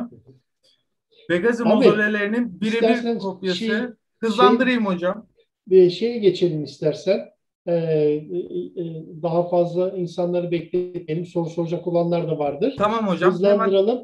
Hemen hızlandırıp bağlıyorum. İskitlerle ilişkiyi kurup bitirelim. Tamam, hemen hızlandırıp bağlıyorum. Sağda gördüğünüz Besçatır İskit kurganı, solda gördüğünüzde Begazi mozolelerinden bir tanesi. Gördüğünüz gibi yapı ve plan birbirinin tamamen aynısı. Tek fark granit malzeme kullanılmışken Besçatır'da ahşap malzeme kullanılmış. Bunun dışında tasarım doğrudan erken İskit yani erken demir çağına İskit kültürlerine aktarılmış. Sadece Besçatır'da değil Çilitli'de de aynı doğuya bakan dromosu ve mezar mimarisini görüyoruz. Yine benzer bir biçimde Begazi Dandıbay'dan sonra bölgede devam eden Tasmola kültüründe de dromos yapısını görüyoruz ve bu dromoslar her zaman doğu yönüne bakıyor. Ayrıca Tasmola kültürünün bıyık şeklinde adlandırılan uzantıları da her zaman doğu yönüne işaret ediyor. Yani burada amaç yapının yönünü belirlenmesidir. Yani özellikle yönüne hangi yöne baktığına arkeolojide yönlendirme diye bir şey var değil mi? Yani orientation dediğimiz yani mezarın, ölünün genel olarak mezarın varsa öyle bir şeyi, amacı varsa orientation'ı yani nereye doğruysa bu doğuya bakan bu evet devam et ben söylemeyeyim. Biz bu yönlendirmeyi Besçatır ve Çılıklı kurganı dışında, Tasmola kurganları dışında, dromos yapısı dışında Pazırık mezarlarında görüyoruz. Hocamızla beraber Moğolistan Altayları'nda yaptığımız çalışmalarda saptadığımız Pazırık kültürü kurganlarında her zaman doğu yönüne doğru sıralanan balbal sıraları gördük.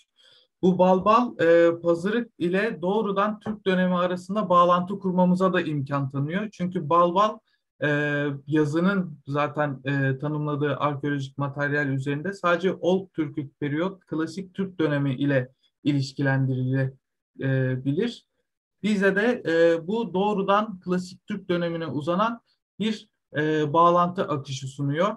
Aynı şekilde yine Moğolistan coğrafyasında çalıştığımız Ayça'nın da bahsettiği kereksür tipi mezarlarda eğer bir yol yapılmışsa mezara yani mezarın çitiyle, kurganın çitiyle kurganın tepesi arasında bu yine her zaman doğu yönüne doğru yapılmış şekilde karşımıza çıkıyor.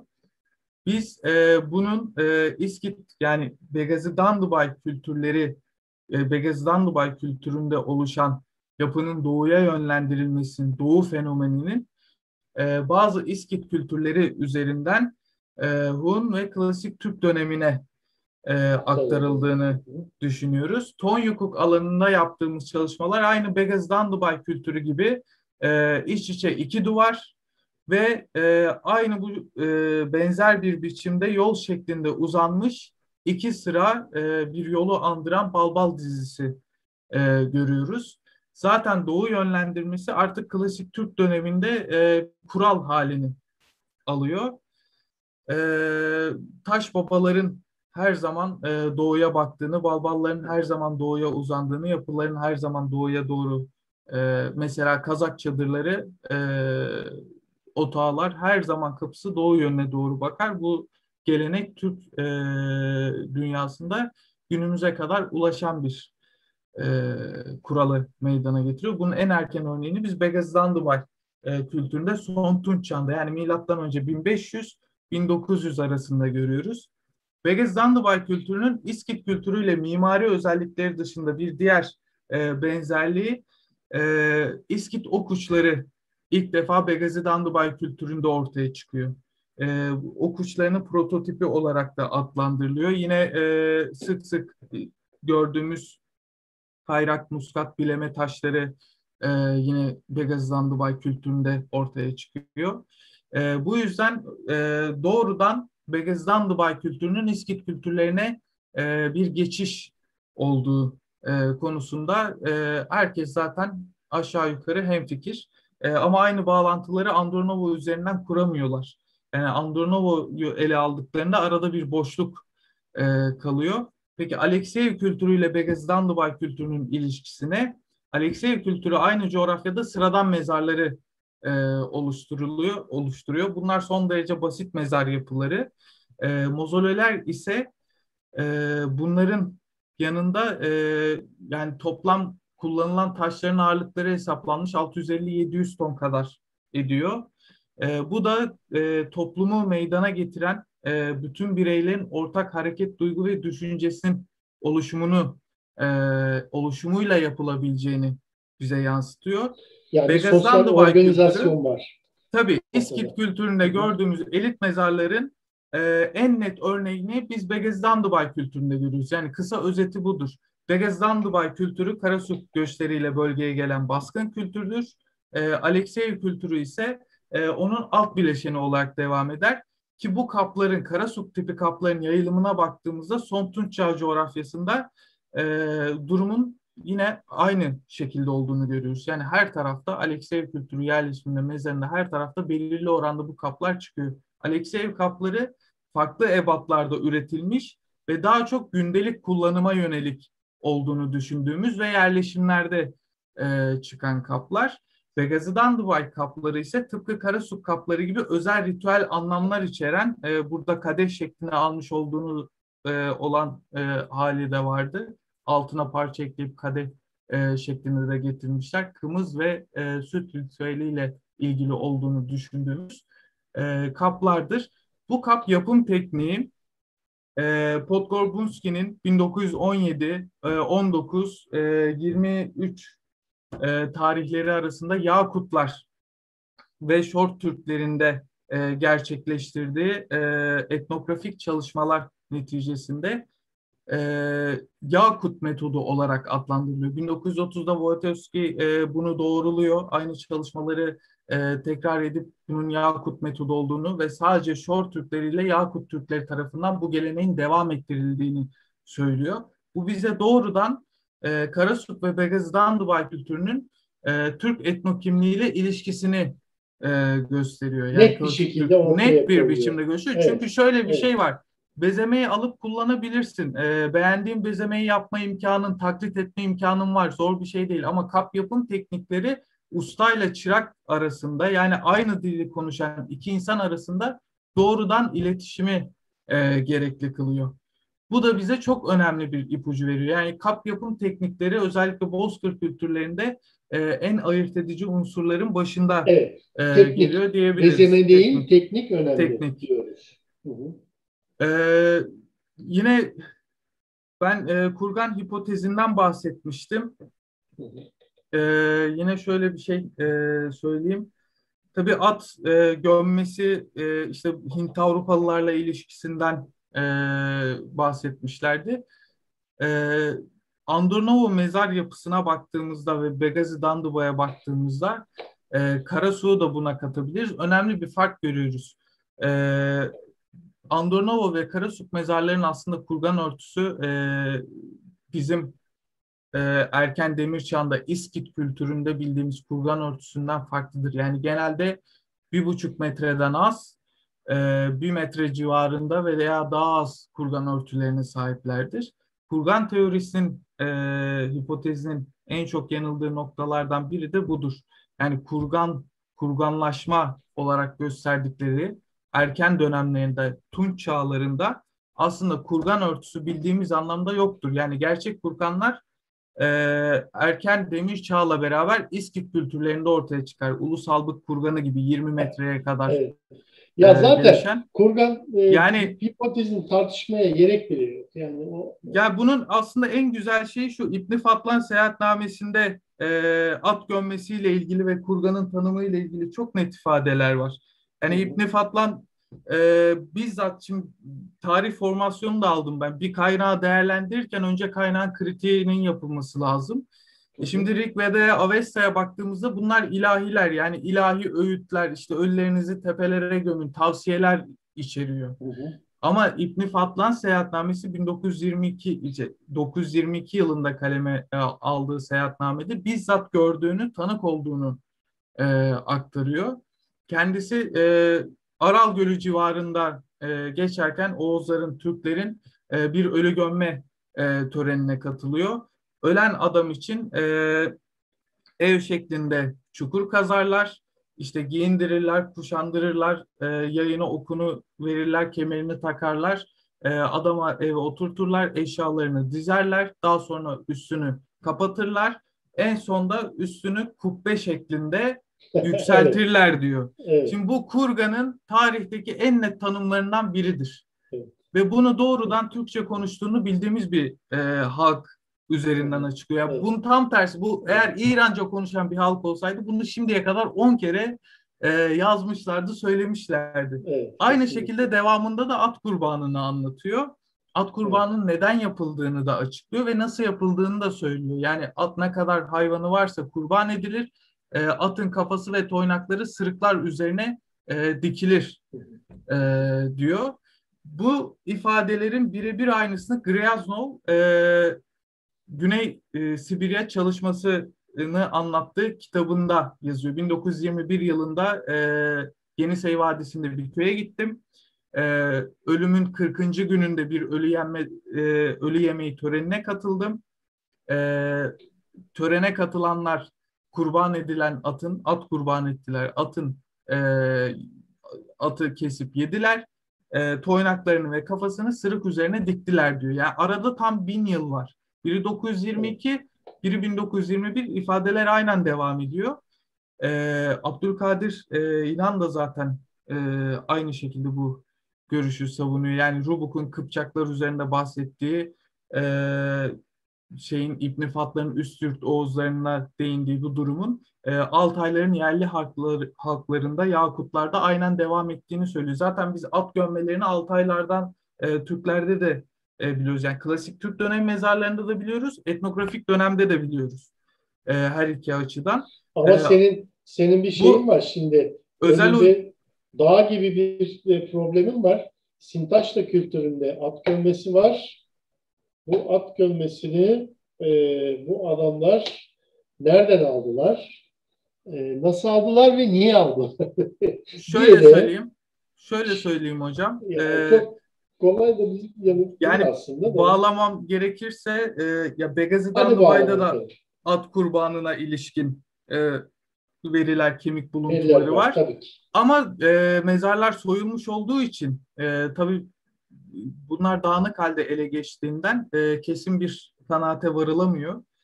Zaten en büyük problem de bu. Tasmola'da hemen Begazi'nin devamı olduğu zaten defalarca ortaya konan Tasmola, erken Demir Çağ İskit kültürü, Tasmola kültüründe aynı uygulamayı görüyoruz. Kafatası ve bacakları mezara bırakıldığını. Evet. İşin ilginci, onlardan hiç şüphemiz yok ondan da. Yani Andronova'da da görüyoruz. Alakul'da da var mesela. Hayvanın kafatası ve toynakları Alakul'da bırakılıyor. Fyodorova'da daha çok kürek kemikleri ve kaburga kemikleri. Yani atın tam halinin bırakılmadığı durumlardan bahsediyorum. Yani tam gömmeler de var. Sintaş'ta da dediğiniz gibi at gömmeleri var. Evet. Ama buna rağmen kurgan hipotezine dayanan görüşler soyut anlatımlara, dini metinlere dayanıyor. Temennilere, tabii onu hiç katmıyoruz zaten. Ben tabii yani bizzat gördüğünü ve tanık olduğunu aktaran bir seyyahın, oradan geçen bir insanın ifadelerini daha canlı aktarımlar olarak değerlendiriyorum. Çünkü yazım tarihlerinde de sorun var. Yani Rig Veda'nın yani ne zaman yazıldığıyla ilgili, en erken nüshalarıyla ilgili farklı tarihlendirmeler yapıyorlar. Evet. Evet. Yani şuna da değineyim, vaktim varsa. Var mı? Vaktin çok yok herhalde. Ben de Yok. moderatör gibi davranıyorum ama belki Yani Vakit var Ahmet Hocam. o zaman tamam. Peki. Yani şimdi güzel bir yere geldi. Sağ olun Okinawe'den başladık. İskitlere kadar bağlı. Bir İskitleri Malta geçtik. çocuğu. Malta'dan başladı. Göktürklere kadar Malta çocuğundan Göktürklere kadar geldik. Vaktimiz var. Buyurun devam edin. Zaten kalanlar kaldı. Kalan sahalar bizimdir yani. Tamam o zaman. Buyurun hocam. Bu mesela antropolojik tipin, İskit dönemindeki antropolojik tipin genellikle özellikle Andronova çalışanlar da dahil olmak üzere Kafkasoid, Mongoloid veya işte Europoid, Mongoloid karışım bir tip olduğundan bahsediyorlar. Ben bunun yani karışım bir tip olduğunu işte farklı kültürlerin karışımından dolayı meydana gelmiş bir tip olduğunu düşünmüyorum. Bu Karasuk kültürünün de tipi olan Malta çocuğundan beri süre gelen bölgenin kendi tipi olduğunu düşünüyorum. Çünkü sık sık buna atıf yapılıyor. Ayrıca yani biz son Tunç çağına değindik. Evet, İskit dönemine de bağladık. Ama burada tabii şu da var.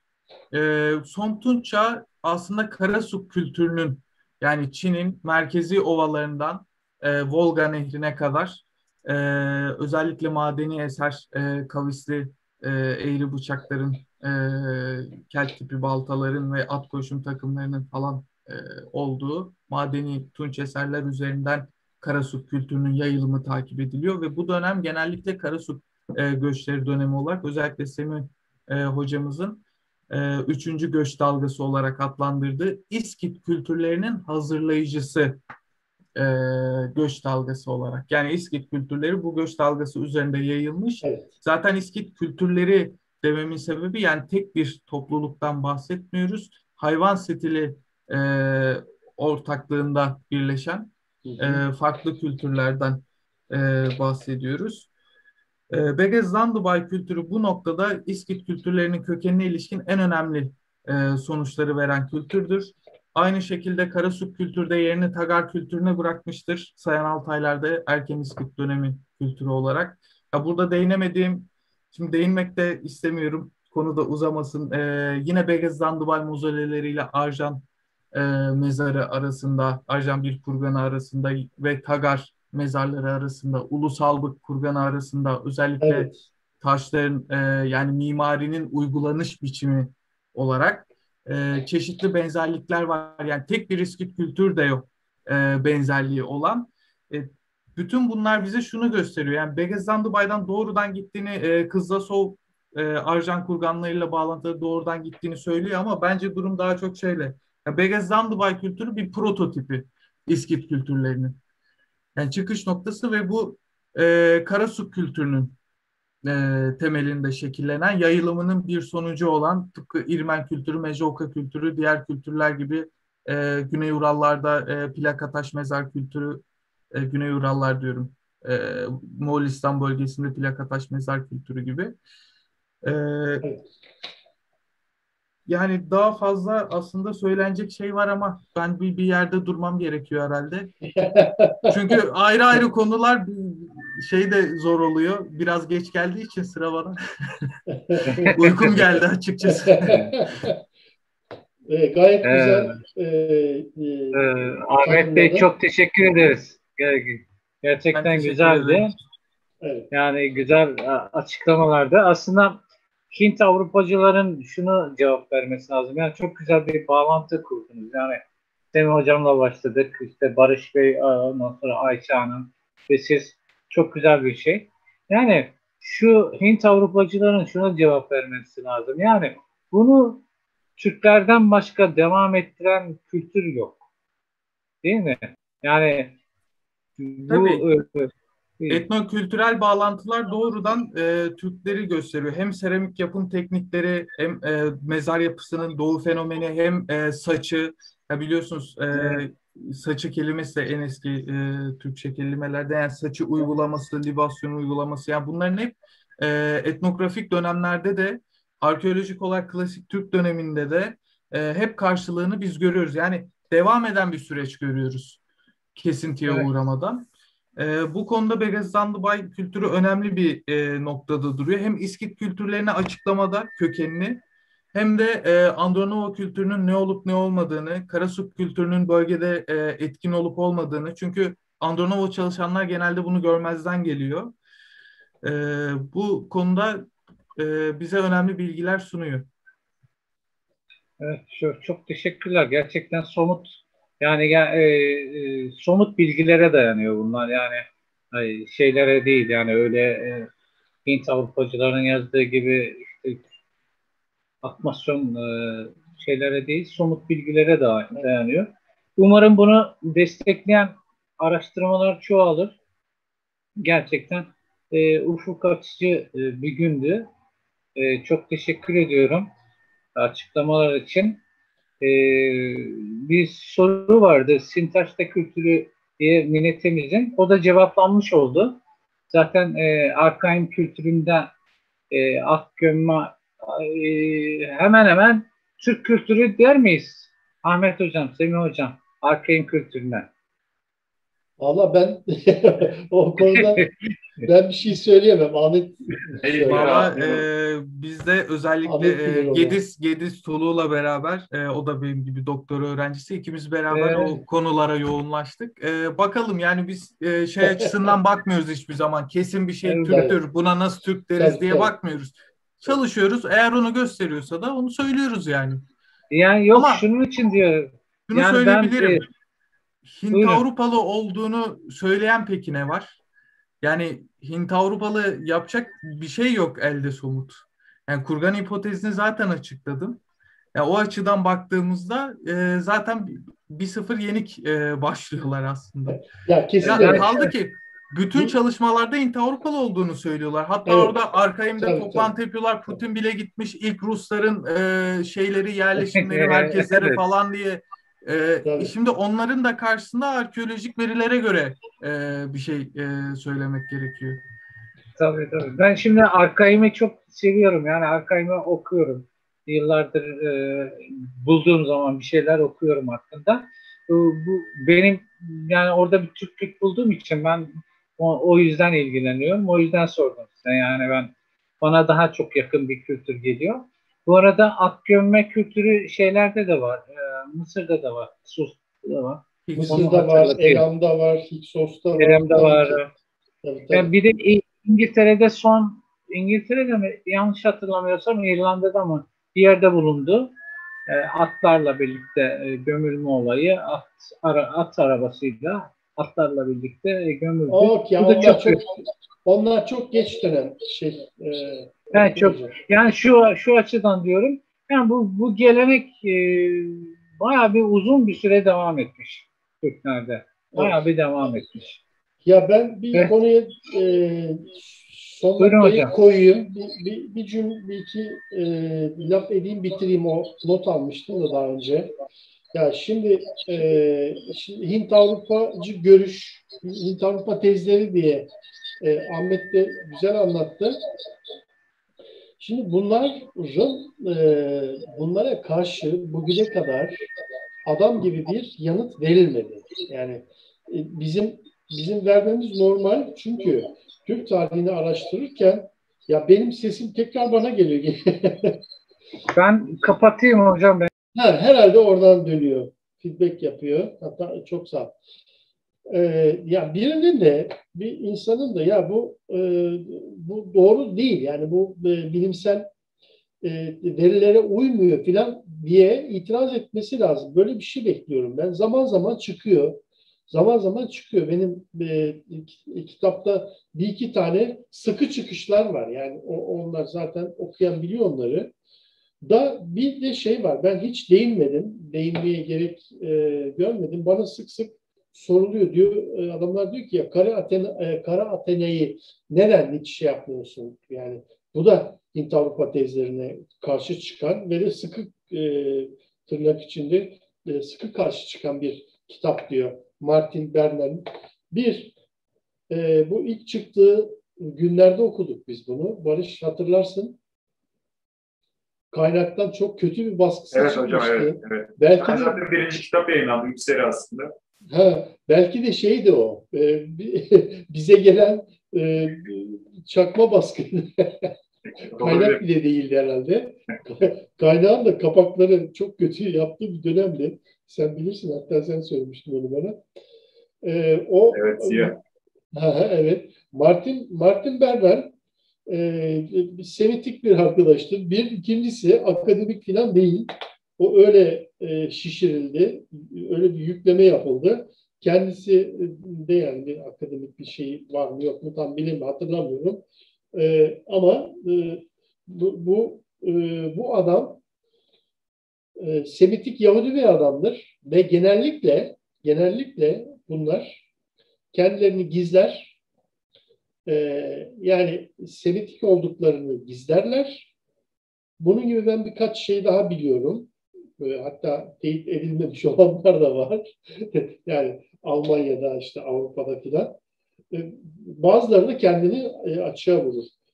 Kara Athena kitabı aslında Hint Avrupa tezlerine sistemli değilse de bile, yani popüler de değil, sistemli de değil, akademik de değil. Kimi söyleyeyim, yani kimin neyse, şimdi kimseye bir cevap hakkı da olmasın. Bazı şeylere benziyor, yani çalışmalara benziyor. Ama zaman zaman dokunuyor. Yani diyor ki ya sen Helen 200 yıllık Helen kültüründe Mısırlı olan, Mezopotamyalı olan, ondan sonra yerli Asyalı olan bir takım şeyler var. Ve bunları siz kendiniz işte Helen kültürü olarak sahiplendiniz falan, çok da doğru çıkışları var. Ama yani dinine küfreden Müslüman olsa. Şimdi bu tipler, yani bu Semitik tipler Hint-Avrupalı tezlere sahip çıkarken onların asıllarını pek söylemezler. Onları satır aralarında söylerler. Bu kültürlerin de, asıl kültürlerin Mısır'da değil, Mezopotamya'nın baskın örneği Sümer, Elam filan vesaire kültürlerinde değil, onların vaat edilmiş topraklardaki Yahudi kültürüne dayandırır. Bunu da unutmayalım. Şimdi bunu okuyan adam hemen kolayca karar. Kara Athena'yı okuyan adam, vay arkadaş ne bir muhteşem adammış, Hint Avrupacı kültürlere karşı. Böyle bir şey yapmıyor adam. Oradan alıyor, öbür tarafa veriyor. Yani bunlar Helen kültürü, yani klasik çağ kültürlerinin temelinde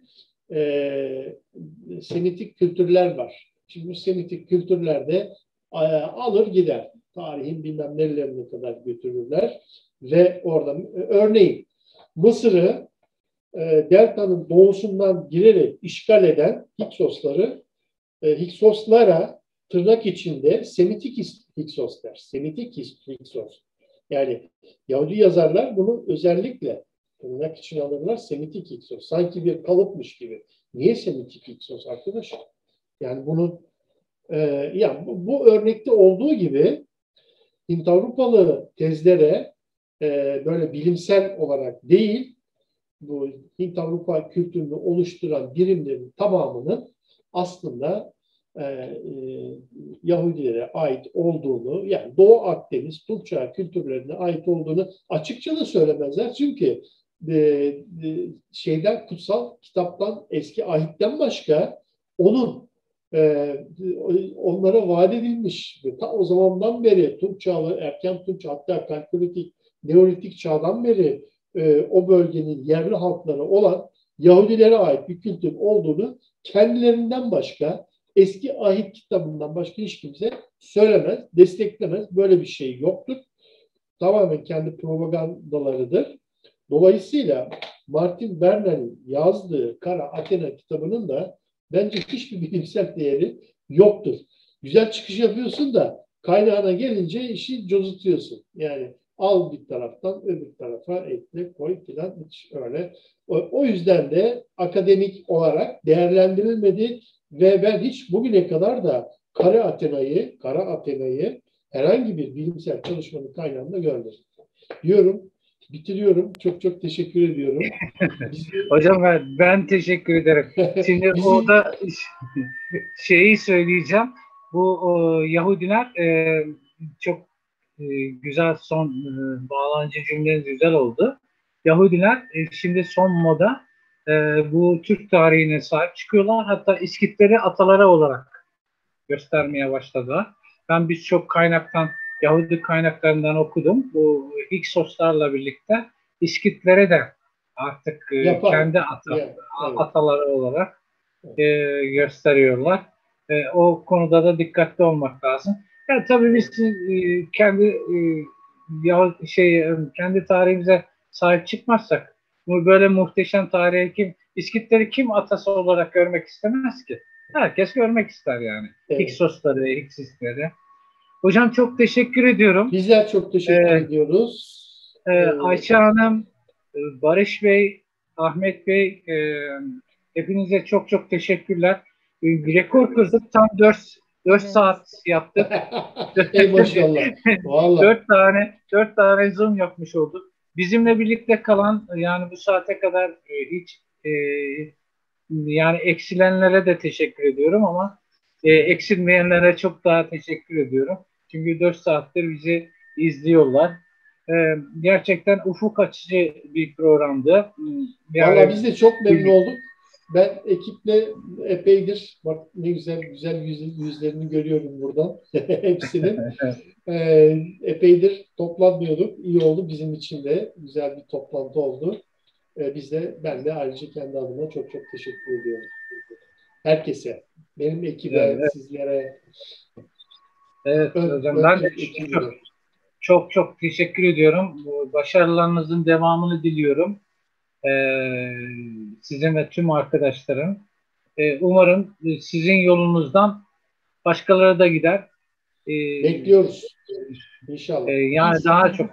Yani hem 4 kişi değil de 40 kişi, 400 kişi gidersek ne güzel olur. Güzel olur. İyi geceler diliyorum herkese. İyi geceler. İyi geceler. Herkese iyi geceler.